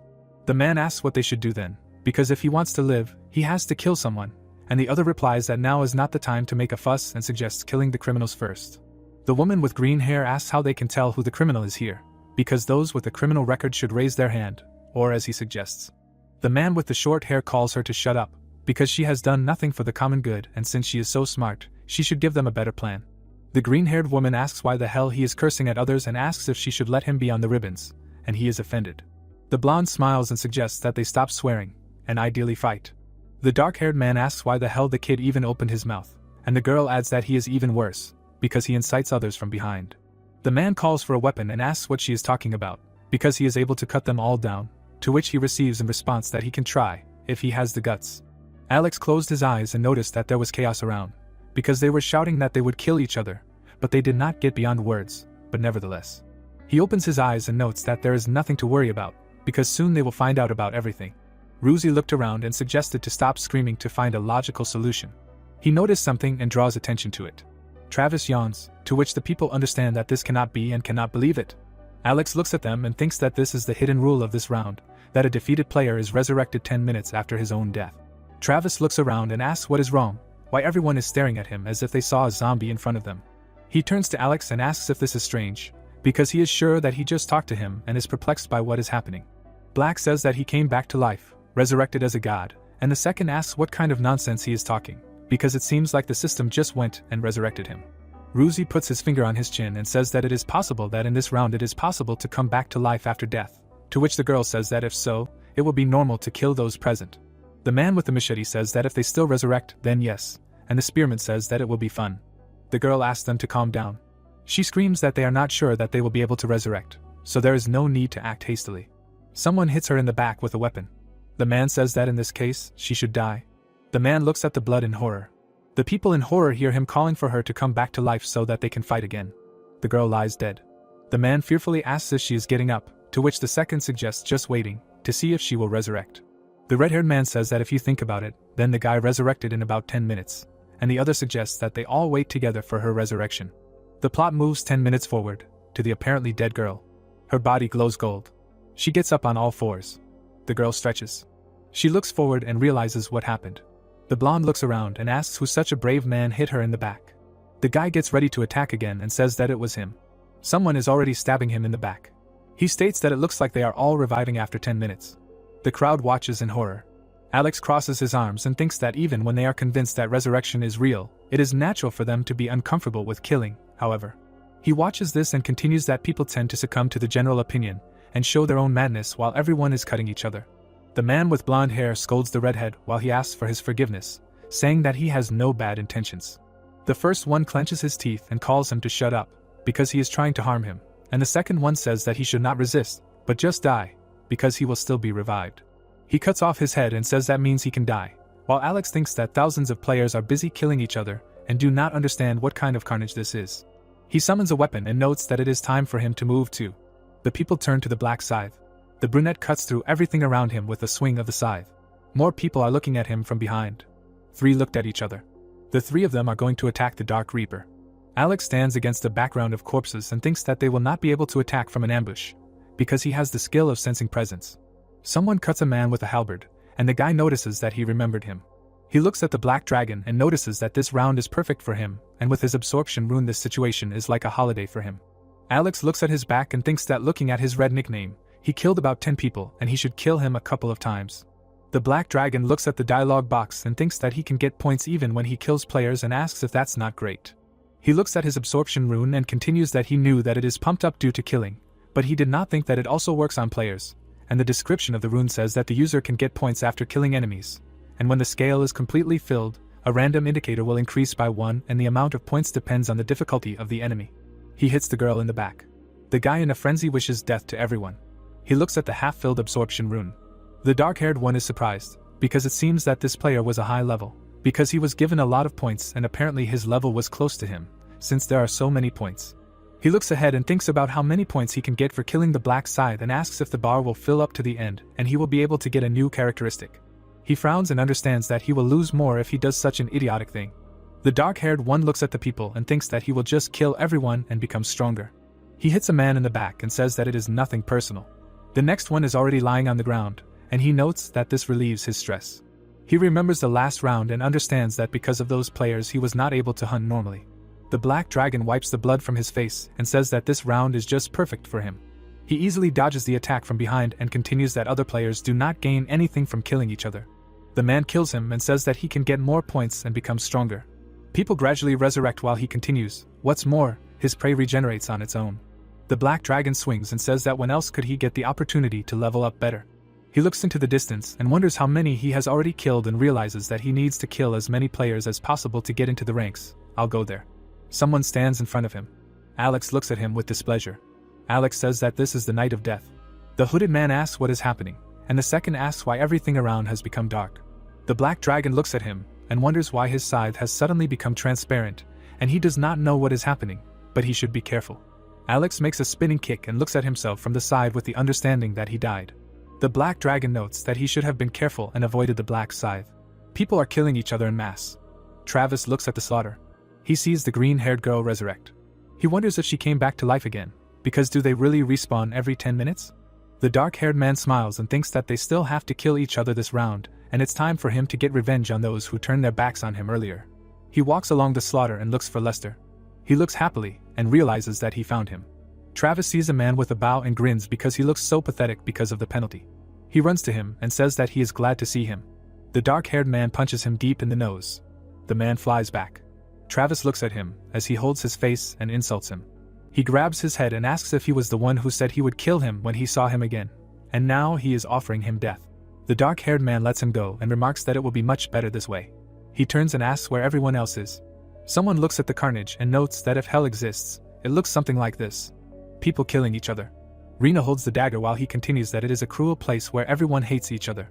The guard asks if she is okay, to which she says that she is not tired, it is just all a little weighing on her mind. Hugo looks at her and thinks that he can somehow still cope with such a task, but Rin may have problems, and if this affects her mental health and professional work, then he will not dare to meet face to face with the president.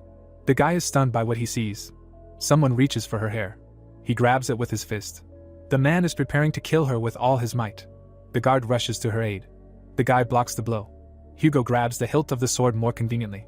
He kills him in 2 counts. The guard, covered in blood, turns to his ward. The girl looks in horror at the bloody weapon in her hands. Her face expresses condolences to the deceased. The girl falls forward. Rena falls to her knees.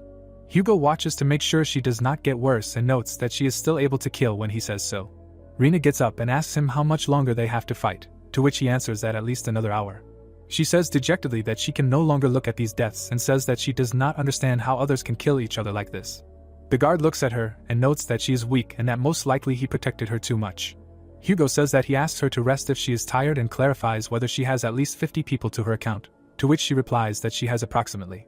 He turns away, saying that this should be enough to get into the rating, and he asks to leave the rest to her, for which he deserves her gratitude. The guy smiles and thinks that he is the one who is grateful to her, because he no longer needs to feed her with kills. He goes on the attack and understands that he can now concentrate on his own results. The system notifies the players that there are about 10 minutes left until the end of the round. Alex fights the man in the cloak. He wonders if there are 10 minutes left, and notes that the 4th round is always so tiring. The brunette turns around sharply and attacks. He prepares to finish him off and continues that, nevertheless, he cannot lose the award for first place in all regions. Alex moves off, saying that he must become even stronger by any means necessary and reach the 20th round. The guy goes after the 2 players and continues that he has no idea how strong the final boss will be. The Reaper cuts through his victims, thinking that this is why he must become as strong as possible. Alex is ready to kill. The brunette turns around in horror at the black scythe. The Reaper did not kill him. The guy realizes with a grimace of horror that he is alive. Alex looks around and thinks that he does not need to kill those he killed earlier, until he remembers that the rating of the 4th round does not depend on the number of people killed. He goes on the offensive and continues that it depends on how many different people you kill, and if you kill one person twice, then only 1 kill will be counted. Alex looks around and notes that this means that he cannot kill like that guy. He looks at Travis, who is screaming bad words and killing everyone in a row. The brunette looks up and he thinks that he constantly kills exactly 3 of his friends and understands how hard it will be for them in this round. The guy turns to his resurrected friend. He has not yet come to his senses, and Travis has already struck again with a question what is wrong with him, and asks him to resurrect quickly, while Alex thinks that if you die immediately after resurrection, then you will not have time to kill anyone, and accordingly you will not pass the round. The system notifies that there is only a minute left. Alex looks around and thinks that there is only a minute left and that there is not much time, but he needs to get as much score as possible. He looks at the gray-haired guy and remembers that he killed him already. Alex sees a guy with a girl, they too. The brunette looks at the man with a knife and thinks that he does not remember him, therefore he has not killed him yet. He approaches him from behind and continues that since there is very little time left, they need to kill with one blow. The guy died from a scythe blow from behind. Alex sees a golden glow. There is the same around all the players. The angel smiles and asks if they enjoyed killing each other, which makes people angry how they could enjoy such a thing at all. Monica lowered her eyebrows and draws attention to the rivers of blood that they left, because they created real chaos. She smiles and continues that in any case, they are done with killing each other. Alex looks at her while she says that before viewing the results, they should resurrect all the dead, to which he notes that she speaks as if she herself is in charge of resurrecting them, although the system is responsible for this and no one else. The players are resurrected one by one. Travis's friends are angry and threaten to make mincemeat out of him. The brunette smiles while they continue to insult him, and Monica calls them to shut up. She looks displeased and says that from now on, anyone who makes even one sound will lose their head. The players fell silent, and she smiled and said that it was pretty quiet now and that was great, because since everyone was resurrected, they should look at the results. She takes off and says that before that, they will have to find out about the additional task of this round, to which one asks again about the additional task, and the second is perplexed if there was one this time too. Monica looked at them and answered that of course there was. Weren't they idiots for thinking that there wouldn't be one? The system notifies them of an additional task, which is to kill the regional representative in a set time, and for completing this task you get a low-ranking magic crystal. The brunette asks if it was necessary to kill the regional representative, and that this was exactly the task, to which she says that he is right and continues that in this region only one person was able to complete it. She calls his name Black Braid, while the people are perplexed, because wasn't it he who killed Travis at the very beginning? The man turns around and thinks that it means that becoming a regional representative in this round would be nice, and the second realizes that if he knew, he would have killed the brunette, and everyone in the area looks askance at the former regional representative. Travis is horrified to realize that he died because of the Black Braid. The guy looks at the temporary skill column and realizes that there is nothing there, that his temporary authority as a commander is gone. He remembers the words of the Black Scythe that he will help him so that no one will kill him just like that, and he himself understands that he said that he would help him not to become a target, but still took the representative from him. Monica finally suggests looking at the overall results. She breaks into a smile and asks if they are curious how exactly these results were calculated. They heard that the rating depends on how many different people they killed, and if they killed the same person many times, then exactly one kill was counted, to which someone asks if they didn't have to kill different people, and the second that they didn't have to kill as many as possible. Monica sighs and asks how it could all be so easy. She snaps her fingers and says that now she will show them the results. The system notifies them of the players in the first 3 places in all regions and in their specific region. Everywhere the Black Scythe is in first place, because he killed 722 different people. Monica grins. Is the Black Scythe in first place again? Alex frowns at her. The people are indignant at how he was able to kill more than 700 people, and the second one asks how this is even possible, the third one that there aren't about 1,000 people in total, and the last one notes that he killed about 70% of the people present, and that he is crazy. Monica claps her hands and says that he killed 722 people and notes that this is amazing and asks what he thinks, if he should not be rewarded for this. The system notifies him that it congratulates him on completing the task of becoming number 1 in the current region and in all regions too, and that as a reward for achieving first place in the current region, he gets an item called a rare mid-tier armor ticket, and as a reward for becoming first place in all regions, he gets an item called a special reward selection chest. Alex looks at this and thinks that he got a mid-tier armor ticket, and it is time for him to change armor, so this is very good. The system offers him to choose one of the following rewards and he chooses a bloody killer suit. Also the notification shows him that it is a bloody killer suit, that it is sharp armor, which gives 60 units of defense, also agility plus 4 units, attack speed plus 5% and movement speed plus 5%, also its maximum durability is estimated at 600 units, there is a limit in the form of the level of the commoner and above. And the description is that it is a bloody killer suit, which is worn by the killer and sometimes exudes the smell of blood. Alex looks at another dialogue box thinking about the chest of a special reward. The system offers a choice of 3 rewards, an increase in all characteristics by 50%, which will be valid only in the next round, 5,000 gold or information about the 5th round. Alex understands that due to the good reward of the additional task of the 5th round, its difficulty will be quite high. He pokes his finger at the column about increasing the characteristics by 50% and thinks that given the complexity of the upcoming round, increasing the characteristics will be useful. Monica raised her finger and asks if everyone checked their rank, because she reminds that in order to get into the top 521 people you need to make at least 3 kills, and the rest will be excluded. She smiles and suggests starting the elimination. People start dying one by one. They ask the angel to wait and ask if they will die for real this time. People disappear screaming that they don't want to die, begging Monica and asking for another chance. Travis looks at this in horror and realizes that he barely survived. Rena covers her ears from the screams of people dying. Alex looks down sullenly. He looked forward seriously. The system notifies him about the end of the 4th round and that exactly half of all regions survived, and in the current region exactly 521 people, and that his soul will soon be transferred to the real world and the 5th round will begin on May 1st, 2023, and that they will see each other in the next round and congratulate him on passing. The scene moves to a large hotel. Someone is running in slippers along the corridor. The man flies into the room and addresses the president. Mike wakes up with a groan. He adjusts his hair and recognizes the head of the department. He rises on his elbow and asks what brought him here, because he does not remember calling him, to which the man replies that he did not answer him and that is why he came there, and asks him for forgiveness because he thinks that something happened to him. Mike smiles and asks what could have happened to him, or did he think that he died in the 4th round, or did not he see the final result of the round? The guy rubs his neck and replies that he saw that he took 3rd place. But he was still worried because it was a crazy round and asks about his opinion on this matter. Mike rubs his eyes and says that's why after returning he immediately went to bed because he was too tired mentally, to which he replies that it is understandable because he killed 433 people. The blonde looks ahead and says that if you add those he killed several times, then the number will be much higher and how many kills he made, and nevertheless asks what kind of monster this Black Scythe is, and whether he is even a man. The brunette says that he must be an active special forces soldier, and if you think about someone with such confidence and skills in South Korea, then only one person comes to mind. Mike thinks that the Black Scythe is the kind of player that the more you think about him, the more mysterious he seems, and that regardless of his personality, he would be much calmer if they could cooperate with him. He remembers the blue-eyed man and continues that they will need to ask the prophet about the black braid sometime. The dark-haired man retorts that it is really surprising that the 4th round went exactly as the prophet predicted, and he was skeptical until he saw everything with his own eyes, to which the light-haired man agrees with him. They remember how the prophet told them that in the 4th round they will not need to kill monsters and instead there will be a mass slaughter among the players. Mike looks puzzled and asks about the slaughter. Alex gives a positive answer, because there will be a brutal scene where some players kill others, but they must not let their guard down. The guard asks what they should do in that case, to which he asks again what he is talking about, and he replies that he is talking about the prophet and whether he is thinking about working with him or not.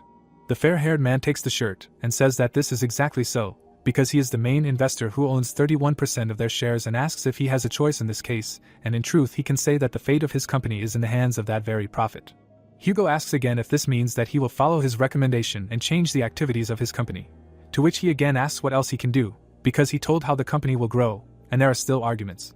Mike goes to the window and continues that even excluding all this, they must attract Alex to their side, and asks him not to look down on the brunette because of his young age and not to give in to his ego. The fair-haired man looks out the window and says that even if he does not act as he likes, he will have to work with him and keep his favor, and only in this way. The guy turns around and continues that this is the only way they can get the maximum benefit from the prophet, and asks if the guy understands this. Hugo bows his head to him and answers positively, because from now on he will watch his actions when communicating with Mr. Alex. Against the background of dawn, Mike says that this is good and gives him the punishment to try to contact him now, to which he asks what to tell him. The blonde raises his hand and answers that he can be told that if he is free today, then they will need to meet in order to celebrate a common victory, and asks him to say that the guy's whole family is invited and Rena is also invited as well as he, to which the guard asks again about the actress. Mike asks if a star should have such a function. The plot moves to the entrance of the restaurant. Alex waves his hand and says that he is here. Julie calls him by name and says that he looks good, to which he replies that she does too. The girl passes by the red car and asks what's the matter, because he suddenly invited her to lunch, to which the guy replies that it's just a lunch to celebrate their victory, and he will pay all the bills and she shouldn't worry, to which she says that if it's not too much trouble for him, then she is counting on her rich friend today. The car drives down the road. Julie thanks him and calls him Mr. Sear, because thanks to him she was able to prepare for the 4th round, to which the guy asks if she thought that he could lie to her. The girl smiles and says that it is impossible, because she has no reason to lie to him, to which the guy thanks him for believing him. Julie looks down and asks what he thanks her for, because she needs to remain grateful, and if he hadn't told her that she needs to kill at least 30 different people, then she would not have passed the round, and that is why she thanks him, while he thinks that in fact she does not need to thank him. He looks away and continues that if he hadn't told her anything, that she would have survived thanks to the protective rune, and that her will to survive is much stronger than it seems. They drive up while he continues that he thinks that unlike Rin, she can't be considered a protected rose in a vase, but rather a weed that grows outside. He sits across from her and tells her that she can help herself, to which she thanks him for the food. The guy eats and wonders how many times she will thank him. The girl nervously tries to eat. She looks at the food and wonders if she can even eat after killing, since she came here because he called her. But eating with someone like that is a little uncomfortable. The guy asks why she isn't eating, but he realizes that she still feels guilty. Julie replies that she is not that hungry, to which the prophet clarifies if it is because she killed people. Alex continues that she shouldn't blame herself so much because she needed to survive, to which she agrees, but with some hesitation. She looks down and says that it's not about him, she was in a difficult situation like everyone else, but nevertheless she killed them, to which he asks her to stop. He frowns and asks what next, because this will continue in the future, and clarifies if she is going to give up and do nothing in this case, what in her opinion will happen to the family if they do not wake up, because their families are waiting for them. The girl thinks about her family and imagines her father crying, because what will happen to him if she does not wake up? She gets up saying that he is right, and she did not think about her family, and it was because of them that she continued to move forward earlier. Julie thanks him for comforting her. The guy smiled and said that he did nothing wrong, so she needs to continue enjoying the food and they will go, to which she agrees. She eats, saying that the food tastes very good and she feels the stress from the fourth round is going away, to which Alex notes that this is good. Against the backdrop of the sunset, she says that it was good. The guy says that she called him by his name for the first time, to which she asks if it is true and clarifies if she can call him that, to which he replies that he can do as he wants.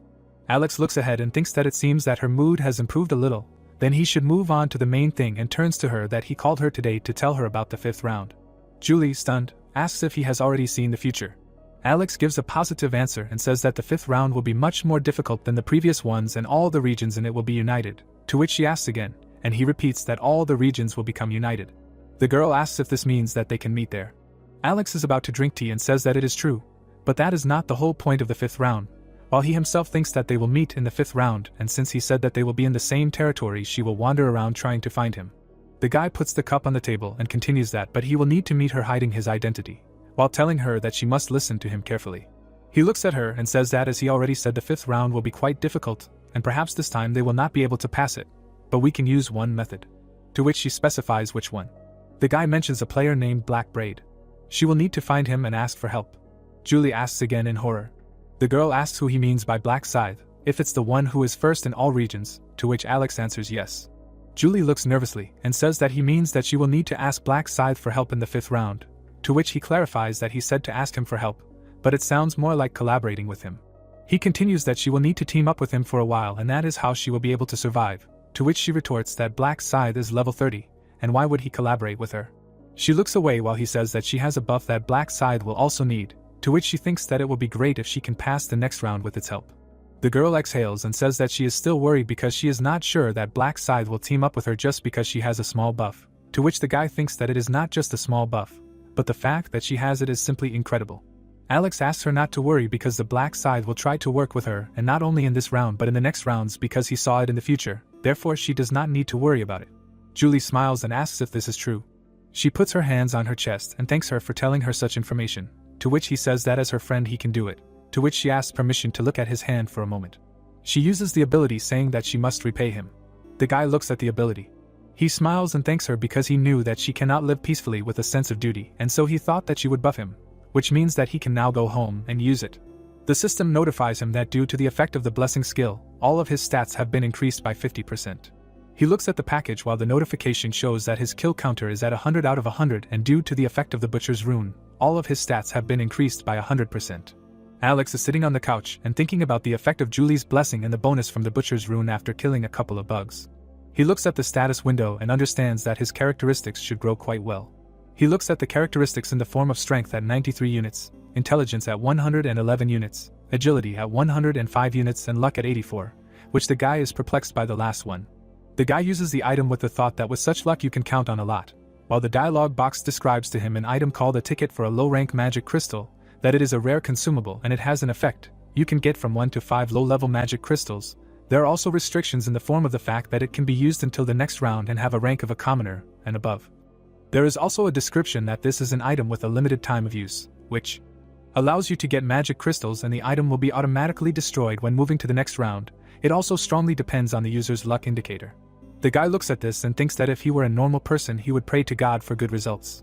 Alex smiles and notes that he doesn't give a damn about God. He remembers Monica saying that it was time to start the game and that on the first of every month for 20 rounds people's souls would be transported to another dimension to play a game, while the guy thinks that he doesn't know which one, but it's definitely some god's hands. He thinks about angels and continues that who else could take 1,800,000,000 people and put them in a separate game? There's definitely a god behind this, and it's a god who plays with people. The guy looks at him with displeasure and thinks that if he could get his wish after beating the last round, he would want the fucking god who created this game to be destroyed. The system notifies him that he used an item called a low-ranking magic crystal ticket. The system also congratulates him on getting 5 low-rank crystals and shows him the items he got: 2 red, 1 yellow, 1 green and 1 purple low-rank magic crystal, while the guy is confused that he got 5, because that's the maximum. He smiles and continues that it wasn't a prayer, but a curse from the gods that gave him a good result, and that's good. Now he'll start combining. He looks at the screen and presses the combine button and thinks that he'll first insert 2 red magic crystals and combine them. He looks at the display about the successful combination, with the fact that he's created a low-rank red magic crystal. The guy sits there satisfied, thinking that if you combine magic crystals of the same rank and color, you can get a higher rank magic crystal. He looks at another purple one that Rena gave him, and the one he just received. The system notifies him about the creation of a purple low-rank magic crystal. He looks at the board and thinks that if he connects the magic crystal with the item, and he did it successfully, he gets a 2% increase in damage due to the connection with the hood. The guy improves his items, specifically improved all the characteristics of the glove of the Shadow of Darkness by 2 units and luck from the Ring of Resistance also by 2. He also improved the dexterity of the long fast boots by 2 units.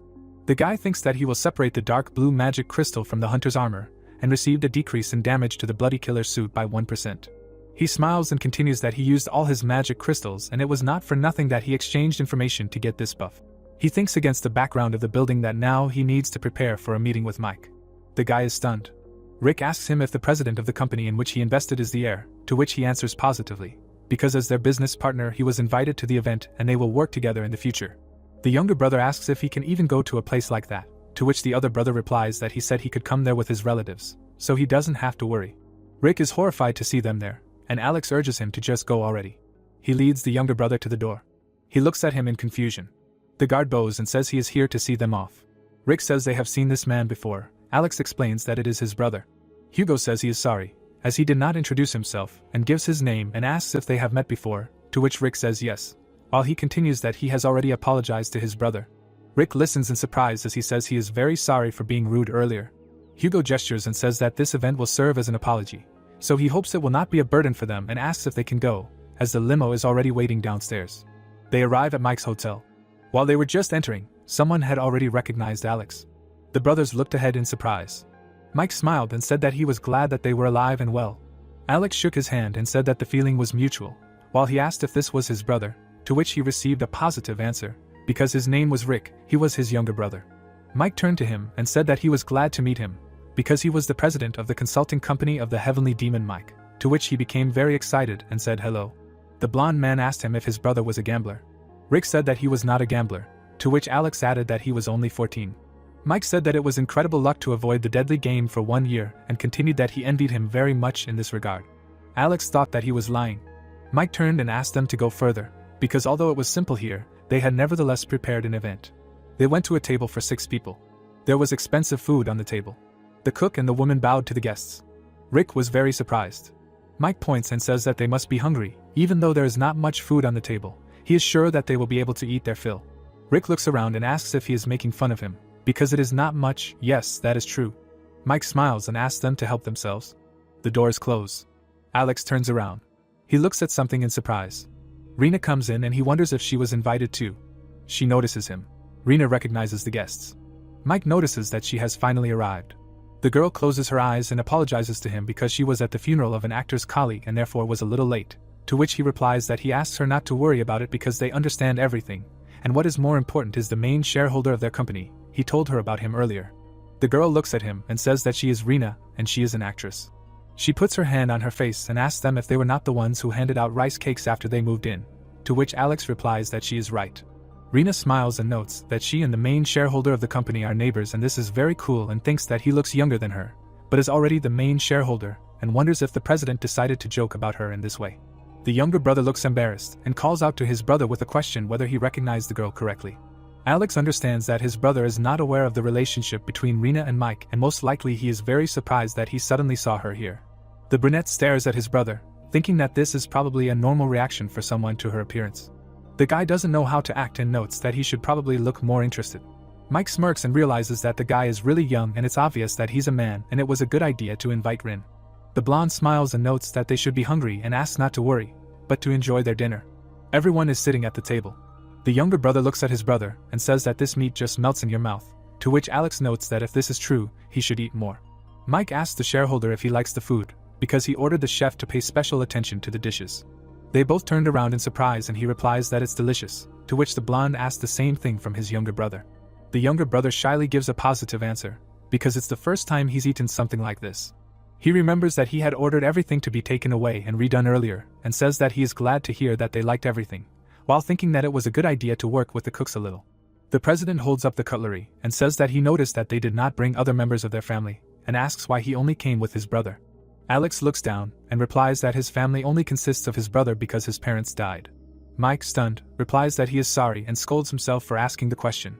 The blonde looks away and wonders why he asked that question because all the good atmosphere has gone down the drain. He sees that his younger brother is in a bad mood and decides to just shut up until the mood somehow recovers. Amidst the awkward silence, the servants put tea with sweets in front of the guests. The blonde looks ahead and thinks that he needs to somehow defuse the situation.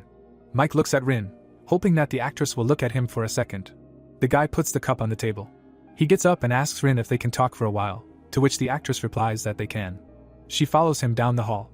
Mike asks her to listen to him carefully, to which she replies that she is listening. The blonde stops. The girl answers positively to the question of whether the food was tasty.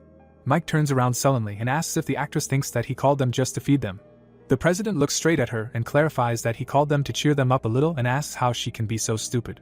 The girl looks down and apologizes to him and continues that she thought that he simply invited her to an event, and he asks again why he would invite her to such an event. Mike put his hand on his face and asked if the head of the department did not tell her who this person was, to which she asks if he is not their main shareholder. Rina is stunned that he will explain that he is both the main shareholder and their prophet. Mike extended his hand and notes that she understood everything correctly, because the guy has a unique ability to see into the future. The blonde bends his fingers and asks her again if she now understands that they need to maintain a good mood, because how much it will help them if they know the information about the next round in advance.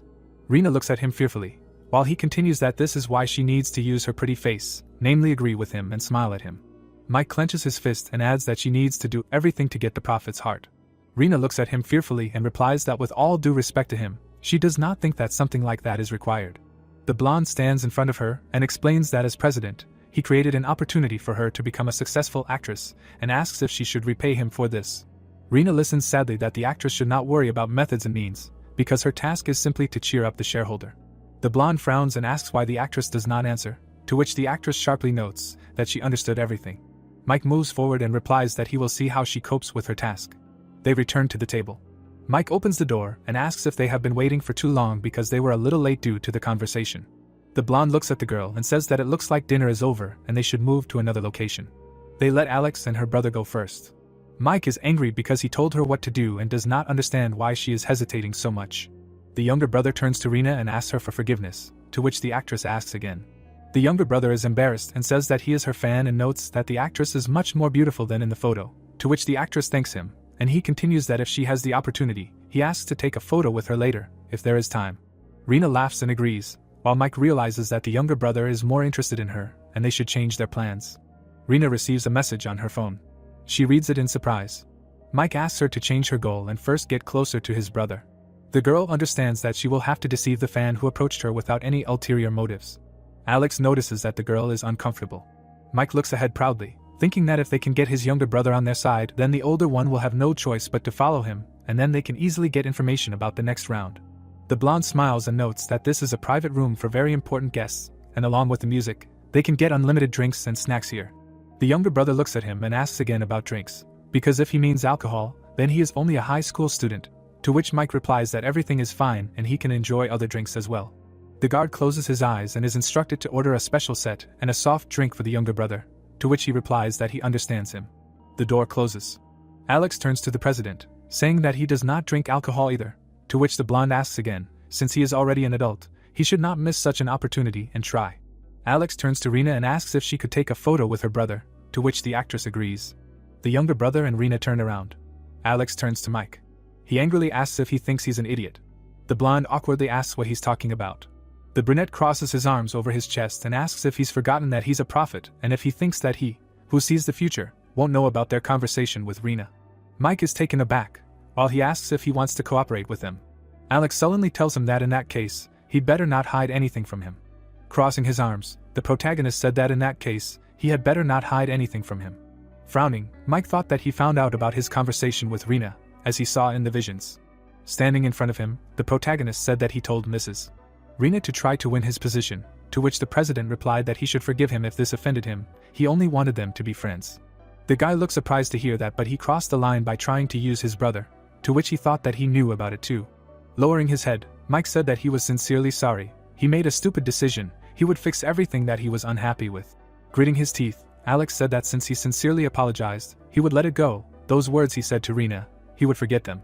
Smiling, the guy said that thank you for giving him another chance. Entering the room, Hugo said that he was back. Closing his eyes, the president replied that he asked to leave them, to which he asked again. Looking away, Mike said that he had something to discuss alone with the VIP guest, let him take the others to the next room. The guy closed the door behind him. Frowning, the president thought, damn, he tried to fix the situation with Rena, but instead made it worse. He looked surprised when he heard that he wanted to get information about the next stage, to which he asked that yes, he already knew about it. Gritting his teeth, the hero said that the reason he agreed to the meeting was to give him information about the 5th round, but if this attitude towards him continues, giving him information and their partnership will become more difficult. Stretching his hand forward, the guy said that he was really sorry, let him forget about this mistake, to which the protagonist replied that he should not hide anything from him, in the future, let him trust him without a doubt. Crossing his arms, he added that he also hoped that he would not comment on the management of the company.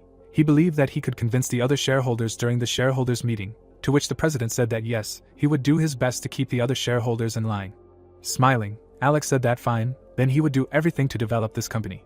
Looking at him, Mike heard that now he would acquaint him with the information about the 5th round. He frowned when he heard that the 5th round would be harder than all the previous ones.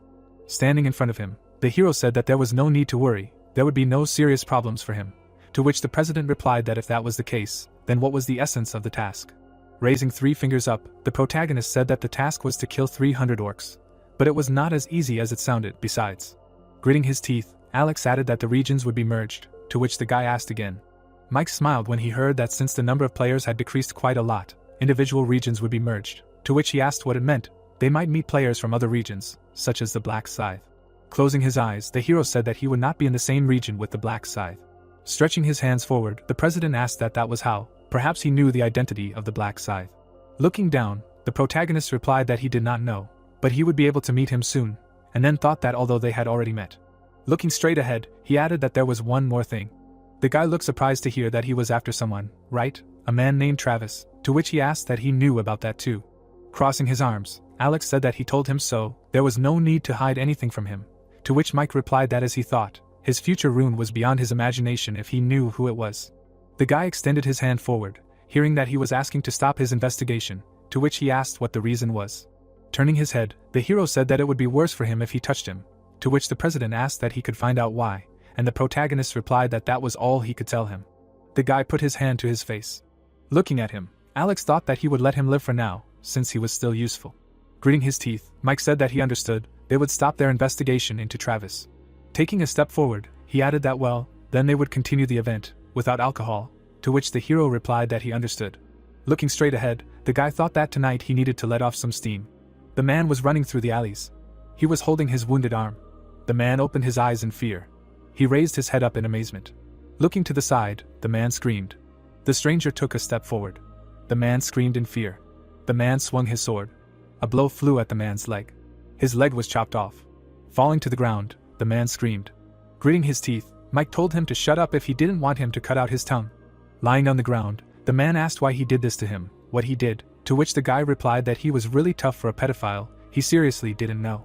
Raising his hand up, the man said that it was a long time ago, why now, he served time and is now free, he is just an old man. The guy raised his weapon up. He thrust the sword into the man. Lowering his head, Mike said that he should cover himself if he didn't want to die a long and painful death. If there were witnesses because of him, there would be more corpses. Gritting his teeth, the man wheezed. Looking at him, the guy said that it was great, even though he was old, but at least his ears worked normally. It was terrible that such trash as him was still alive and didn't think. Particles appeared around the sword. The glow spread around. Looking to the side, the old man asked what it was. Suddenly, darkness began to consume him. Beams flew around his body. He stretched out his hand forward. The guy watched him silently.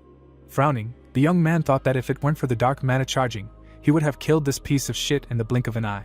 Particles flew around the weapon, and he added that he wouldn't do anything, he needed dark mana for the dark aura. Looking straight ahead, the guy thought that in order to charge the dark mana, he needed to take other people's lives. Pulling the weapon to the side, he said that now he can die. The man stretched his hand forward. A thought arose, what about when he kills people? Particles flew around the body. A thought arose that he gets much more mana than when killing monsters. Putting his hand to his face, Mike thought that for him, a man who enjoys killing criminals. Smiling, he added that isn't the Dark Knight the ideal class. The guy pointed the weapon at the old man and thought that cleaning up trash helps cope with stress. Mana particles flew around the sword. Mike stood silently in front of the corpse. Frowning, he thought that it can't absorb corpses. The dark aura can only absorb the life force of living targets. Suddenly, a sound was heard behind him. The guy turned around in amazement. A cat ran near the trash can. Looking down, the president thought that there could be no witnesses. Buildings appeared. The thought arose that he had dragged him to the corner of the street away from human eyes, and before dawn, no, he thought there was one person. The image of the hero appeared. It was said that the prophet Alex, he can see a similar scene using the rune of the future. Frowning, Mike thought that in this case it meant that he approached him knowing that he was a serial killer. Smirking, he said that it was interesting. Taking the phone in his hand, the guy said that he should come here and clean up after him. A view of a high-rise building opened up. Sitting on the bed, the hero thought about the fact that he did not need to attend any events, so he spent time at home. He needed rest. Looking at the phone, he added that today, however, it was over. Pressing the button, the protagonist thought that it was time to act. Rays flew around the crystal. The thought arose that it was time to deal with one of the 5 runes that he received in the real world, the cloning rune. The hero's eyes lit up. News about the world chaos appeared. Gritting his teeth, the guy said that this is only the 4th round, and there are already so many deaths, low-level bastards. Smiling, he added that they, after becoming players, do the same. Walking forward, the players said that and why they blew up the shit because people do what they want before they die. So in the past there was no need to suppress everyone. Let them not do this, do not do that. It is because they have all sorts of rules for every question. Suddenly he swung his weapon. Striking the ground, the guy shouted that his patience had simply snapped. Looking straight ahead, he said that well, it doesn't matter, now there is not a single scum that could stop him. Smiling, the player added that because he is a higher being called a player. Stretching his arms out to the sides, he asked what and what kind of bastards he should kill this time. Looking at his hand, the guy thought that he killed people in reality for the first time and felt almost nothing. Maybe it was because he had already experienced the hell of the 4th round. Raising his hand up, the young man said that but for each person only 1 card is given. What a nasty thing. It is because they are ordinary people. The player smiled broadly. The thought arose that, as expected, the 4th round is a hot spot. Moreover, this method of pumping was even more effective than catching monsters. Notifications about runes appeared. Leaving, the guy said that if possible, he would like to kill players whose death gives more cards. Looking at the phone, he asked what the article said about a cafe for players to unite. Smiling, the young man added that if he registered here, he would contact the players and kill them, and then thought that he would be able to fill the slots with cards that were not even close to what they could squeeze out of ordinary people. He read about registering at a cafe. Gritting his teeth, the guy asked what was what. Not only did they require all personal information, but they also had to go through an interview. How tedious it was. Holding the phone in his hands, he added that he needed to join the cafe, so he could meet the players and stab them in the back. The young man began to enter the information, thinking that other players could not even dream of such a thing. Who could even imagine that there was a player who absorbed players? Standing in front of the building, he asked what it was definitely here. A message about an interview appeared. Standing in front of the door, the guy thought that everything was correct, but the player gritted his teeth and thought, what the hell did they call him to where even buses don't go? Opening the doors, he added that this interviewer behaves like a fucking pig, he should kill him. The young man looked around and thought that everything inside was furnished with taste. The man looked surprised. The thought occurred that there were only 2 visitors. Getting up, he asked if he was by any chance the one who sent the registration application, to which the young man responded approvingly. Stretching his hand forward, the man asked what his nickname was, to which the guy replied that he was the Right Dragon of Black Flame. Shaking his hand, the interviewer said that he was glad to meet him. His nickname was his age, 30, to which Jake asked if he was really a player, and the man replied that he was, although you wouldn't be able to tell by his appearance. But he turned 29 this year. Stretching his hand forward, he added that this miss came to the interview first. Perhaps they will become members of the same community, so let them introduce themselves to each other. Lowering his head, Jake thought that this walking anchovy was also a player. Yes, he would smear such an opponent on the wall in 2 counts, and then said hello. Turning his head, the guy asked that by the way, business here apparently is SOSO, there are no visitors, no regular workers. Smiling, Archie answered that the place is just very remote, and this is one of the reasons why they rented this place for the interview. Sitting at the table, the guy said that so he rented it. But then shouldn't the owner be here? And he does not see anyone here. To which Archie replied that the owner of the establishment is now in the kitchen, making preparations. After all, this is a cafe and you can eat here. Turning his head, Jake said that I understand. The room appeared. The thought arose that there were no surveillance cameras here either. Looking down, he added that if he killed these two right now and ran away, no one would ever know, right? Sitting at the table, the guy thought that no, he couldn't run away after killing only two insignificant hunters, and then asked that he wasn't going to start the interview, to which Archie replied that there was another candidate who was due to arrive any minute. As soon as he was here, they would start the interview right away. Frowning, Jake thought about another candidate, and then asked that meant there would be 3 candidates for the interview. Looking outside, the man said that yes, even though he was late, he thought they should wait for him a little longer. There he came. The doors of the cafe opened slightly. The man's eyes widened, and he asked that he was sending in an application for registration, to which the man replied that he was, and he added that he apologized, but what was his nickname? He looked in amazement, hearing that a black braid. People were sitting at the conference. It was heard that she was glad to meet. Looking straight, the guy said that everyone was present except for Mr. Honey Jam, and now they will start the periodic meeting of the 3rd week of April, and then asked how many people joined the cafe this week. Gritting his teeth, the guy said about 2,000, to which he was told that the number has increased compared to last week, and he added that yes, that's right, the number of players decreases every month, but the number of those who join the cafe increases every week. Sitting at the table, the guy heard that an article was published, which talked about the creation of a cafe of the Union of Players. It must have attracted a stream of people, to which he asked who hired that reporter. Smiling, the girl replied that she did, to which she was told that he did not know that she had connections among journalists, and she added that she took advantage of the opportunity to secure one such contact. The guy raised his hand and said that it was great, as expected from one of the first participants. Then if from these 2,000 you filter out all the slag, how many people will be left? To which he was told that after filtering out players without professions, players below level 10 and so on, 1,200 people remain. Frowning, the guy asked if there were any talents among them that could be useful. Adjusting his glasses, the young man replied that he would answer this question. Looking at the tablet, he said that first of all, it is worth mentioning the player of the right Black Flame Dragon, although he is an ordinary warrior of the 10th level. But, according to him, he ranks 3rd in this region. Putting his hands to his face, the guy said that 3rd place, despite the low level, he seems to have a good rune, or is it all a lie? To which he was told that nevertheless he believes that he is a talented player who can be promoted to a leadership position. The young man gritted his teeth when he heard that it was clear. What about the other candidates? To which he replied that there was another candidate. She was from the S1-2-7 region. She was always ranked 4th to 10th in the player list. The young man smiled when he heard that there were also 50 players who were in the top 100 in their regions, a lot more talent than he thought. He didn't think they would have time to conduct interviews now. Archie asked in amazement when he heard that wasn't it. Frowning, the guy asked why he was sleeping. What was he doing at night? Why was he nodding off since early in the morning? He wasn't going to listen to excuses. Let him interview all of these 50 people before the meeting next week. If he couldn't handle it, then maybe another high-level candidate would sit in his place. Raising his eyebrows, the man replied that it was fine. Let him rely on him. Gritting his teeth, the young man asked if he had managed to contact the Black Scythe, to which the boy replied that if there had been anything, he would have immediately dropped everything he was doing and reported it to him immediately. The chairman closed his eyes and said that indeed, he would have done exactly that. If the Black Scythe had joined the cafe, he would have been ready to immediately give up his leadership position. It was even a bit of a pity. The girl smiled, hearing that she could not ask this reporter to write more articles. It seemed that they needed to properly promote the cafe to attract the attention of the Black Scythe, to which she replied that of course it was possible. It was enough to just agree on payment. Smiling, the chairman said that he should not worry about it. He would provide a generous reward for everyone's hard work. Closing her eyes, the girl thanked him. The guy looked at him in amazement when he heard that. Well, on that note, they would end the discussion of candidates and move on to the next agenda, to which he replied that he should wait. A famous person had just applied to join the cafe. The chairman looked at him in amazement and asked what and who it was. Frowning, the guy said that it was a black braid. The people shuddered in surprise when they heard that. Archie held out his hands and said that it was nice to meet him, and then asked if the road here had caused him any inconvenience. Standing in front of him, the hero replied that it had been a little inconvenient, to which the man replied that he should forgive him for inviting him to such a remote place, but there was no better location for a secret meeting. Archie extended his hand to the side and added that, by the way, he looked even more handsome in person. He must be very popular with women, and that he should come this way.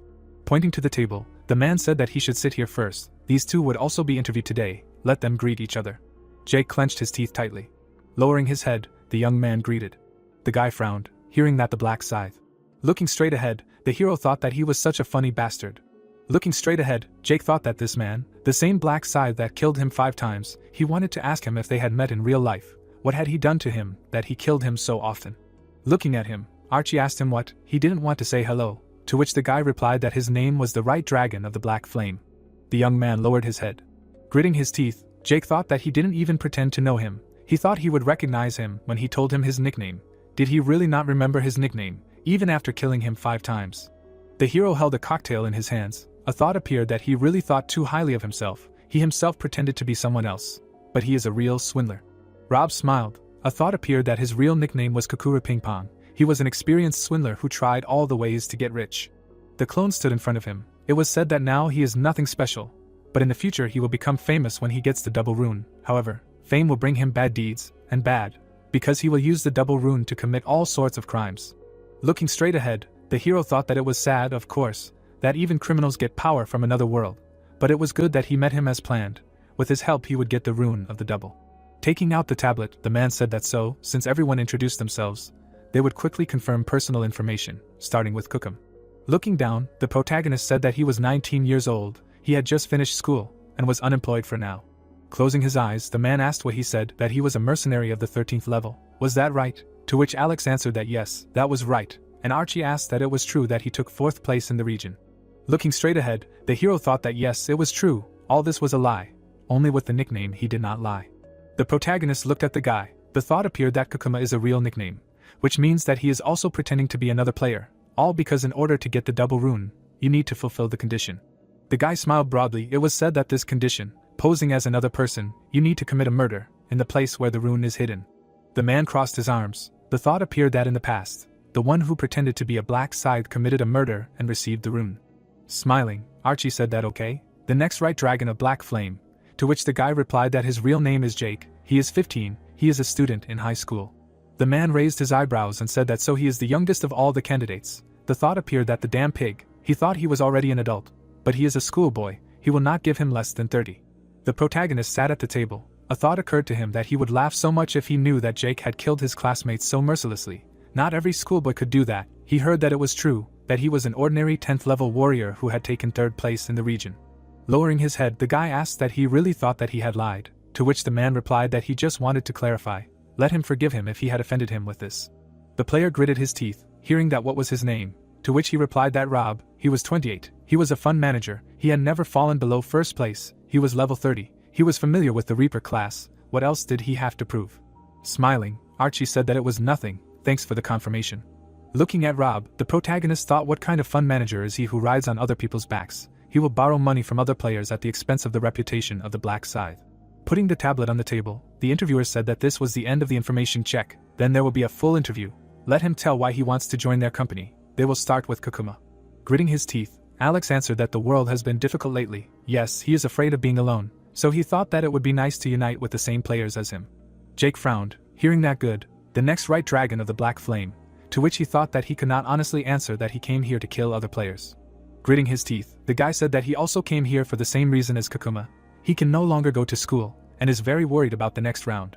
Archie turned his head and asked if that was clear. But what about him? To which Rob replied that he had simply applied because he had heard that there was a cafe here and thought it might be interesting. The man closed his eyes and asked if that was how it was, and then thought that for the Black Scythe, doors were open everywhere.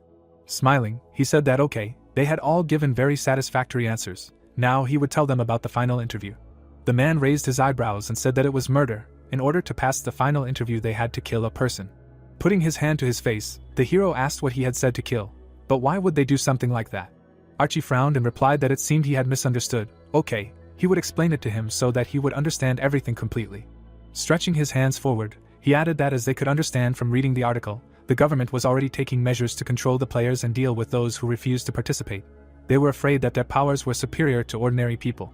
Clenching his fist, the man said that however, he was sure that in the future the world would belong to the players. If they united, it would happen even faster. Archie added, his eyes wide, that was why they did not need to follow the laws. They would resist and oppose the government's control, and show that only the players were the law. The protagonist looked at him in amazement and asked what and why they should kill, to which he replied that everything was correct. Killing was a protest that would show the determination of their players. The guys looked at him, listening to him say that this way they would show the government that the laws did not apply to them. Sitting at the table, Archie asked what was clear now. to which Alex responded approvingly. Raising his finger up, the man said that in that case, if any of them did not want to take part in this, he asked him to get up and leave them now. However, those who left could no longer expect their support. Looking straight ahead, the hero thought that meant they would blacklist them. This way they wanted to scare them into committing murder, and then make it even harder for them to refuse in the future. Jake lowered his head. Rob closed his eyes. Archie smiled and said that it looked like they all had enough determination. Okay, so he understood that they were ready to pass the final stage of the interview and continue on. Frowning, the player asked what to continue, that is, kill, but they had no one to kill, so what should they do, to which he was told that they did not need to worry about that. The man raised his eyebrows and said that he had prepared victims for just such an occasion. It was raining from the sky. Standing up, the player asked that then they would go and look at them. The girl looked surprised and asked that he was already leaving, since they had rented a cafe, they could stay longer. Looking at her, the man replied that no, they had urgent business, and then asked, by the way, where the toilet was. Pointing to the side, the girl said that it was right there, around the corner, to which Archie asked if she could ask him for something. Holding the keys in his hands, the man asked if she could move the car for him. He could see that he was in a hurry. Smiling, she replied that of course, she could go without worrying about anything. The girl went outside. She opened the car doors. The girl put away the umbrella. Suddenly, hands reached out to her. An unknown person began to strangle her. She wheezed from suffocation. Her hands trembled. Archie smiled and said that it was easy.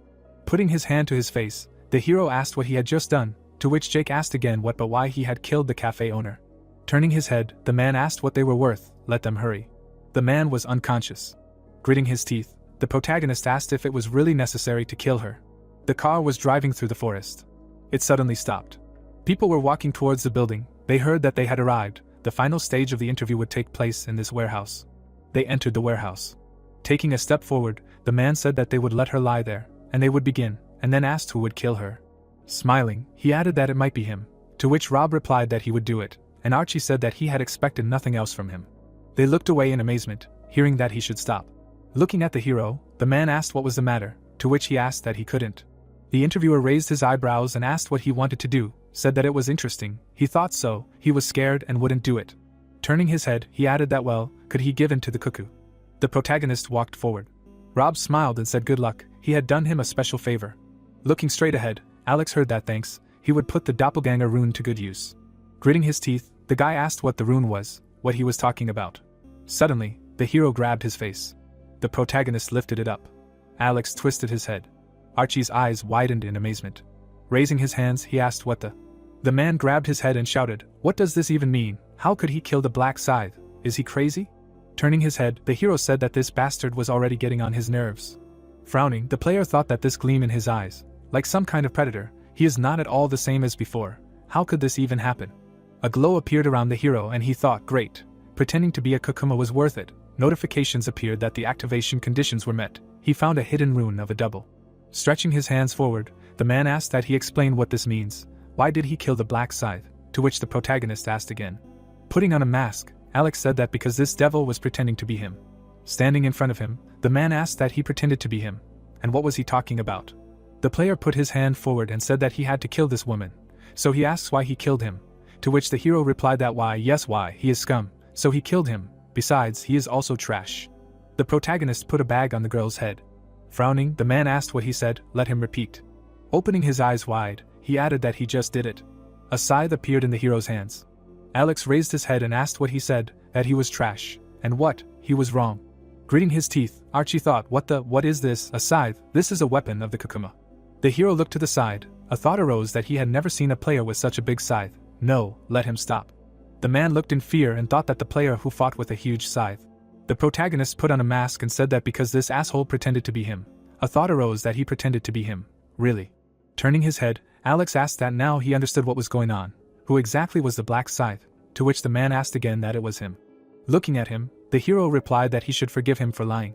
The man let go of the weapon. A thought arose that it looked like it was true. This was not the same Kokuma he had seen before. This really was the Black Scythe.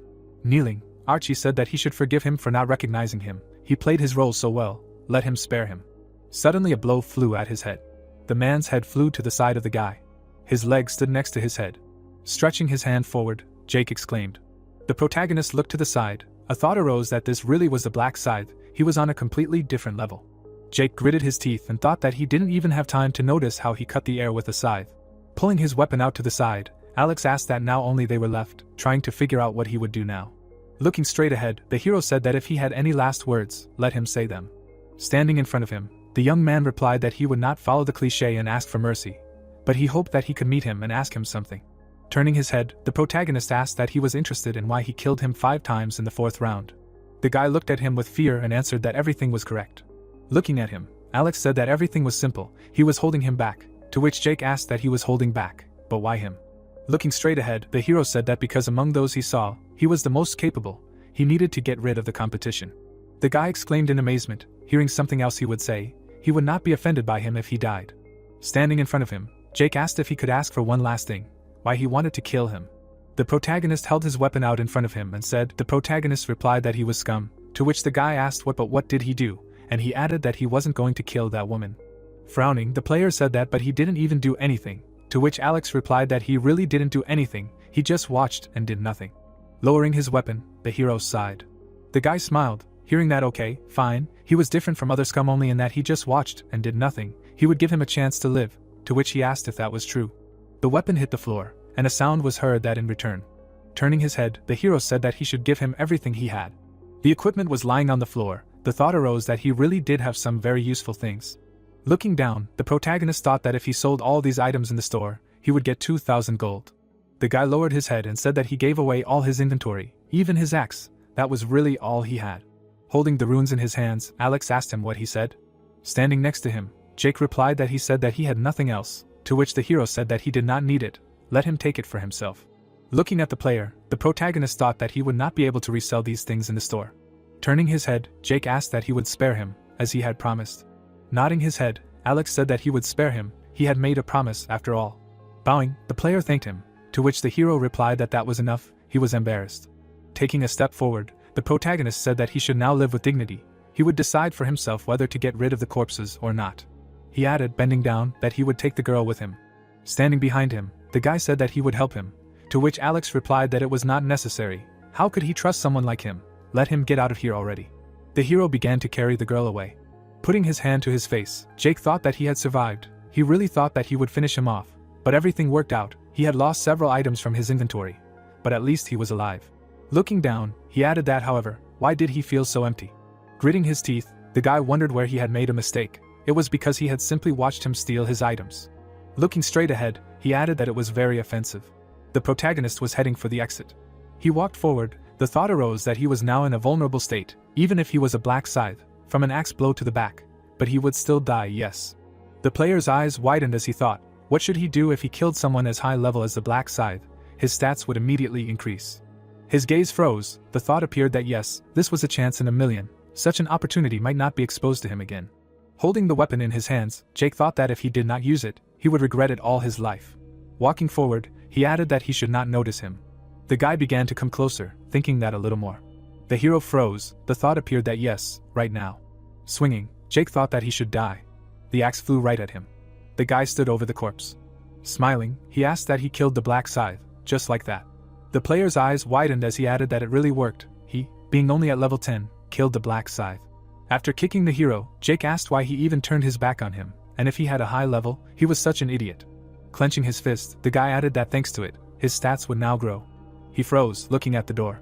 Jake extended his hand forward and asked why the message about raising stats did not appear, usually it appeared right away. Gritting his teeth, the guy asked how so? Suddenly, the hero appeared behind him. The player looked away in fear. The protagonist adjusted his hood and asked why he was so surprised, did he see a ghost or something? With his eyes wide open, the guy thought how this was possible, he definitely killed him, did he really have a resurrection skill? He took a step back. The player looked away in amazement. The body evaporated, the thought appeared that there were not even blood stains. Looking at the guy, the protagonist said that he killed his double, to which Jake asked again. Alex stood behind the player. It was heard that the rune of the double can create a copy that is completely indistinguishable from the original. The description of the rune appeared. It was said that although it does not have the ability to fight, judging by how easily he fooled him, the double is useful even without combat skills. Grinning, the hero said that it was a good test. Gritting his teeth, Jake replied that he tricked him. Tapping his finger on his head, the protagonist asked why he suddenly decided to cosplay the victim. After all, he is the one who really suffered. After all, he just almost hit his head, to which the guy said that he is the victim, he was the first to threaten him and extort items. Holding the weapon in his hands, Alex said that he got it. Suddenly he swung the scythe. The guy's head was cut off. A thought arose as to why the body suddenly stopped obeying.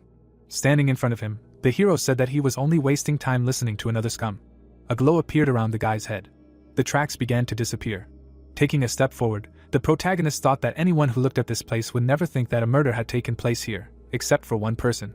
Standing next to the girl, Alex asked what was hearing him. He lowered his head and added that instead of lying there and pretending to be dead, maybe she would get up, and she shouldn't even think about deceiving the player, because he could hear all her thoughts. Getting up, the girl replied that he should forgive her. Taking off the bag, she asked what was inconvenient about it. Could she take it off? To which the hero replied that no, she shouldn't take it off until he left. A room appeared. He could hear that he would ask a few questions, and she agreed to cooperate with him.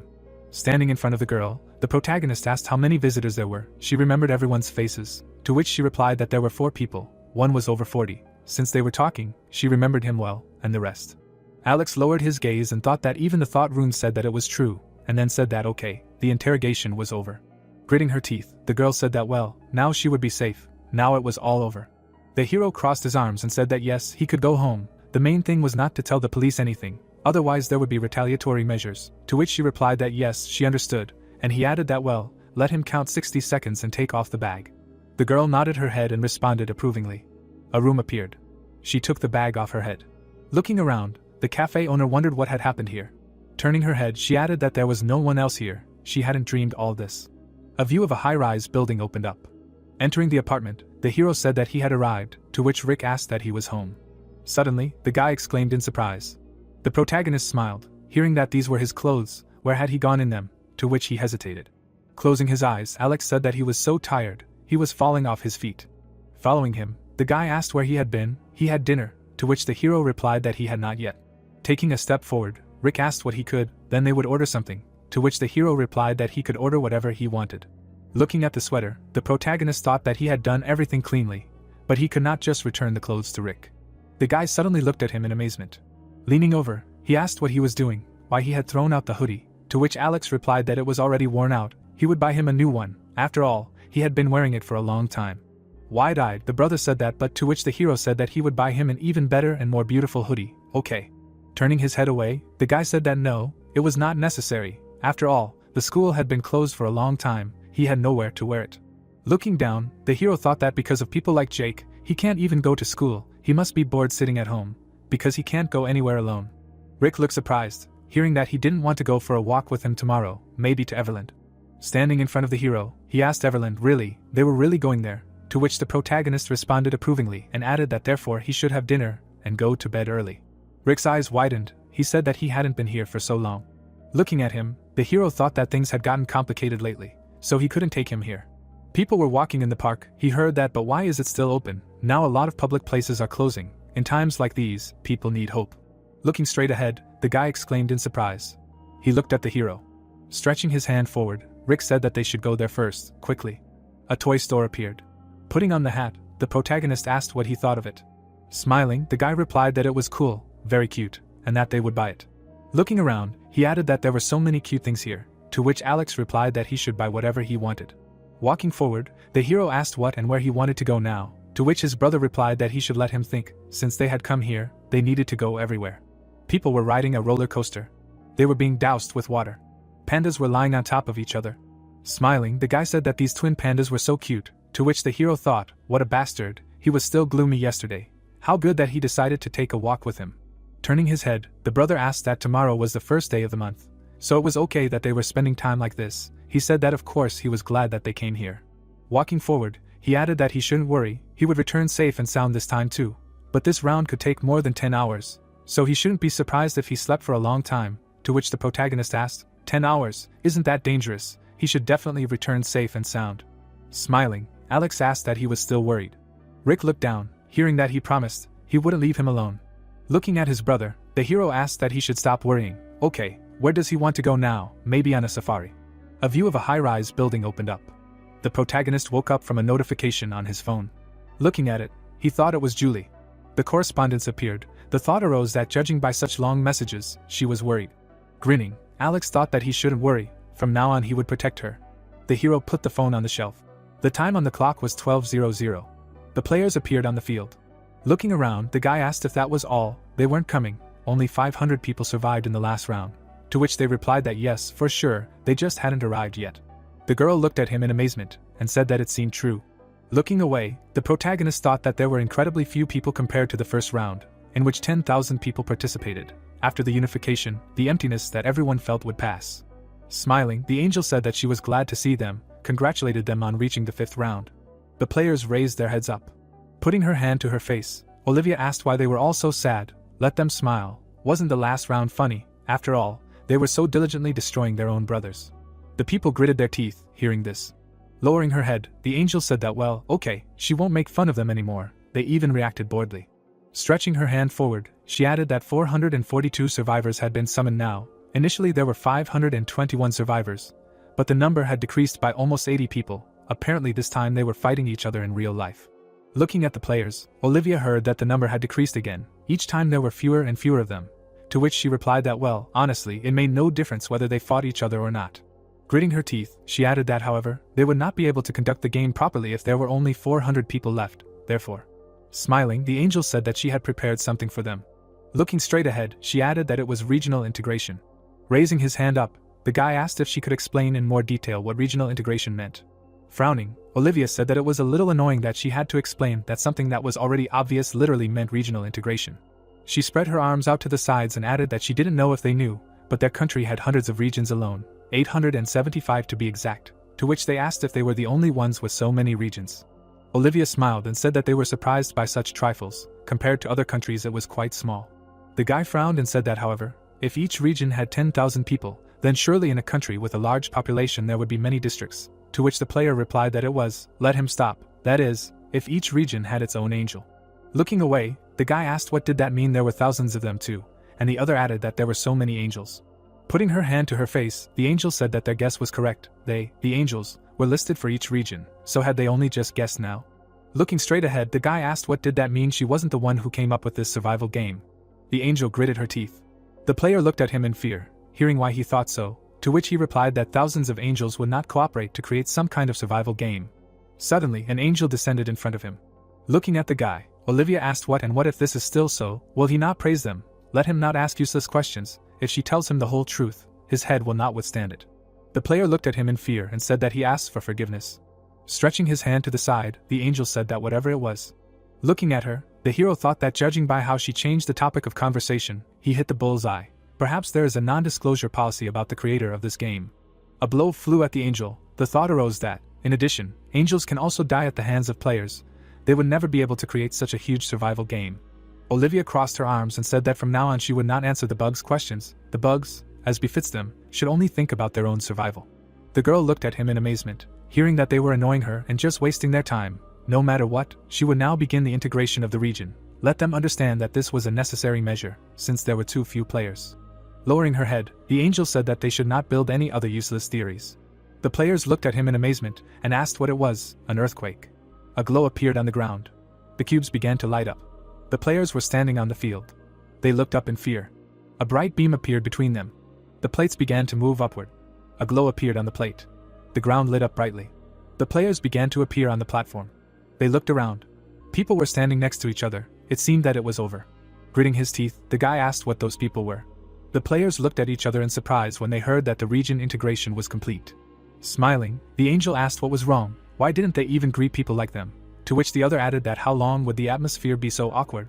The guy looked at them in amazement. It sounded like it was another angel. Angels, there were 10 of them. Many angels appeared in the sky. Smirking, one of them asked that they had heard everything from their angels, right? Because of the small number of players, the regions were integrated. Lowering her head, she added that 10 regions had just been merged into one. There were now 4,844 people here. The players gritted their teeth. It sounded like they had merged 10 regions. There were now almost 5,000 people here. It seemed like too many. Looking down, the angel said that other regions also decided to unite to replenish the number of players. Of course, after the unification, the names of the regions will also change. The name of this region is CSKS007. It contains only players from the Republic of Korea. The hero stood still. He heard that they were also from their country. Well, at least they will be able to communicate with each other, which means that later they can unite with other countries. Looking to the side, the protagonist thought that it was obvious that this would not be the end of the unification of regions. As soon as less than 500 people remained in the region, it would be united with another. Images of people appeared. The thought appeared that eventually, when the final number of players from the Republic of Korea was reduced to 500 people, they would have to compete with players from other countries. Raising his head, Alex thought that this will happen by the 11th round, now he needs to focus on this place. Angels were flying in the air. The thought appeared that because a little more, and the angels will start an additional game. Raising her hand, Olivia said that after the main quest was announced, they would start a simple additional game in honor of the unification of the regions. Looking at the angels, the players heard that each district had its own representative. But what should they do now that the regions were united? Of course they needed to choose a new representative, right? Gritting her teeth, the girl asked what the new region representative was. Raising her finger, the angel said that the rules of the game were simple. Smiling, she added that 10 region representatives would step forward and fight each other until 9 of them died. Only the last one who survived would be promoted to the representative of the united region. The players looked around. They heard that it was really necessary to kill others to become the representative of the united region. It was cruel. But isn't it interesting? They will see who will become the new representative. Frowning, the player thought that this was no longer just a game. Looking up, the girl wondered if it was really necessary to kill others just to choose one person. The guy looked at him angrily and thought about what and why he became a representative of the region. The player smiled and thought that maybe if he died this time, he would be resurrected again. The players were tense. The thought arose that he did not need it, so maybe he would just refuse to be a representative. Standing in the middle of the players, the hero thought that until now, to become a representative of the region, no merits were needed, but in this round everything is different. You need to win a fight to the death and remain the only representative. Stretching her hand to the side, the angel asked what about them? Let them not make such worried faces. That the fight is mortal does not mean that they will really die. After the end of the game, all the dead representatives will be resurrected. Smiling, the guy said that it means, and this time they will be resurrected. The player crossed his arms and thought. Angel lowered her head and said that judging by their faces, they didn't think there would be much benefit from becoming the sole representative. The sole representative would instead have full authority over the right to command. This authority would allow them to control players of a lower level than them. The boys looked up when they heard that this was an improved version of the right to command, which would allow them to control players as they wished, no matter who they were before. But of course, the sole representative would still have a limit of 10 uses and the title would be passed on to another in the event of death. Angel smiled and asked that, but isn't this an attractive offer, since they can control other people? Gritting his teeth, the boy said that only those of a lower level? The girl raised her head and asked that, but they would be able to force others to act according to their wishes. Clenching his fist, the player asked that no matter who they were before. Olivia smiled and said that it seemed to motivate them. In that case, they would start an extra game when they were ready. Raising her finger, she added that now that the regions are united, they also need one representative, yes. The angels gathered in a circle, and a voice was heard asking if there were any volunteers among the angels to raise their hands. Putting her hand to her face, the girl said that indeed, what a stupid question, and another added that if an angel says that he wants to work, there is clearly something wrong with him. Extending her hand forward, the angels said that they were convinced that there is no one among the angels who would like to be in charge of the region, so what should they do? Does anyone have any ideas? Raising her finger, the girl asked what if they randomly select a responsible person, to which the angel replied that she suggests relying on luck, a good way, but it is not interesting. They looked at each other. It was heard that maybe they will replace each other in turn, but it is unfair. The one who will be next in turn may not get this position, and that is true, especially since they will not unite the regions again later. Gritting her teeth, the girl asked that there is really no fair and interesting solution. Grinning, the angel asked what and how do they like it? A little more and there will be a battle between the representatives of the regions, right? Looking to the side, the girl said that the angel of the first dead player will receive this position as punishment. The angels gathered in a circle. It was heard that this is already interesting. A good idea. She likes it. Everyone agrees. The girls raised their hands up and agreed. Looking straight ahead, the angel asked that maybe instead they will do this. The red moon appeared. It was heard that in addition to the rule with the first to die, the angel of the region whose representative remains last. The girls looked forward, hearing that she will become the ruler. Smiling, the messenger said that the angel of the region whose representative remains last will become the ruler. Looking at her, the girl asked again, to which she replied that it was exactly so. The other angels will be beggars, and will unquestioningly obey the will of the ruler. For example, if he appoints someone as an escort, then this must be done, since this is the order of the ruler. Putting her hand to her face, the messenger asked what it means that if a person wins, they will win, and if you win, you can become a ruler, just like a person. The girls looked at each other. It was heard that isn't it more interesting? Now she even has drooling, and it really is a wonderful idea. Putting her hand to her face, the angel asked what she was proposing. The winner will become the ruler. It seems she is very confident in herself, to which the girl replied that of course she is confident. Smiling, Monica asked but what are they going to do about it? Isn't the representative of her region menacing in appearance? He has never missed first place in his region. Olivia looked away and asked what first place in her region. and she was bragging about it. The hero lowered his head. It was heard that if she knew who the representative of her region was, she would be so surprised that she would fall into the ground. Stretching her hand to the side, the girl asked what, did they agree or not, to which Monica replied that she had no reason to refuse. Raising her hand, the woman said that she also agreed, it would be even more fun, to which the angel replied that she was confident in her abilities. Her representative was no pushover either. Looking straight ahead, the messenger asked, well, since they had chosen a method, should they start? Let her go and talk to them, to which Olivia responded approvingly. Stretching her arms out to the sides, she said, so, now they will begin an additional game to choose a single representative. Let all the representatives of the regions gather under her. The guy looked straight ahead. People walked forward. The protagonist frowned. The representatives of the regions stood next to each other. Olivia raised her hand up. The players looked around in amazement. Flames appeared around the people. The walls rose up. An arena appeared on the field. People looked away in surprise. The girl stretched out her hand and said that from now on they would fight to the death until there was only one survivor left inside the arena. If they died outside the arena, they would not be resurrected, so they should not run away even if they were threatened with death. Looking up, the people heard that, so they were starting. The hero stood among the players. The guy looked away. The player frowned and thought that if he just killed 9 people, he could become a king, yes. The people were holding weapons in their hands. A thought appeared that judging by the fact that no one was making any sudden movements, they were trying to assess their opponents. But since they were all representatives of the regions, they clearly did not know how to fight.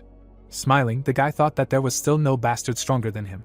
A rune appeared. A thought appeared that not only had he never given up first place in his region, but he also had a cheat rune of decay. As soon as his sword pierced the enemy's body, the rune automatically activated and destroyed the remaining flesh. The man looked at his hand in amazement.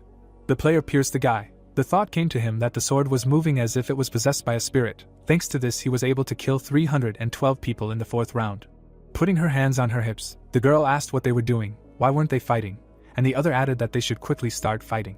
Looking at the angel, the guy thought that they had made bets. Why were they putting so much pressure on them? He was already thinking about attacking. Walking forward, he added that there was no bastard stronger than him anyway. If he took the chance and showed himself in all his glory, they would be too scared to do anything, and if so, him. He turned to the side. The players looked at him. Standing in front of them, the guy thought that a victim was needed. For his performance, he needed someone to act as a victim.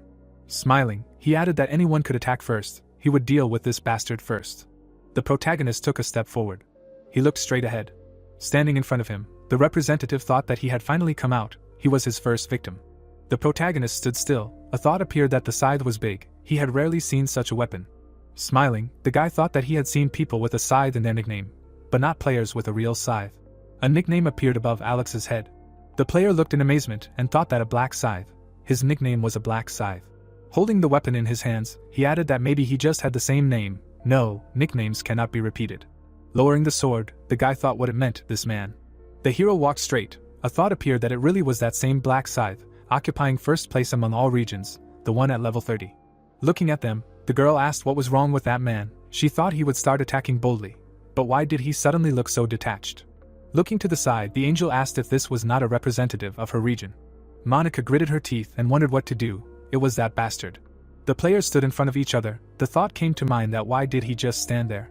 Lowering her head, the girl grinned. Looking to the side, the angel asked if she found it funny. Smiling, Olivia replied that he should forgive her. But what can you do if it is so funny?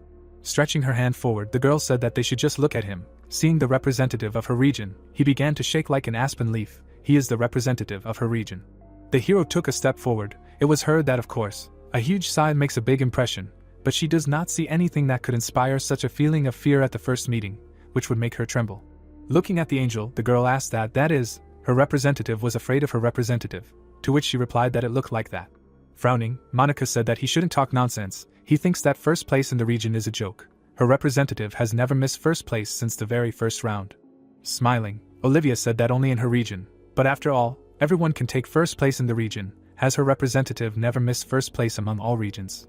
The angels stood next to each other. They heard that, first place in all regions. What kind of fiction is this? And she hasn't noticed yet. The angels who saw the ratings will understand everything, just looking at his nickname. The hero stood still. They heard that a black braid. She saw him. He always appears in the results table. Monica lowered her head. It was said that the black braid is the representative of Olivia's region. If he is that same black braid, her representative is not even his opponent. Suddenly they exclaimed in surprise. A blow flew to the guy's head. His head fell to the ground. Smiling, the angel said that Monica was the first to drop out. Looking straight ahead, the boy thought that the black scythe. What is the black scythe doing here?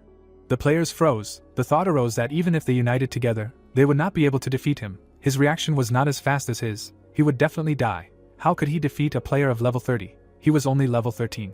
The players looked at the hero in amazement.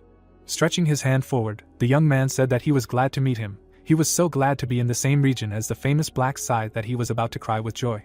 Standing in front of the hero, he added that he should wait a little. They would talk like a Korean to a Korean, yes. Raising her hand up, the girl said that he should look. She even put away her weapon. She did not even want to fight him. Stretching his hand to the side, the player said that he surrendered, to which the people responded in kind. Looking straight ahead, the angel asked what they were doing. Giving up. The humans just said they were giving up, to which the other replied that they had made such a wonderful game uninteresting. The girl opened her eyes wide and said that they were warning. They would blow up the heads of those who decided to give up from now on. The players looked scared, hearing that if their head exploded, then they shouldn't even count on being resurrected. They understood. A bow appeared in the girl's hand. Frowning, the guy said that there were 8 of them. Maybe they could win. Looking straight ahead, the hero thought that they were more afraid of angels than him. It seemed like they wanted to attack at the same time. Smiling, he added that no matter how many ants there were, they were still just ants. The players prepared for battle. It was heard that this bastard was laughing at them. The higher the level, the calmer he felt. Yes, they were also the best in the ranking of their regions. They rushed forward, shouting that they were attacking. The protagonist suddenly jumped forward. He swung his scythe. The blow flew at the players. People froze in amazement. Alex deftly attacked the players. A glow appeared around him. The angels watched silently. Putting her hand to her face, the girl said that she did not think that everything would end so easily. This is the end. Looking straight ahead, Monica said what it means. Olivia, responsible for the black scythe, to which she was told that from now on they should address her as a ruler. Frowning, the girl shouted. Olivia crossed her arms, listening to the fact that she knew that this is how it will end, to which she replied that well, she will allow it. Stretching her hand to the side, the angel shouted that this scumbag deceived them. She suggested this method because she knew that she would win. Monica gritted her teeth, hearing, well, it's obvious, to which she asked again. Olivia crossed her arms and said sure, she had suggested a game that was good for her, so what was the point? Looking straight at him, she added, and had she forced them to participate? No, she had agreed because they all thought it would be fun, so why was she refusing now? Monica clenched her fist when she heard this, to which the girl asked, what, had she decided to hit her? Let him try if he had the courage. The girl gritted her teeth when she heard that angels would really start a fight right in front of people if the archangel found out if he was going to send them to a bucket of worms. Monica glared and said, a bucket of worms. Lowering her head, she added that she didn't want to go there at all. Looking at her, Olivia asked, well, so what, we'll attack. It means she is now the ruler, as she said, for some time she entrusts the position of angel of the United Region to her. Monica extended her hand and asked what until when, to which the girl replied that until her mood improved, that it was worth it. Why was she not hurrying? Rushing forward, the angel asked why she even agreed to such a bet. Looking at her, people heard that as they saw, the representative of the United Region was elected. The hero held a weapon in his hands. A notification appeared that the player Black Scythe became the new representative of the region. The players were standing in the arena. A thought appeared that he knew that Black Scythe would become a representative. Black Scythe is already at level 30, so he can give orders to anyone. It is better not to cross his path. Gritting her teeth, Monica said that well, since they have sorted this out, all that remains is to resurrect the dead players. She flapped her wing. The players were lying on the ground. The guy exclaimed in fear. The girl lowered her head and asked how this could happen, to which the player replied that he clearly remembered how his body was cut. Turning her head, the angel said that they were all killed by a black scythe, so he became the new representative of the region. Looking away, the guy asked what it meant that in the end everything turned out like this. Standing in the arena, people heard that they had a new representative of the region. She takes away the power of representatives from the resurrected people. The players lowered their heads, hearing that they should not be too upset. They can always regain the title of representative. Raising her hand up, Monica said that this is the end of the additional game. Now he will introduce them to the main task. A notification appeared in front of the players. Looking at it, the guy asked what, kill 300 orcs, and why the number of those who completed the task is so small, and another player added that it is every fourth. The angel gritted her teeth and asked why there were so many complaints. They were not satisfied with the number of players who had completed the task. Maybe she should make it even smaller. The guys turned their heads to the side. Stretching her hand forward, the girl asked that they had easy tasks all this time. Wasn't that so? So this time they had prepared a more difficult task and reduced the number of those who would successfully complete it, but let them not hang their heads, to which the players replied that killing 300 orcs was really a difficult task. Closing her eyes, Monica said that let them try and understand how difficult it was. She would not tell them anything more. The young man looked at her in surprise and asked what kind of additional task it was, to which the man added that why the reward was hidden under question marks. Stretching her hand forward, the angel said that in this round, unlike the previous ones, an additional task was available, and as they could see, the reward was a secret. Frowning, the hero thought that suddenly it had become a secret. A glow appeared around the rune. The thought arose that in the 5th round the reward for completing the additional task was the balance rune. This is one of the 18 mandatory runes, and the reward for completing the additional task can only be received by one person in the region. A monster appeared. It was said that of course, since this is a task for the entire region, other players also have a chance to get it, but this task is much more difficult than the main one. Frowning, the hero thought that, in addition, even if the additional task is completed, there is a chance that the person does not meet the conditions for receiving the balance rune. Gritting her teeth, Monica said that in this round the additional task is to collect balance stones. If they collect 4 stones, they will immediately receive a reward, but only one person can receive the reward. The players looked scared, hearing that because there are only 4 balance stones in this region, to which the guy asked that if one person cannot find all 4 stones, then there will be no more chances to complete the additional task. Smiling, the girl said that everything was correct, but they should not worry, because they could steal the balance stones by killing other players. The guy looked at him in amazement, hearing that they could only be obtained by killing, to which the other added that it was the same as the title of the region's representative. Looking at the angel, the people heard that yes, of course, they could not steal other items. This only applied to the balance stones, and like in the last round, if a player was killed, he would not be resurrected. If he died, then death was final. Stretching out her hand forward, the girl said that she had told them everything they needed to know. Let them try to fight with all their might. Looking at her, the hero thought that this would be a bad end. Frowning, he added that for starters, he would kill 300 orcs as quickly as possible and set a record. After that, helping Julie would not be a problem. The players stood still. The protagonist walked forward. The people looked at him. The guys lowered their heads down. They heard that it was gone. He was so scared when he suddenly approached, his heart almost stopped. Putting his hand to his head, the guy asked what but where he was going, to which the player replied that he could, and they should go there. Frowning, the man asked that they were crazy, decided to go for the black side. They want him to use dominance on them, and if he will be his slave for the rest of his days. Stretching his hand forward, the guy said that this is clearly better than just standing in one place, especially since he is faster than all of them, which is why he always takes first place. The players lowered their heads down. Standing still, the young man asked what to do if they follow him, and he notices them, to which the player replied that they will simply stay as far away from him as possible. Looking to the side, the representative said that if they do not want to, then let them stay here, then he will go alone. He confidently walked forward. People looked at him. A crowd of people walked forward. It was heard that there was nothing to do, and they would go. The black side would show them the way. A small settlement of orcs appeared. The protagonist looked out from behind a tree.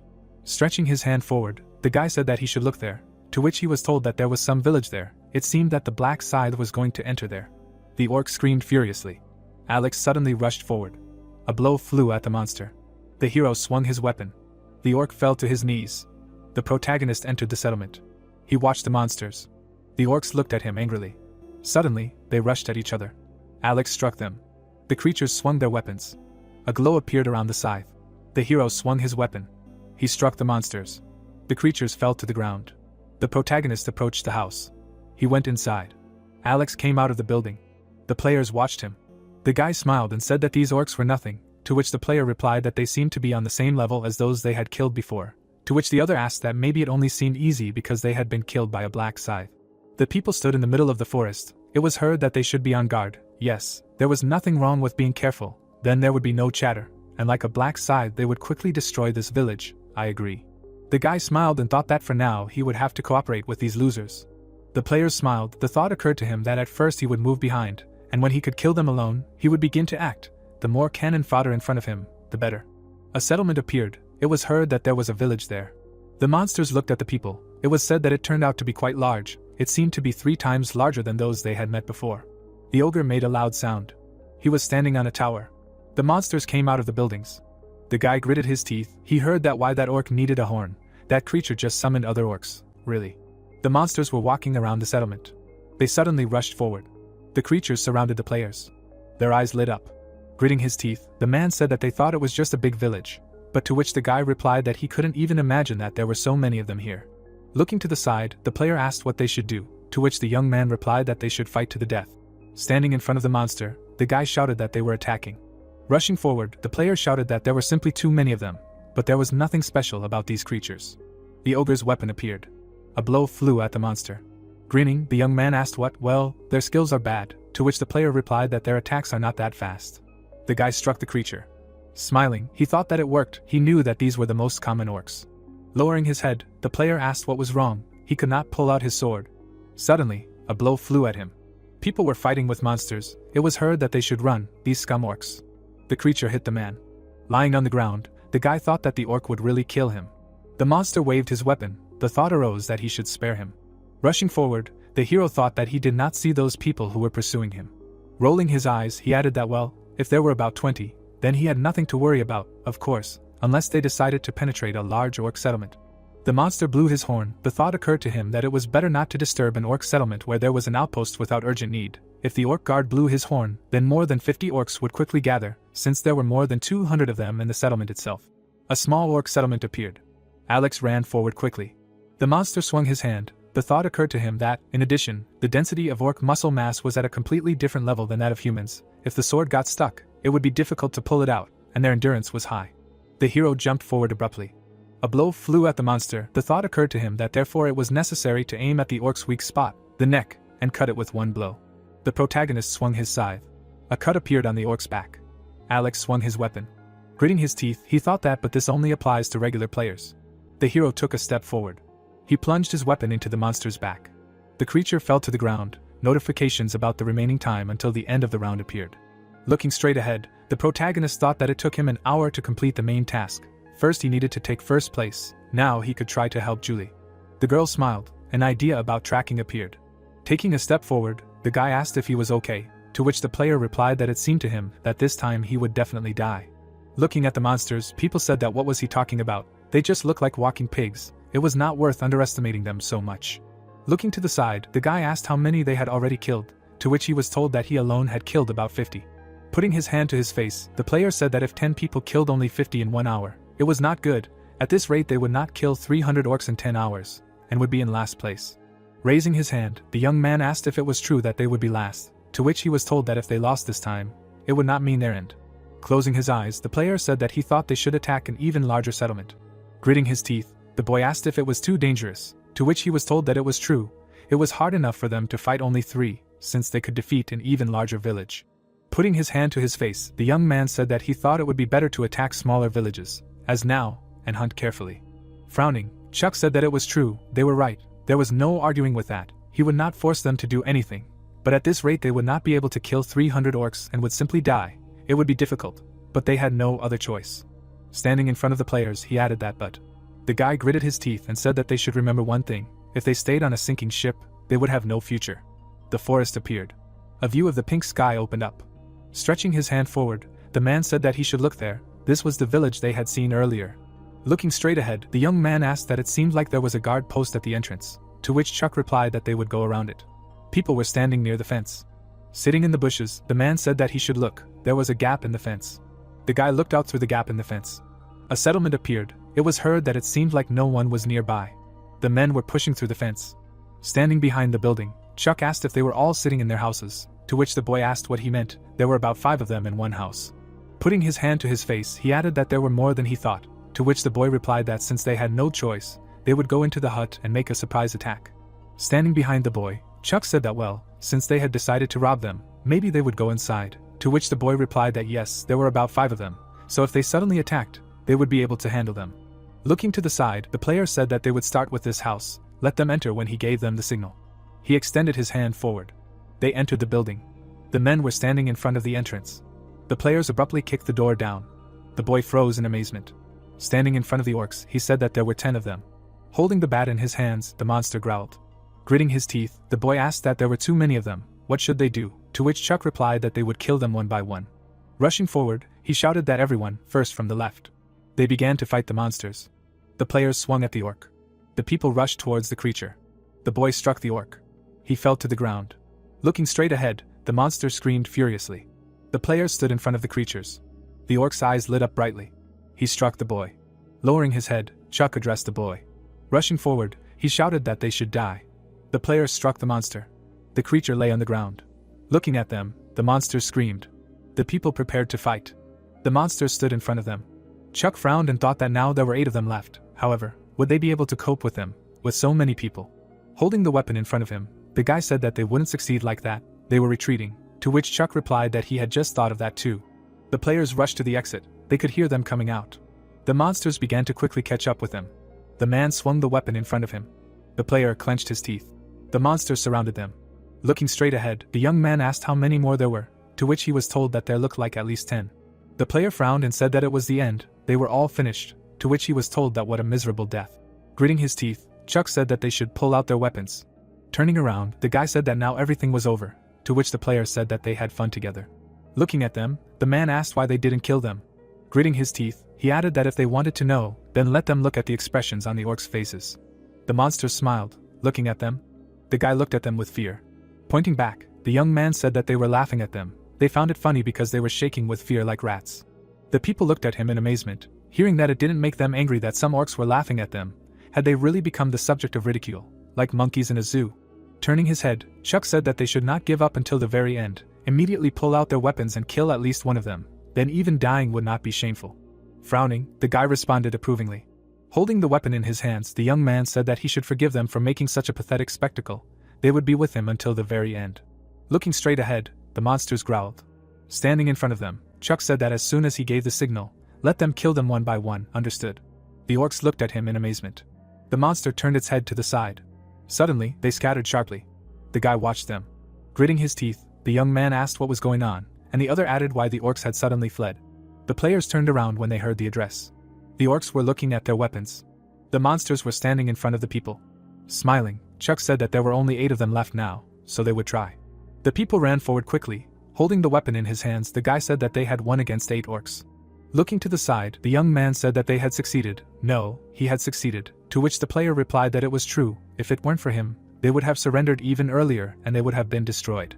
Chuck smiled and replied that they shouldn't talk nonsense. They had succeeded because they had fought tooth and nail. If it weren't for them, he would have been killed on the spot too. The guy grinned when he heard how his wounds were, to which he replied that it was hard, but he would hold out, he was fine. Sitting down, Chuck said that he should rest first and not move at all. They should lie down here too. He would go and find out if there was a way out. Raising his hand, the guy asked if it was dangerous, to which he replied that they should not worry about him and just wait quietly. Looking at him, the young man said that he should be careful. Standing around the corner, the player thought that it was strange why it was so quiet here. There were not even any tracks visible. He looked around. Gritting his teeth, the guy wondered what was there. He opened his eyes wide. A glow appeared near the monsters. Walking forward, the young man asked what the... Frowning, he added that who could have done such a thing. Looking at the hero, Chuck said that it was a man. The hero turned around, hearing his nickname, to which he thought that there was someone who came to the village first. The guy opened his eyes in amazement. The thought arose that the nickname was Chuck. The guy stood still. The thought came that this is the same Chuck, the king of mercenaries. Warriors with weapons pose. It is said that the mercenary is one of the classes of melee fighters, and like the warrior, he can use various types of weapons and has similar skills, but there is a difference. 2 characters hold each other's hands, shrouded in red magic. It is reported that he becomes stronger by concluding contracts with others, and because of this, most players of the mercenary class form squads with the same mercenaries or enter into a contract with the king of mercenaries. Chuck towered over the other players, and it was said that only the mercenary king is the only representative of the class, controls others with contracts, and mercenaries receive additional effects by entering into contracts with him. It was said that they have no reason not to enter into a contract with the king. Alex looked ahead and reasoned that Chuck, who was standing right in front of him, was the only mercenary king of his class. He thought that he could not even imagine that he would meet him in such a place. Chuck put his hand on his neck and, laughing, greeted the hero. The characters stood against the background of dead orcs and Alex asked if he knew him. Chuck raised his hand and answered that of course he knew. And is there anyone who does not know Black Scythe? A person who is in first place in the region. The king closed his eyes and thought that he did not think that he would meet a player from first place in the region here, and if he extended his hand to greet, he most likely would not like it. The hero looked at him with disdain and thought that this was not the one who could stab you in the back. Chuck looked at him attentively in response. Alex thought that after all, he somehow got the status of the mercenary king, but for this you need to have a good heart and leadership qualities. They looked at each other and Chuck asked about the orcs that were here. Did he kill them? The hero answered that it was so. The king looked at him animatedly and said that what a relief, and it was immediately obvious that he was in first place. Chuck bowed and thanked the hero for distracting the orcs and saving his life. Alex objected that he did not even know that he was here. The king straightened up and said that he knew and did not mean that. After all, he helped anyway. The guy threw his braid over his shoulder and said that everything was clear, and if they were finished then let him gather his colleagues and quickly leave here. And as for the orcs in the village, he killed them all, adding that they should not worry. Chuck looked at his interlocutor in surprise and asked how he knew that he had colleagues. The hero silently looked behind him, and he turned around. He saw the guys and asked them why they went out if he told them to wait. The guy put his weapon on his shoulder and explained that they were afraid that he would leave them alone. Chuck turned around and shouted at them, asking what kind of jokes these were and how he would leave them. Alex looked carefully and thought that apparently these four were mercenaries who had a contract with the king. The hero turned his gaze to Chuck and thought that apparently they began to worry about him, because he really was worthy of the title of the king of mercenaries and if he had such loyal colleagues. The young men were surprised and one of them asked if it was the black scythe, and the second asked what he was doing here. Alex stood there with his scythe thrown over his shoulder, asked again and said that he had come here to hunt. The guys laughed, saying what was clear to them. The second turned to the first, noting that he was completely slow-witted, because there were 100 dead orcs here. The hero looked at them and told them that if they were done, then let them leave, and thought that now that all the orcs were killed, a boss of medium difficulty would appear soon, and if they were involved in this, they could be in danger. One of the guys bowed and said that it was an honor for him to meet the hero, and the second put his hand to his temple, straightened up, said that he had accepted and that he was waiting for a new meeting with him. The guys turned around and walked away, followed by a wounded man leaning on another. The king bowed to Alex. One of the players stops another, and asks if he heard anything just now and asks to stop and listen. Chuck looked to the side and asked the hero what that sound was. Alex answered that it was a medium difficulty boss, asking to run away. The king asked again in confusion, and saw something to the side. A huge monster was heading their way. The players turned around, seeing the beast, exclaimed that it was an orc. A large creature with several eyes was moving towards them. He was approaching holding a sword in each hand. Alex calmly watched him and thought that here he was, the orc warrior, and that it was because of him that he did not leave the village, even after he killed all the orcs. He imagined an artifact blazing with green magic, and continued to reason that this was all because in order to get a reward for completing an additional task, he needed to kill him. The hero stared at him and thought that if he killed him and the remaining 3 bosses of the other villages, he would be able to complete the additional task. The orc warrior ran towards the heroes. The player holding the wounded one asked Chuck, noticing that this orc was clearly angry. The king was scared. He answered that he thought so. He screamed in horror for everyone to run away. The mad orc turned his attention to him. The monster swung at Chuck. The mercenary, without moving from his place, looked at the approaching blow. The orc delivered a crushing blow, illuminating everything around him with red color. The wounded Chuck was sitting next to the orc's weapon. He, wide-eyed, was shocked by what had happened. Suddenly, Alex hooked the king with his scythe and moved him to the side. He threw him to a safe place. The hero looked at the mercenary and asked why he stood rooted to the spot. Chuck sat on the ground and thanked the guy. The hero turned to the orc and told the king to back off if he didn't want to kick the bucket. The monster was running towards them as fast as he could. It was making furious noises. Alex swung his scythe, saying he would cut it. The hero struck the enemy in the leg. The creature growled ferociously. The monster swung one sword at Alex, who was pulling out his scythe. It hit the ground, missing its target. The hero watched as it tried to strike with the second sword. Alex dodged the blow with a jump. He turned to the side and said that there was no damage and that they could simply dodge it, and that was all. The monster clenched his teeth in anger. The black scythe prepared to attack, taking a stance. He jumped towards him. Attacking the orc, he exclaimed to him that he should stop grunting. Alex struck him, from which light flashed. The hero landed behind the monster. He swings his scythe until the orc sees him. The guy jumps over his shoulder, dealing damage again. The scythe's mark flies past the head of the ferocious orc. Once again, the monster raises his sword up. He misses the target again and again. The hero dodges each blow. Alex looked at him and thought that he had a thick neck, and that's why even after 2 blows he didn't die. He leaps up over a pile of earth. The hero delivers a crushing blow to the orc. Alex pierced his neck, hanging on him. He pushes off him with his legs. The hero pulls the scythe out of the monster's head in midair. He cuts his head. The guy, flying above the orc's head, delivers another blow. The beast's head flies off his shoulders. The hero lands on the falling, headless body of the monster. He stands against the background of the red moon and looks ahead. Notifications pop up that the orc warrior has been defeated and that he has received points and gold. The players looked at the black scythe standing on the defeated monster. They asked in surprise whether he had killed him, such a huge orc. Alex climbed down from the body of the beast. He looked at his feet and stepped on the ground. A notification popped up that he had received Wanditito, the heart of an orc, a blue low-rank magic stone and a balance stone, and the progress of the additional quest was shown. Alex looked at the card and thought that he knew it was much more profitable to kill one boss than all sorts of mobs, and besides, a lot of good loot fell from it. A message appeared about Wanditito, the effect of which was that with each hit on the enemy, 5% was added to the attack speed. The hero thought that if he judged only by the damage, it was higher than that of the scythe, which meant that he could sell it for a high price later. He thought about the orc's heart too, imagining what it looked like, thinking that someone might think it was disgusting and throw it away, but The orc's heart notification said it was a hard red stone. Alex imagined his scythe and thought that if he kept it, he wouldn't regret it, because it was a unique item that could be combined with weapons. Chuck and the guys ran towards the hero and exclaimed that he was grateful that he had killed this monster. He added that the guy had saved his and his comrades' lives with this. He asked about maybe he knew that the monster would appear. The hero lowered his head and thought that it would be better not to go into details and said that in other settlements, after killing orcs, a boss of medium difficulty would appear. The king raised his palm and asked if that was why he told them to leave here quickly. The young man in the background was thinking about what a good person he was. The hero replied that since he had sorted everything out, it was time for him to go. He turned around. The players bowed after him, with words of gratitude and said goodbye to him. The guys turned around and some of them raised their hands at the king's words that it was time for them to go, that they still had a hunt ahead of them. One of the players fell to his knees and the king exclaimed if he was okay. Manhwa was shaking, sitting on his knees and telling Chuck that he was not feeling well and that he could not take it anymore. The king spread his hands and asked what he was talking about, because just recently everything was okay. The exhausted guy looked up and replied that he was worried that Chuck would be worried back then, but now he was at his limit. The king looked at him with pity and told him to try to be patient anyway, because if he wanted to survive in reality, he would have to hold out for the rest of the time. Manhwa replied that Chuck himself knew that if he didn't kill 300 orcs, none of this mattered. He asked to just leave him and go, because he couldn't become a burden to him and the others. The mercenary king bowed his head and said that no, there was probably some way. After thinking about it, he suggested catching the orcs, and he would just stab them. The guy held his wounded shoulder and replied that then they wouldn't be able to hunt, and even if they caught 300 orcs, he wouldn't be able to hold out for the rest of the time.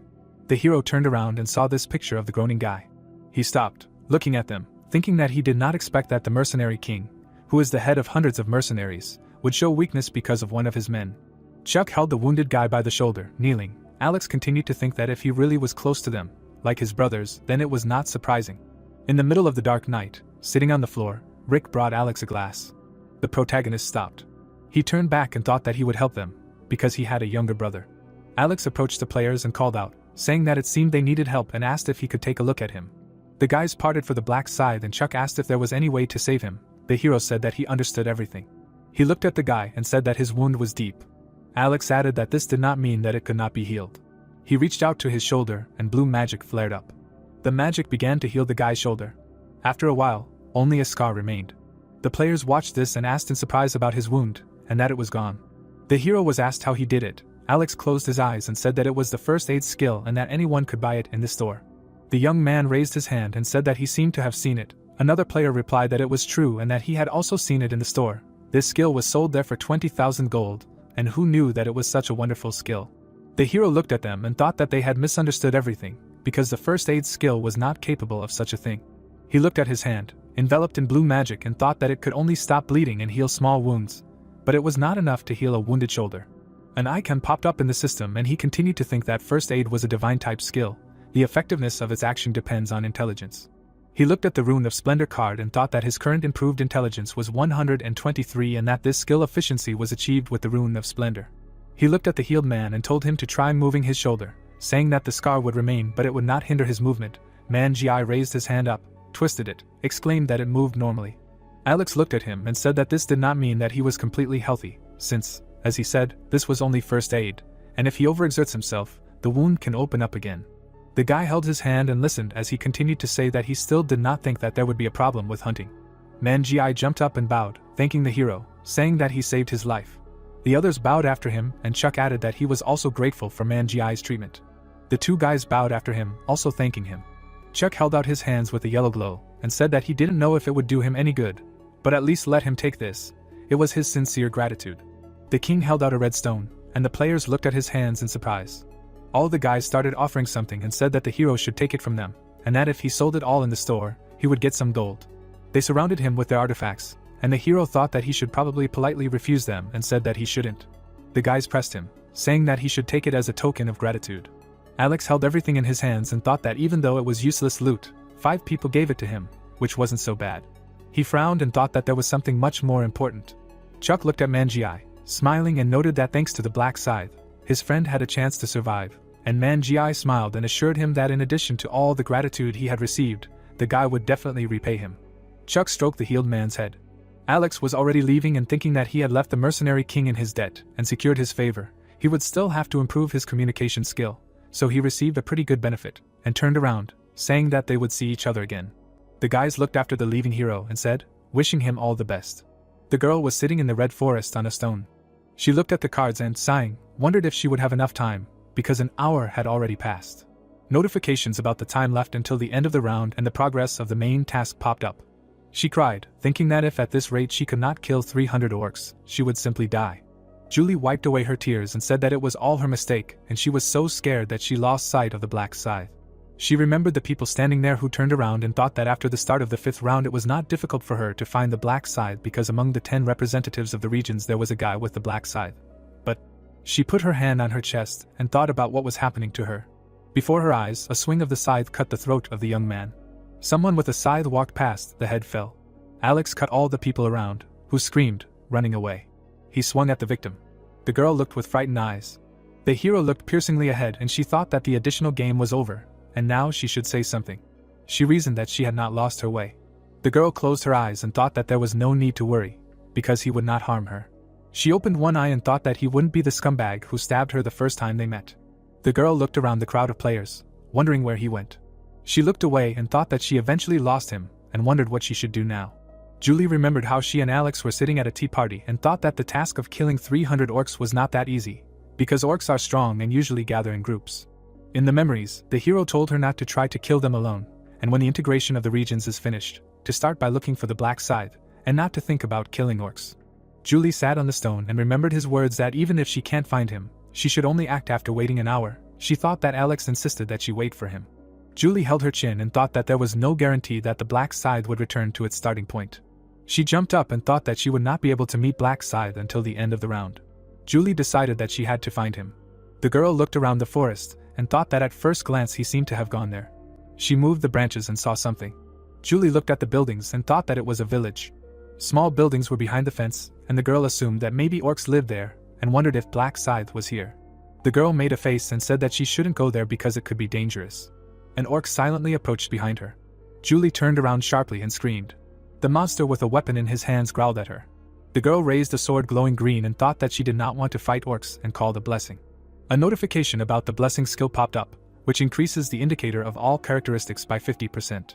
The orc swung at her furiously and Julie thought that she was lucky in two things. The first was that she only had one opponent. The monster attacked the target. The girl continued that the second was that she knew their weak spot. Julie ducked and the blow missed. She thought about how he told her that she needed to hit the neck, since there was a lot of muscle in other places. But the problem was the accuracy rate of hits. She looked resolutely at the enemy and admitted that if she made a mistake and hit somewhere else, he would counterattack. The girl attacked the monster, thinking that because of the incredible muscles, it would be difficult to break through them, so she needed to be fast and accurate. The sword flew straight at the enemy's neck. The orc quickly dodged the blow. Julie realized that she missed, hitting his shoulder. There was anger in her eyes. She saw that he dodged. Blood spurted from the shoulder of the ferocious monster. The girl looked to the side and realized how good it was that the sword had not gotten stuck in him due to the quick attack. The monster growled and continued to attack the heroine, but she dodged the blows time after time. In the heat of another attack, Julie decisively counterattacked the monster. She stabbed him with her sword, realizing that the moment had come. The orc grabbed his cut neck. The girl watched, finishing the blow, thinking that the attack worked well. She dealt him a few more blows to that area, realizing that there was still a little left. The monster's neck was covered in multiple wounds. He fell dead at her feet. Julie held the sword and thought that she had succeeded. The girl smiled and realized that she had defeated the orc in a one-on-one fight. She turned around questioningly, seeing someone. Black Scythe was approaching her, holding his hand in his pocket. Julie rubbed her eyes and did not believe whether she was imagining things or not. He walked towards her, and she wondered if it was Alex in front of her, the one she was looking for, who had come to her himself. He looked down as if he hadn't noticed her. The girl was surprised, wondering if he had just passed by. She thought that now was not the time for this and turned around, calling out to him. Alex turned around and asked again what was the matter. The girl clenched her fists and ordered him to join her. The guy looked down and asked again what she was talking about. Julie was embarrassed and hesitantly said about her squad. Black Scythe asked why she wanted to be in the same squad with him. She thought about it, looking at him carefully. Julie came up and offered to show him something. She raised her palm, shrouded in green magic and symbols, and pointed it towards the hero, who asked again what it was. The girl finished and explained that it was her buff skill, Blessing, that it lasted for 3 hours and increased all stats by 50%. Alex put the scythe on his shoulder and looked at the card. He looked up at her and said that he checked and it seemed like it. The girl asked if that answered his question. Her buff could be a big help in hunting. The guy looked at him carefully and asked that if he wanted to get this buff, he should join her squad. The girl agreed, saying that to be more precise, he should help her with hunting. The guy looked at him with distrust and replied that he didn't even know. Julie put her hand on her chest and listened as he said that now he had power in the region, so he could take her with him as an assistant. The girl clenched her teeth and screamed. He turned to her and asked her to promise not to stab him in the back. She clenched her fists, smiled and replied that of course. Alex extended his hand and agreed, saying that this time he would trust her. He held her hand and introduced himself, saying that he was Black Scythe, level 32, specifically Reaper. The girl replied that her name was Democracy, she was level 13 and her specialty was support. The guy raised his palm and said that she was saying that she needed help, but at the same time she had dealt with the orc pretty well. The girl smiled and admitted that it was her first time trying to kill him. The hero indignantly asked that 1.5 hours had already passed, and she had killed the orc for the first time. Democracy laughed and replied that it was like this. The girl listened to him with hope in her eyes. He said that it meant they couldn't waste time, he would help her kill them quickly. The girl agreed and asked how. The heroes wandered through the forest one after another. Alex discontentedly told her not to trudge behind, but to come closer, because if she was far away, he would not be able to protect her. The girl heard him.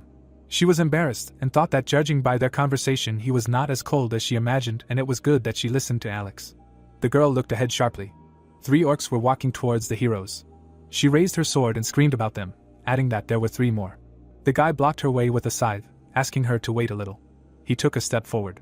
The black scythe attacked the monsters in a jump. He swung his scythe and flew at them quickly. The guy spun around his axis and left them all without legs with one blow. The monsters growled furiously, looking at their feet. One of them suddenly noticed something. The hero was flying at him with a second attack. He cut off this creature's hand. Then he struck again, cutting off the second. Julie watched what was happening with her eyes wide open. Jake finished, looked around at the dismembered orcs. He raised his hand and ordered to kill them now. Alex looked at the girl and asked why she was standing there. She looked at the monster and thought that she should be careful just in case. Julie stabbed the monster in the neck with her blade. She looked at the notification with a puzzled look, which said that she killed the orc and received experience points and gold. Looking up, Julie thought that it was too easy. She thought that it would be risky, and killing orcs was very easy. The girl's gaze fell on the protagonist's face, and she noted that he was really very strong. Turning around, Alex suggested that she go further, since she had killed them all, to which he replied that she had not finished off 2 yet.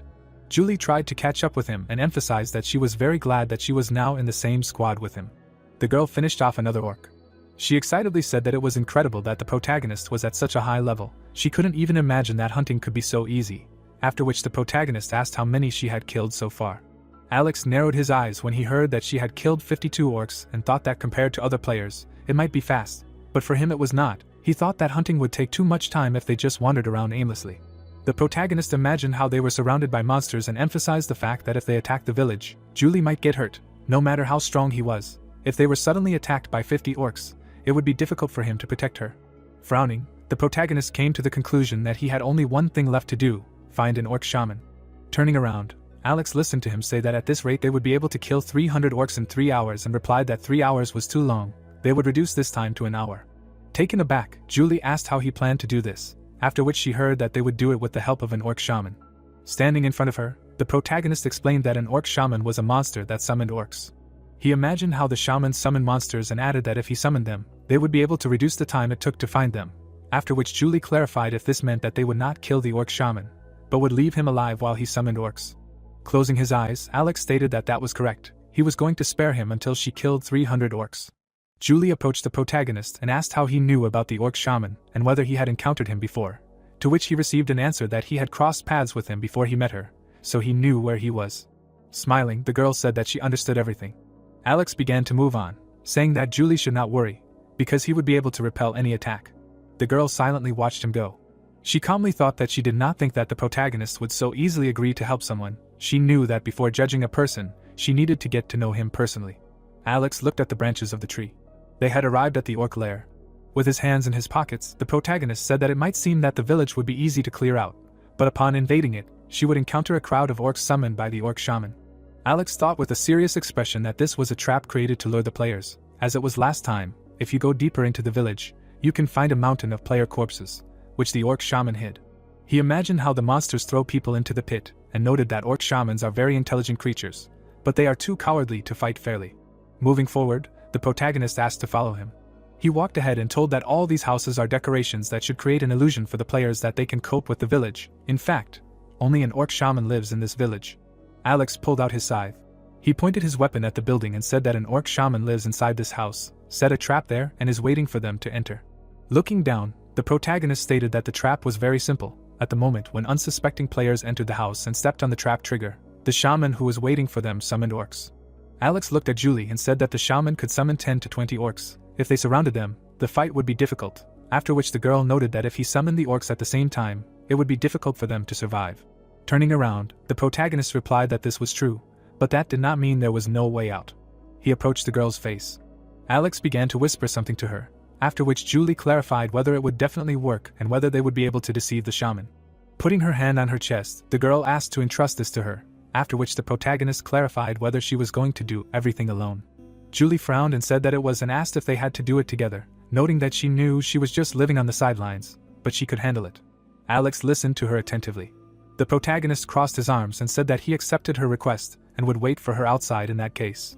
The girl moved towards the entrance of the building. She opened the door. A dark corridor appeared in front of her. Holding her sword in front of her, Julie began to move along the corridor. She was suddenly taken aback. Entering the room, she noticed that there was a red carpet on the floor. Frowning, the girl emphasized the fact that this was the trap trigger that Alex had spoken of, now the most important thing. She remembered the protagonist whispering in her ear that an orc shaman was hiding inside. If she walked along the corridor, she would see a room with a red carpet. As soon as she stepped on it, orcs would be summoned and block the escape route. Julie suddenly turned around and remembered the words that she would just walk to the carpet and then go outside. Then the orc shaman, who would think that he had missed his dinner, would send some scouts after her, and they would just kill them. Frowning, the girl stated that it was just a task. She took a step towards the carpet and thought that if she just let it be known that she had come, and then ran away. Suddenly, the orc shaman appeared in front of her. His eyes were shining brightly. Julie turned around and began to run. She slammed the door behind her. Sighing, the girl said that there was nothing to worry about, she was just worrying for nothing. Descending the stairs, Julie stated that she was fine. As they planned, she reached the carpet and left. Turning around, the girl asked if the orc shaman would send scouts. The door suddenly opened. The orcs came out into the street. They turned towards the voice that asked who they were looking for. Alex rushed at them, saying that he was there. He had destroyed all the monsters around him. The corpses of the monsters lay on the ground. Julie looked out from behind the shelter when she heard the protagonist say that they could go out. The torch on the pole was burning.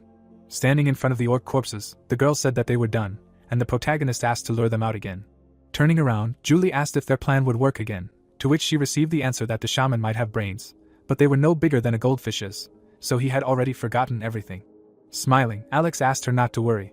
The girl accepted his request with a satisfied look. There were many orc corpses lying around them. The girl stood next to him and said that she had killed 300 orcs, to which she received the answer that it had taken exactly an hour. Closing her eyes, Julie said that thanks to him, she was able to quickly and easily complete the hunt. She was very grateful to him. Looking at her, Alex listened to her that she was currently at level 19, after which he told her that if she earned another 10,000 points, she would be able to increase her rank. The protagonist imagined how the girl was enveloped in a green aura and thought that with an increase in rank, new skills are unlocked, and the existing ones are also improved, so he will only benefit from this. And he also needs an enhanced buff so that he can set a record during the battle with the final boss.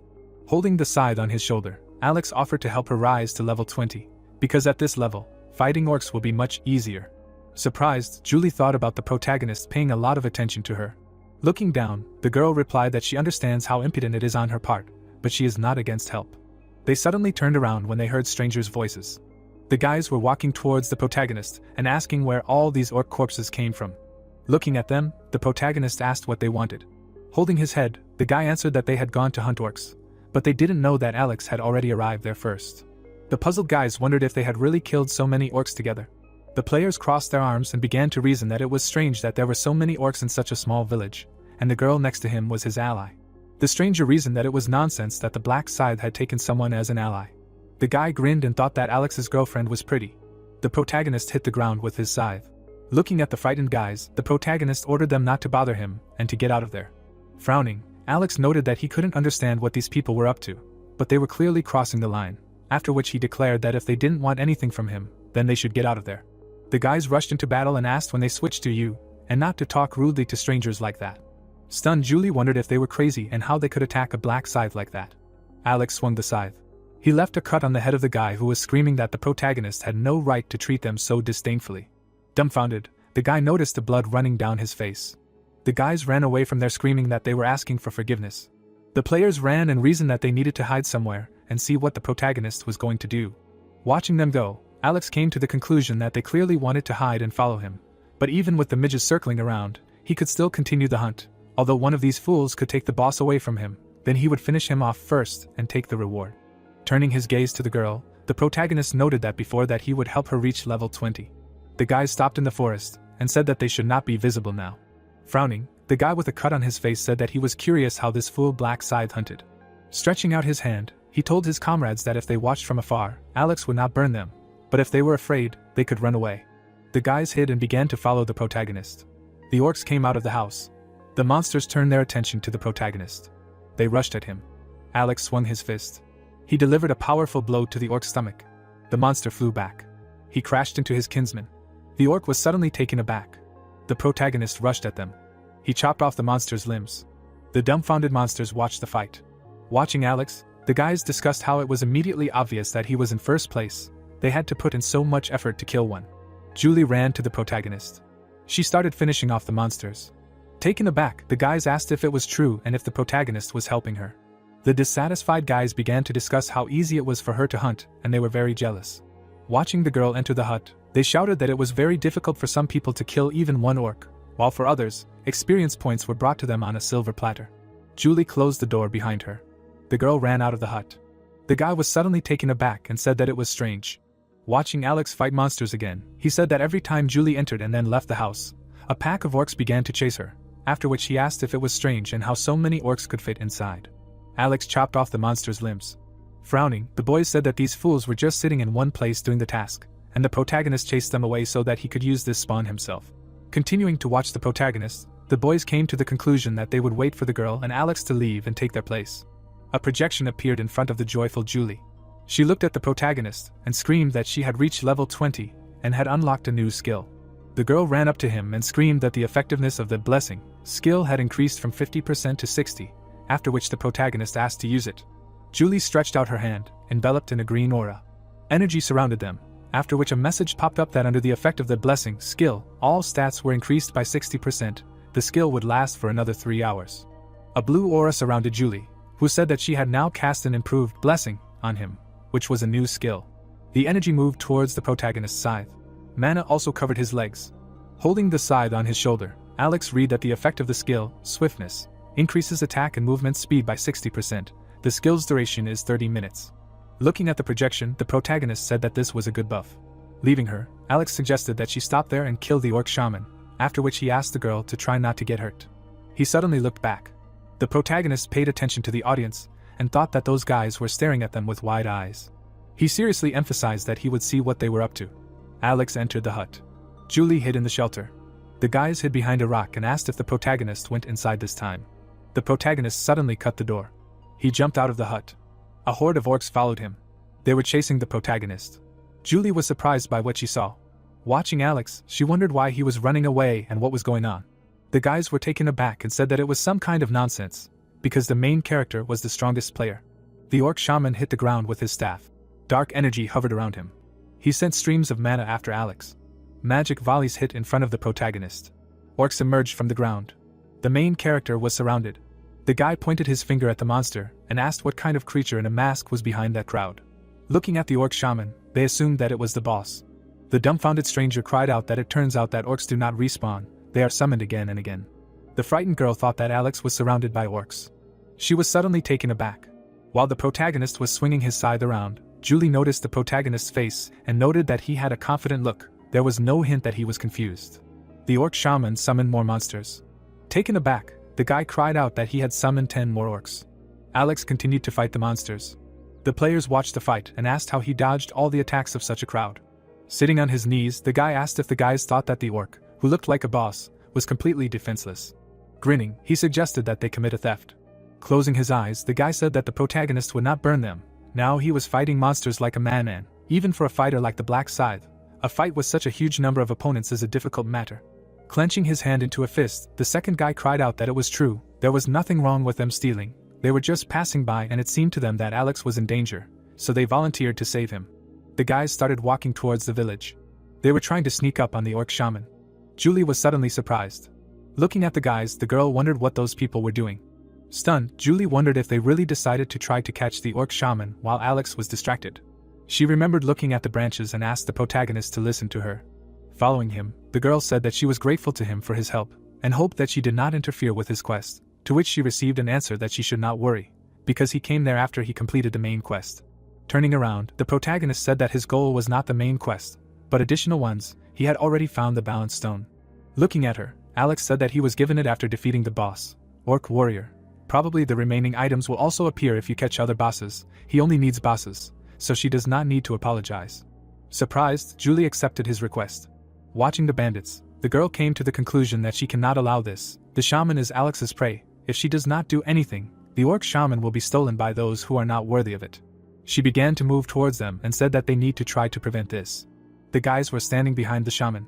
Dark energy suddenly surrounded the area around them. The guys were surprised. The guy covered the mouth of his comrade, who began to scream. They were scared.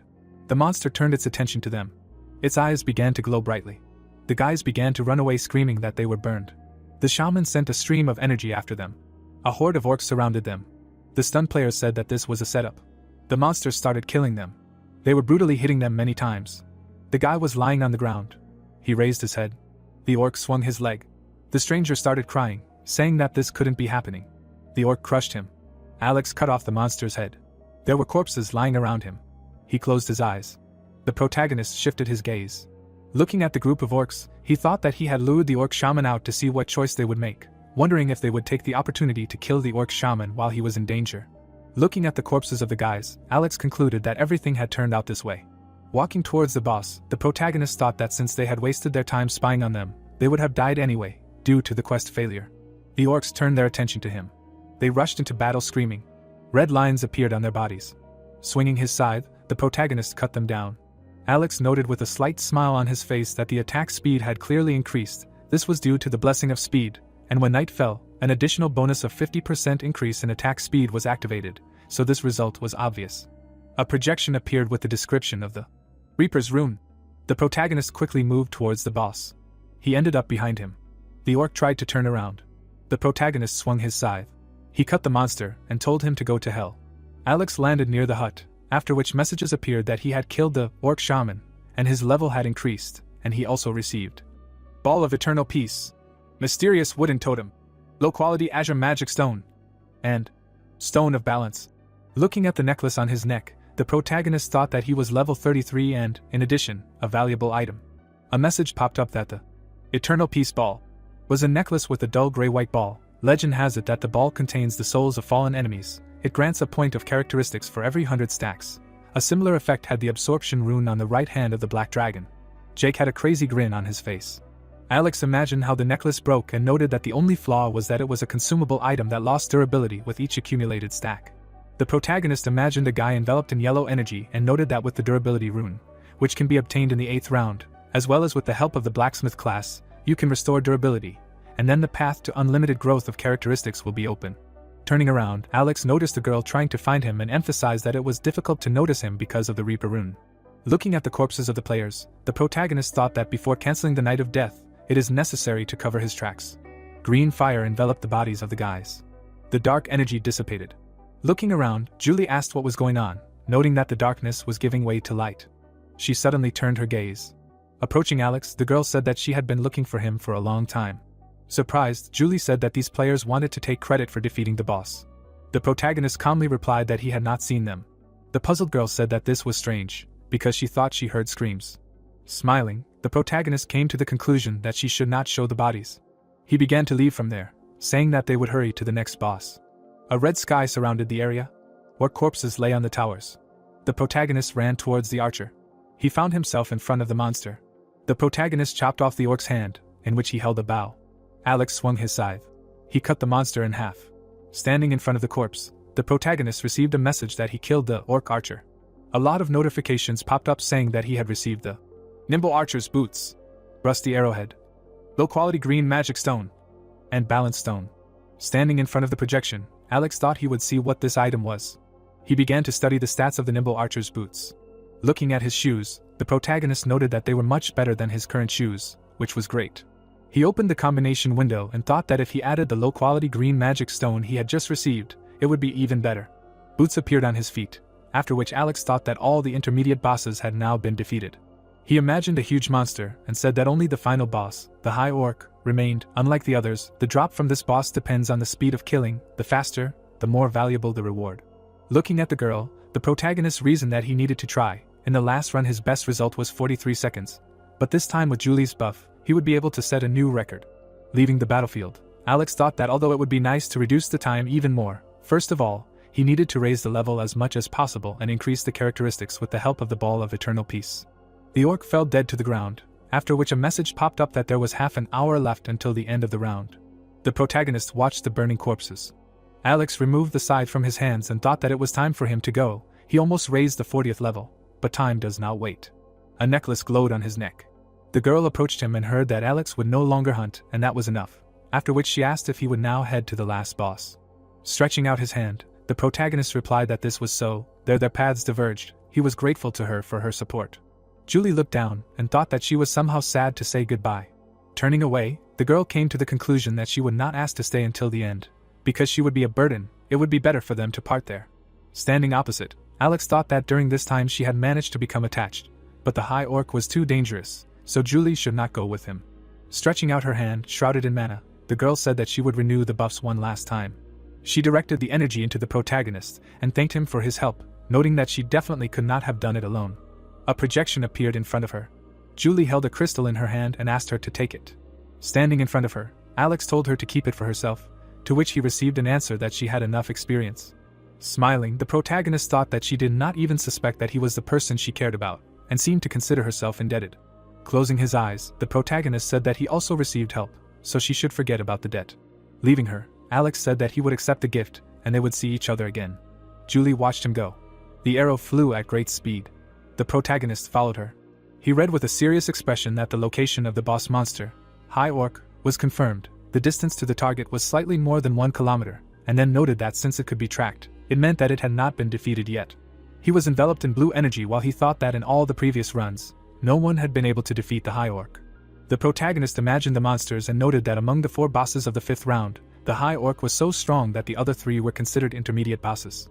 Alex imagined the battle with the final boss and emphasized the fact that only 100 level 20 players willing to sacrifice their lives could cope with it. An ordinary player was not up to it. Moving through the forest, Alex added that even he died 4 times trying to defeat it, and set a record of 43 seconds. He began jumping from tree to tree when he read 300 meters left to the target. The protagonist pushed off from a tree branch. The protagonist saw a huge boss. He was surprised. His gaze fell on the dead guy. The orc was fighting the guys. The monster lifted the victim up. The guy sat on the ground in fear, wondering what was happening here, how everything turned out like this. Everything was fine just now. He stood in front of the guys in the forest, saying that the orcs go in groups. Why don't they unite? They need to hunt together. Putting his hand to his chest, Nate said that they need to get acquainted. He is level 12, a warrior. Smiling, Brady replied that they are the same level. Nice to meet you, he is a hunter. Peter scratched the back of his head and said that he is level 13, a warrior, nickname, PYK. It is difficult to pronounce. He got confused and just wrote something.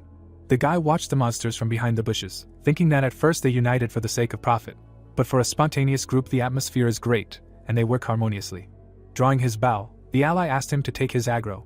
Nate approached the orc and shouted that he should watch this way, thinking that thanks to such coordinated work, clearing out a small orc settlement was easy.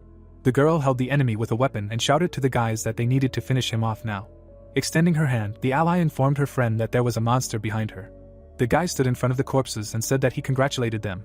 Everyone survived, thinking that after 6 hours of hunting, they were able to complete the main quest. Smiling, he asked the guys if it was worth hunting more. It was a pity to leave after all. Nate watched as the guys killed orcs, thinking that they continued hunting. Notifications popped up that the level had been increased, reaching 20th. The system reported that the rank had been increased from student to regular. The crafting function was now available, and the guy thought that in the end they had reached level 20 and were able to learn new skills. Brady stepped on his opponent's head and said that these orcs were now just meat for them. Turning around, Peter asked if they would attack a large settlement for the last time. A huge monster was walking behind the trees. Nate put his hand to his forehead and said that he had never seen anything like it. Could it really be the boss? Throwing the trident over her shoulder, the girl said that they should try to kill it, 5 of them should be able to handle it. Smiling, the guy asked if they would divide the loot equally, to which his friend agreed. The orc was walking behind the trees. He turned around with a scream. The roar deafened the surprised guys. Looking at the ferocious monster, Nate thought about the fact that they thought they had become stronger. The enemy pushed off the ground. The orc flew up above the girl. He quickly ran towards her. The monster swung its paw. The monster cut her body with its claws. The stranger sat behind him. She watched the approaching paw. The enemy crushed it. Brady stood in front of his opponent, scared. The orc grabbed him quickly. The monster was squeezing him with its paw.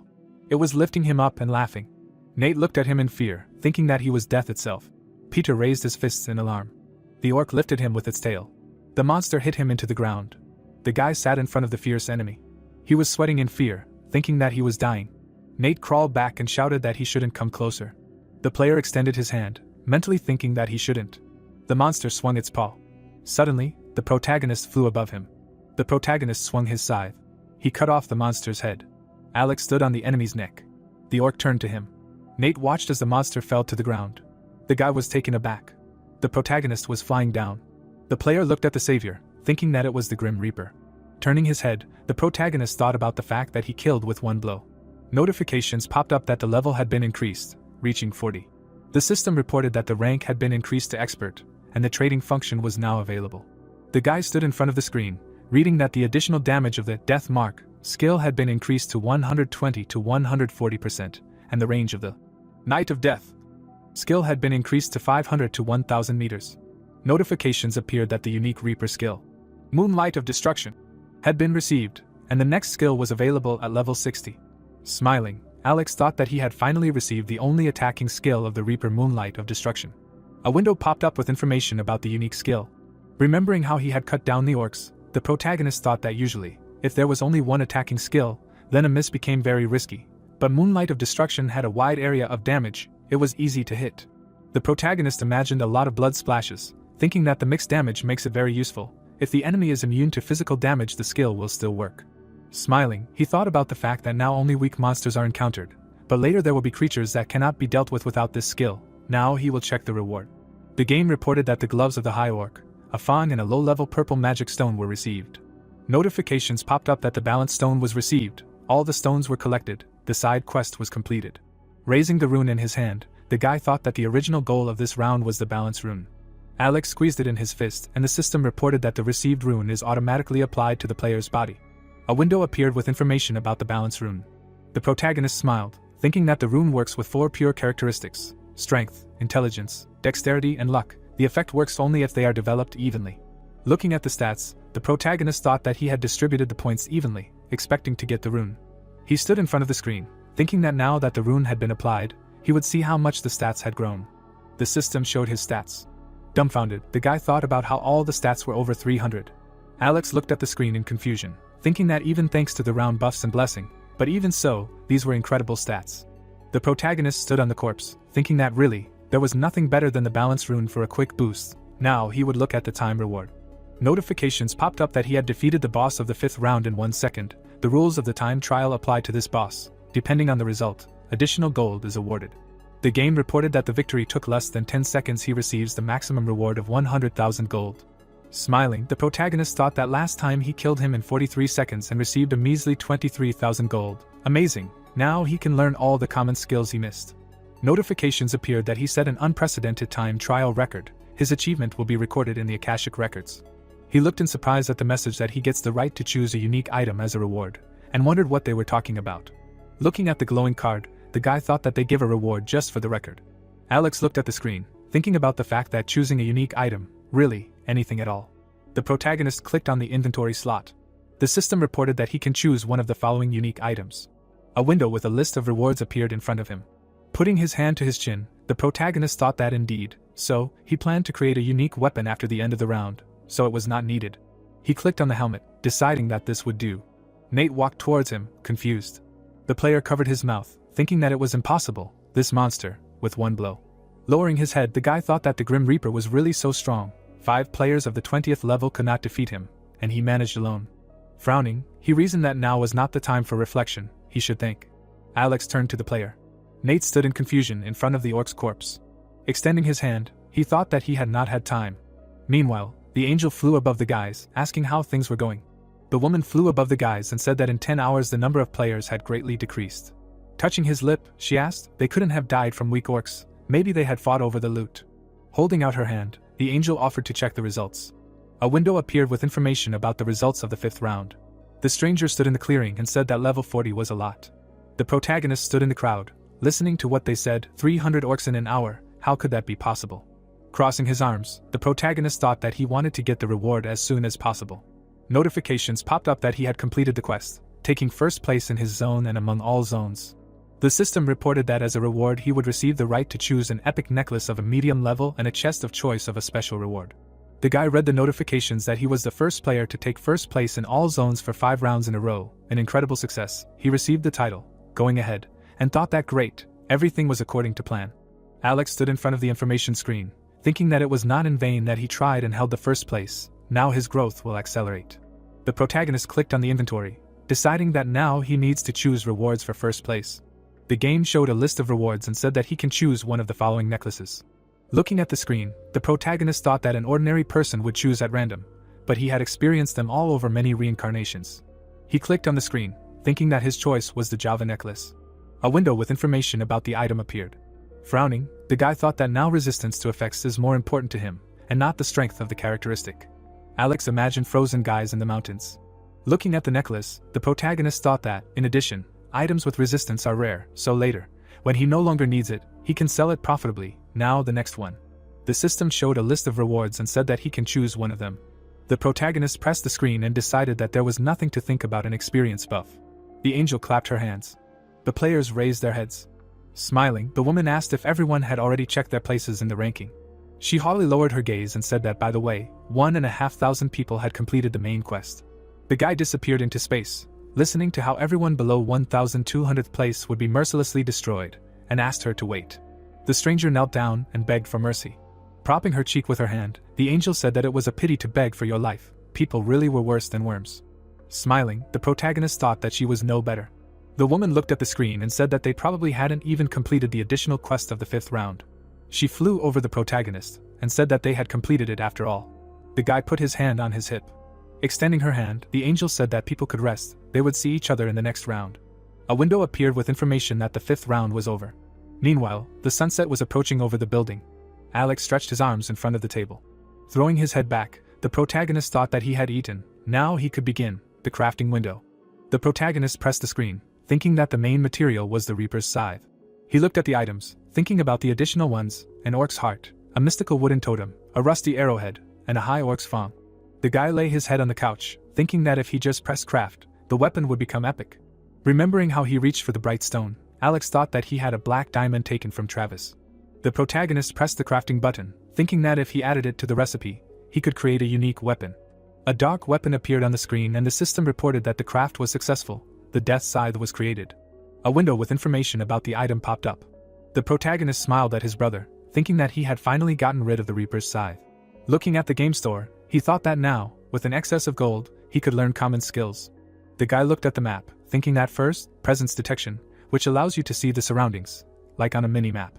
His eye began to glow and Alex thought that this was enhanced vision, going beyond human.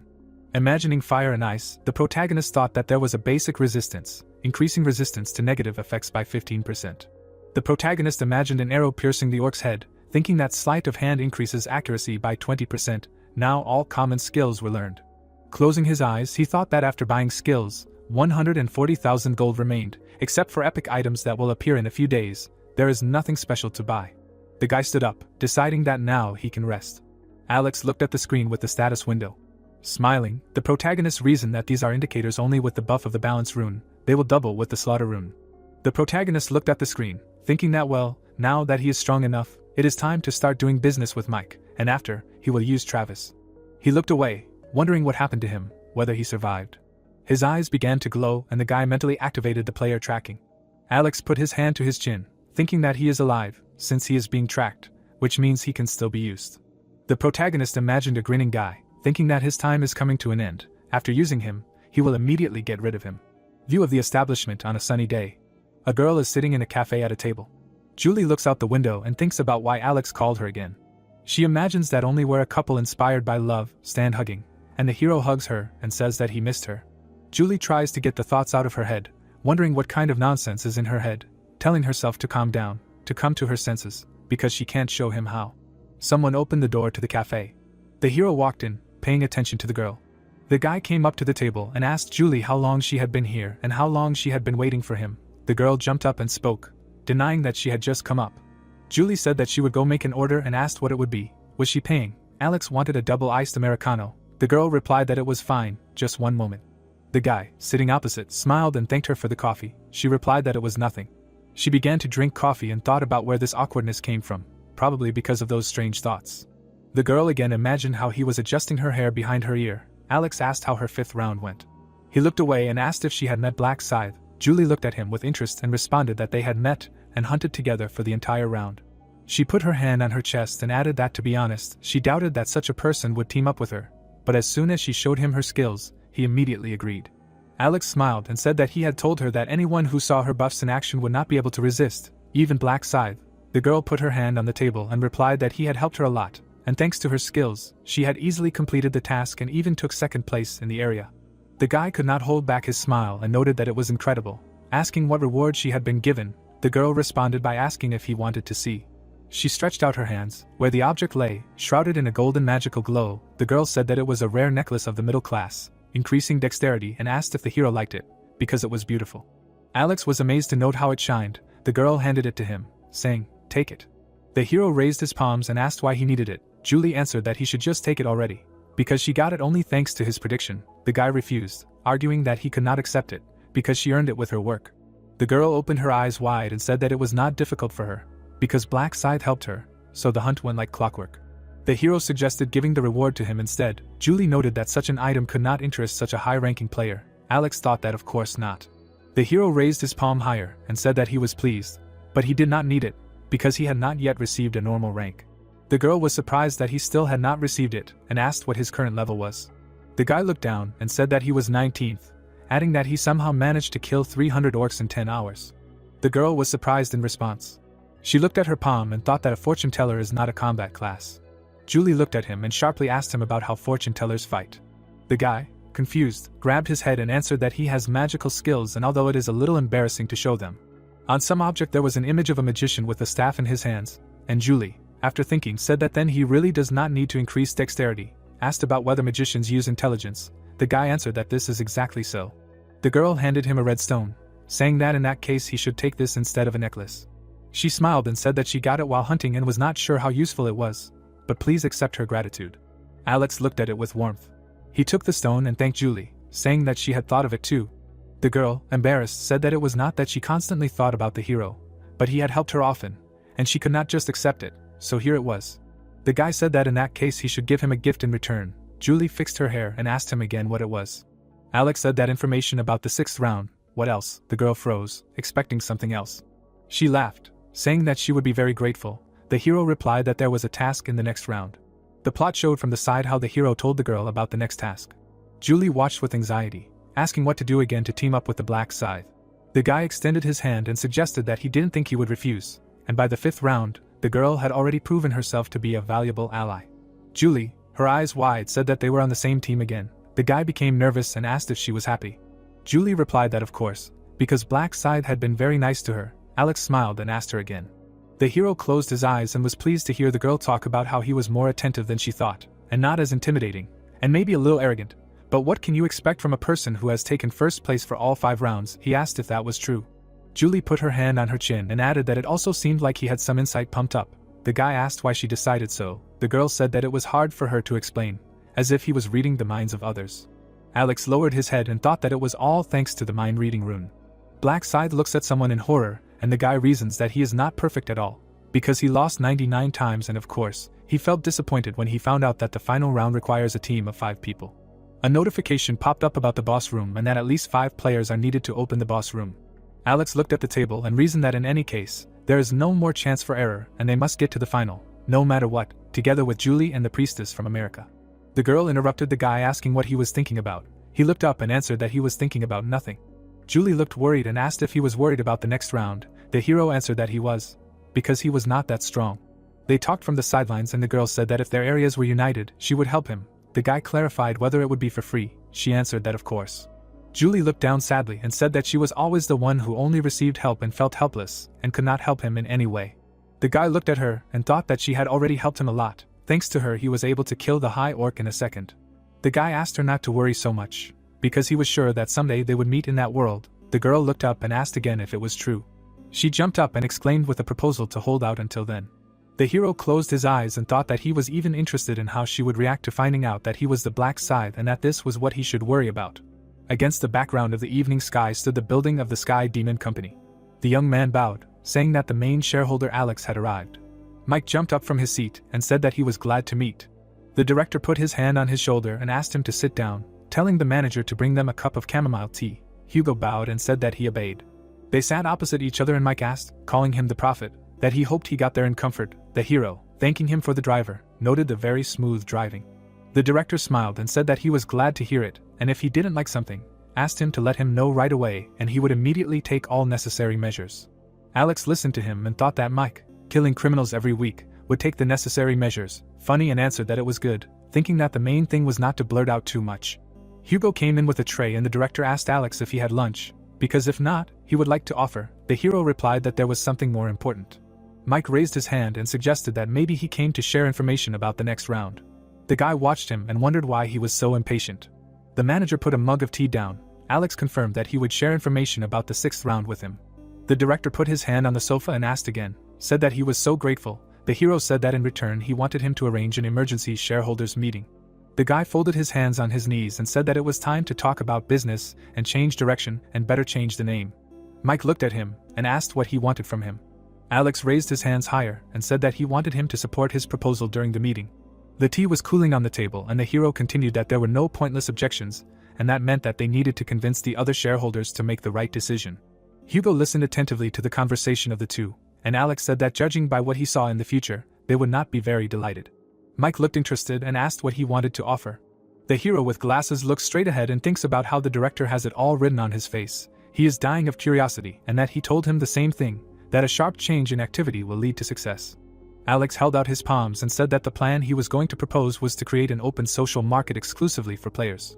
The director asked him if he was going to make an online store. The hero answered that everything was correct, but the only difference was that it would be open only to players and they would sell game items there, not regular goods. Hugo listened with interest, and the director clarified that it would be possible to sell and buy goods there for cash. Alex explained that they could allow players to decide for themselves whether to sell or exchange items when putting an item up for sale. Mike leaned forward and said that he understood the exchange and asked if players needed real money. The hero, gesturing, asked curiously about whether there were those who needed real money.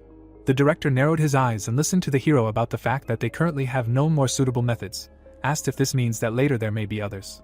Alex watched carefully, and thought that he knew that he was smart. He smiled and confidently said that everything was correct. He was able to look into the future, and saw that people above level 40 traded gold instead of cash. Mike asked him again about gold. It was depicted as a handshake of players flashed with a golden light. Hands put jewelry on the scales and the hero said that they had such an opportunity upon reaching level 40. This opportunity allows players to trade with each other using gold, and they, as an intermediary site, just have to create a system that will help them safely conclude a deal using gold. The guy smiled and added that of course they will be able to receive either gold or cash as payment. Mike crossed his arms and thought that an online store for players only sounded pretty good, and they had the advantage of being innovative, as no one had done this before, and if they succeeded they could monopolize the space. The CEO stuck out his hand and asked if people would really use the store if they opened it. The hero replied that they were now at round 5 and the players had already accumulated enough items. Alex continued to say resolutely that Mike knew that items dropped by monsters couldn't be sold in the store, and he was probably wondering what to do about it. Depicted player scratching his head and unable to choose something in the card. Alex continued to say that most players have already reached level 20 and received the ability to combine items, so all players will try to create different combinations, and asked what if there is an online store where you can easily buy these items. Mike scratched his chin and said that crowds of people will run there. The guy replied that now is the best time. The director took a mug of tea and thought that as the prophet said, if they manage to build the system correctly, they will be able to achieve incredible success, and as for traffic, they can provide it through positive articles. Mike drank tea and thought that it would be nice to create an application that players can easily use, and also an auction system, and if you allow registering goods without paying a commission. Alex thoughtfully watched and assumed that he liked his business idea, and since he is a prophet and can guarantee a good result, the director will not be able to refuse, and it is also beneficial for him. The hero imagined a pile of jewelry and artifacts and thought that if they monopolized the purchase of materials for creating combinations, the use of which is still unknown, then it will be possible to create not only items of unique and legendary rank, but also divine. Mike turned to him and said that they decided that the new sphere will be an online store, asking how he proposes to change the name of the company. Alex smiled and asked a counter question about whether he has any ideas. The director extended his hand and explained that now it does not matter what ideas he has. They can only follow the will of the prophet, and asked that isn't he their main shareholder. The hero laughed in response. He, smiling, said that since it will be a site for players, then how about player place? The mugs of tea were on the table and the partners continued their conversation. Mike noted that the name seemed good and to make it simpler, they could call the company PLPL. Alex said that was great and was curious how long it would take to create this system. The director suggested that if things went quickly, it would take about a month. The guy folded his arms and said that he meant after the 6th round. Hugo and Mike began to listen attentively to the hero about what he would say about the 6th round. The director leaned his elbows on his knees and came to the conclusion that they needed cooperation already at the 6th round. Mike lowered his head down and said that he took everything into account and thanked him for the information. The hero replied that you are welcome. The director looked down and thought about the fact that it was good that he had managed to lure the prophet to his side. Thanks to him, everything was going smoothly both in the real world and in the virtual one. Alex stood up from his chair. Mike said that in that case it was necessary to continue working on the business idea they had discussed, and they would hold an extraordinary meeting of shareholders in the near future to approve this proposal, and invited Alex, as the main shareholder, to personally come and explain this issue at the meeting. The director put his hand on his shoulder. The hero said that he did not mind, to which Mike replied that he would contact him as soon as the date of the meeting was approved. The director turned to the manager and told him to take the prophet home, and then stop by to see the actor to give him the information. Hugo accepted the order. Mike took Alex by the arm and invited him to come in. A few days later, the hero got out of bed with his phone. He was thinking about the fact that epic items should appear in the store today. He used the transition to the store on the card and clicked on today's items. Alex exclaimed, seeing the Wanderer's rags. The card of the Wanderer's rags opened, which spoke of torn, dirty clothes that can no longer be used. The hero thought about the fact that this armor has a bad defense indicator and increases the attack speed of movement. He selected the buy button, thinking about the fact that it is rare to find epic items for 20,000 gold.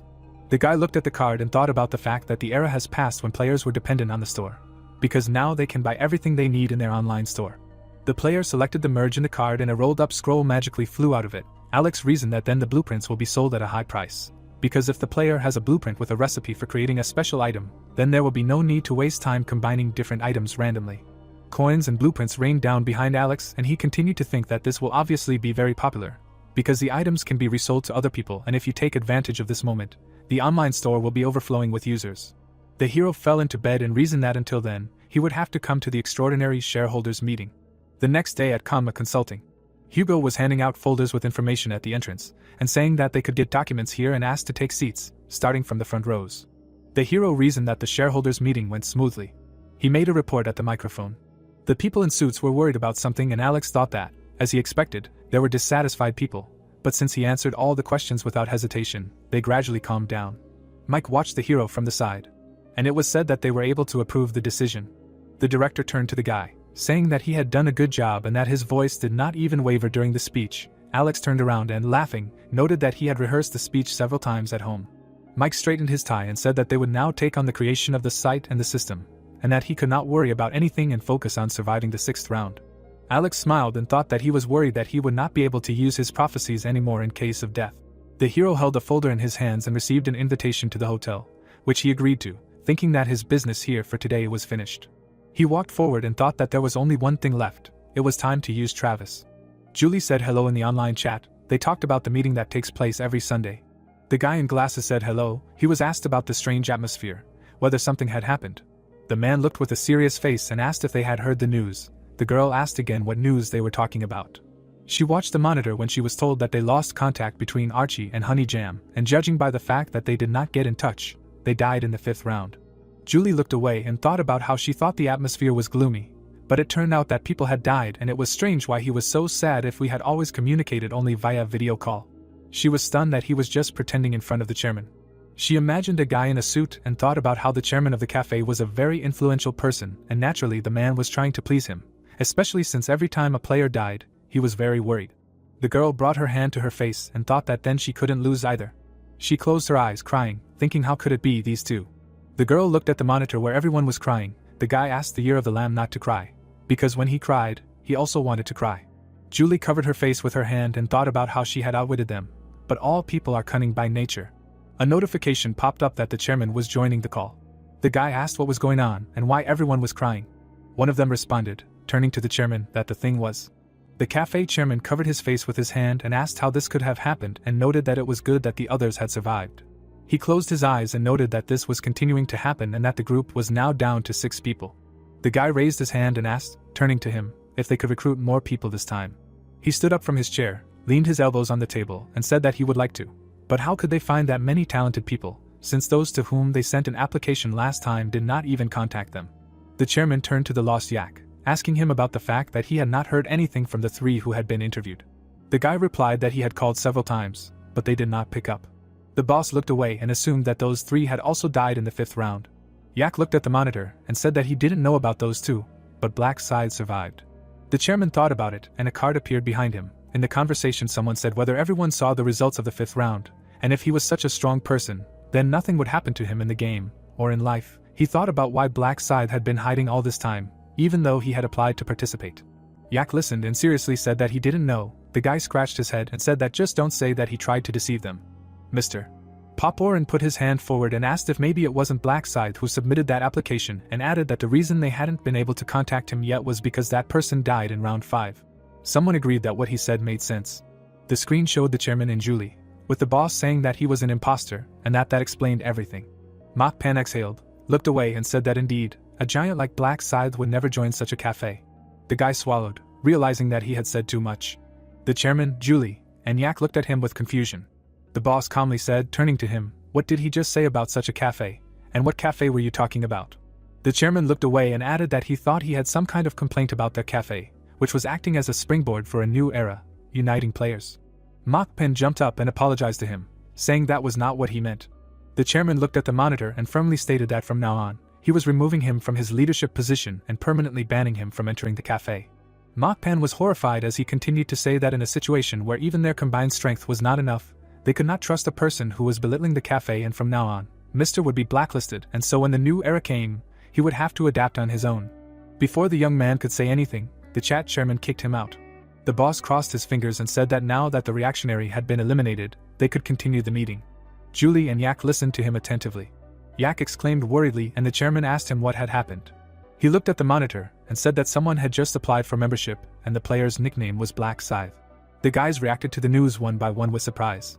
The boss clarified that Black Scythe had applied again. Yak stared at the computer and replied that it was true, but the real name was different from Black Scythe's last time, and this time the application was submitted by someone named Travis. The chairman put his elbows on the table and told them to visit him once, and even if it wasn't Black Scythe, they had no choice but to meet him. The monitor illuminated the keyboard and mouse, and someone continued that if they suddenly didn't meet Black Scythe this time, what should they do then? The chairman frowned and replied that in that case, he should pay a corresponding price for daring to make fun of them. Someone was sitting in a chair in front of the monitor. Alex, sprawled in the computer chair, was thinking about the fact that another person had appeared posing as Black Scythe, so the PCW executives wouldn't be able to sit still. He turned around, looking back and thinking that they would probably go to the candidate's house to meet with Black Scythe under the guise of an interview.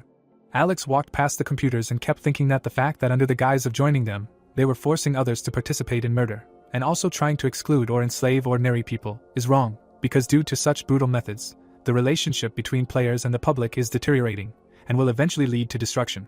The hooded hero looks and thinks that therefore he cannot sit back and watch, that it is better for him to kill the leaders who are the masterminds of the PCW, and use the organization. People listen to what the red silhouette of a man behind the hero tells them. He thinks that one day the PCW will grow into a big force that will have more than 30% of the players in their country, and therefore, instead of disbanding the organization, it is better to use it to control the numerous players. That is why he applied to join the PCW. The hero opened the door and thought that all that was left was to use Travis and remove the leaders. He took off his hood and added that all this was to take the place of the chairman. The bell rang when the door opened. The man was reading a newspaper when someone entered. A bag was thrown at the man and he said a greeting.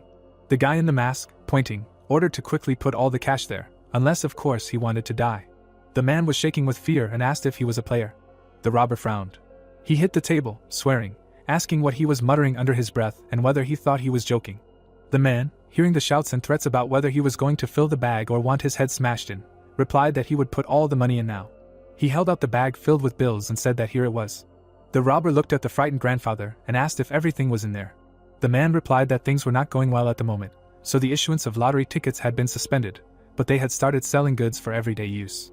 The hooligan leaned over the grandfather and asked if anyone had asked him about this, and in fact he knew perfectly well that he had some gold hidden in his pantry. He swung his fist at the man and shouted for him to bring it here quickly. The grandfather ran to the door and exclaimed that he was already coming. There was a bag of money on the table. The robber looked at it and thought that there was about 10 million won in it and thought that it was enough. The hooligan, leaving the establishment, shouted at the man that if he just tried to file a report, he would escape from the detention center and finish him off. The robber ran out into the street. He continued running through the streets. He took off his mask, exhaling. Travis looked at the bag and noted that he had a noble catch, and with that kind of money he could live for a whole month without denying himself anything. The young man looked down tensely. He thought that in the real world he could live peacefully, but in the other world, would he be able to survive the next round? Travis, holding the mask with a trembling hand, claimed that it was all because of that bastard Black Scythe. Because of him he lost his friends and his stats were below the baseboard. He got angry and waved his arms, shouting that it was all because of him, the bastard. Travis, scared, saw a jumping cat. He walked down the street and thought that Black Scythe, the villain, and if he just tried to catch his eye in the real world, he would split him into organs. The light in one window of the building went out. Travis went up the steps. He saw a man at his door. The villain asked who he was. The guy with the phone turned to him. The young man asked if he was Travis. The guy put the phone in his pocket and said that judging by his reaction, it really was him. The bully looked at him angrily and asked who he was, if he was a cop. The guy asked again what he called him. He laughed and asked if he had committed any crime. The young man put his hand on his chest and introduced himself, saying that his name was Lost Yak and that he was in charge of recruiting for the PCW, and that Travis had sent in an application to join their ranks that morning. The bully cursed, asking if he was trying to sell some kind of medicine and what kind of nonsense he was talking about. Yak asked if she was Mr. Black Scythe. Travis asked him about Scythe, if he was joking, asking what PCW was. Yak scratched his chin, apologized and said that he would go. The bully stopped him, demanding to know what he wanted. The guy turned around and informed that the name and address matched, which meant that someone had access to his personal information and decided to make a little joke. Travis got angry and asked again who this bastard was. Suddenly, a guy appeared in front of them, saying that it was him, using his name. The masked hero looked at him intently and said his name.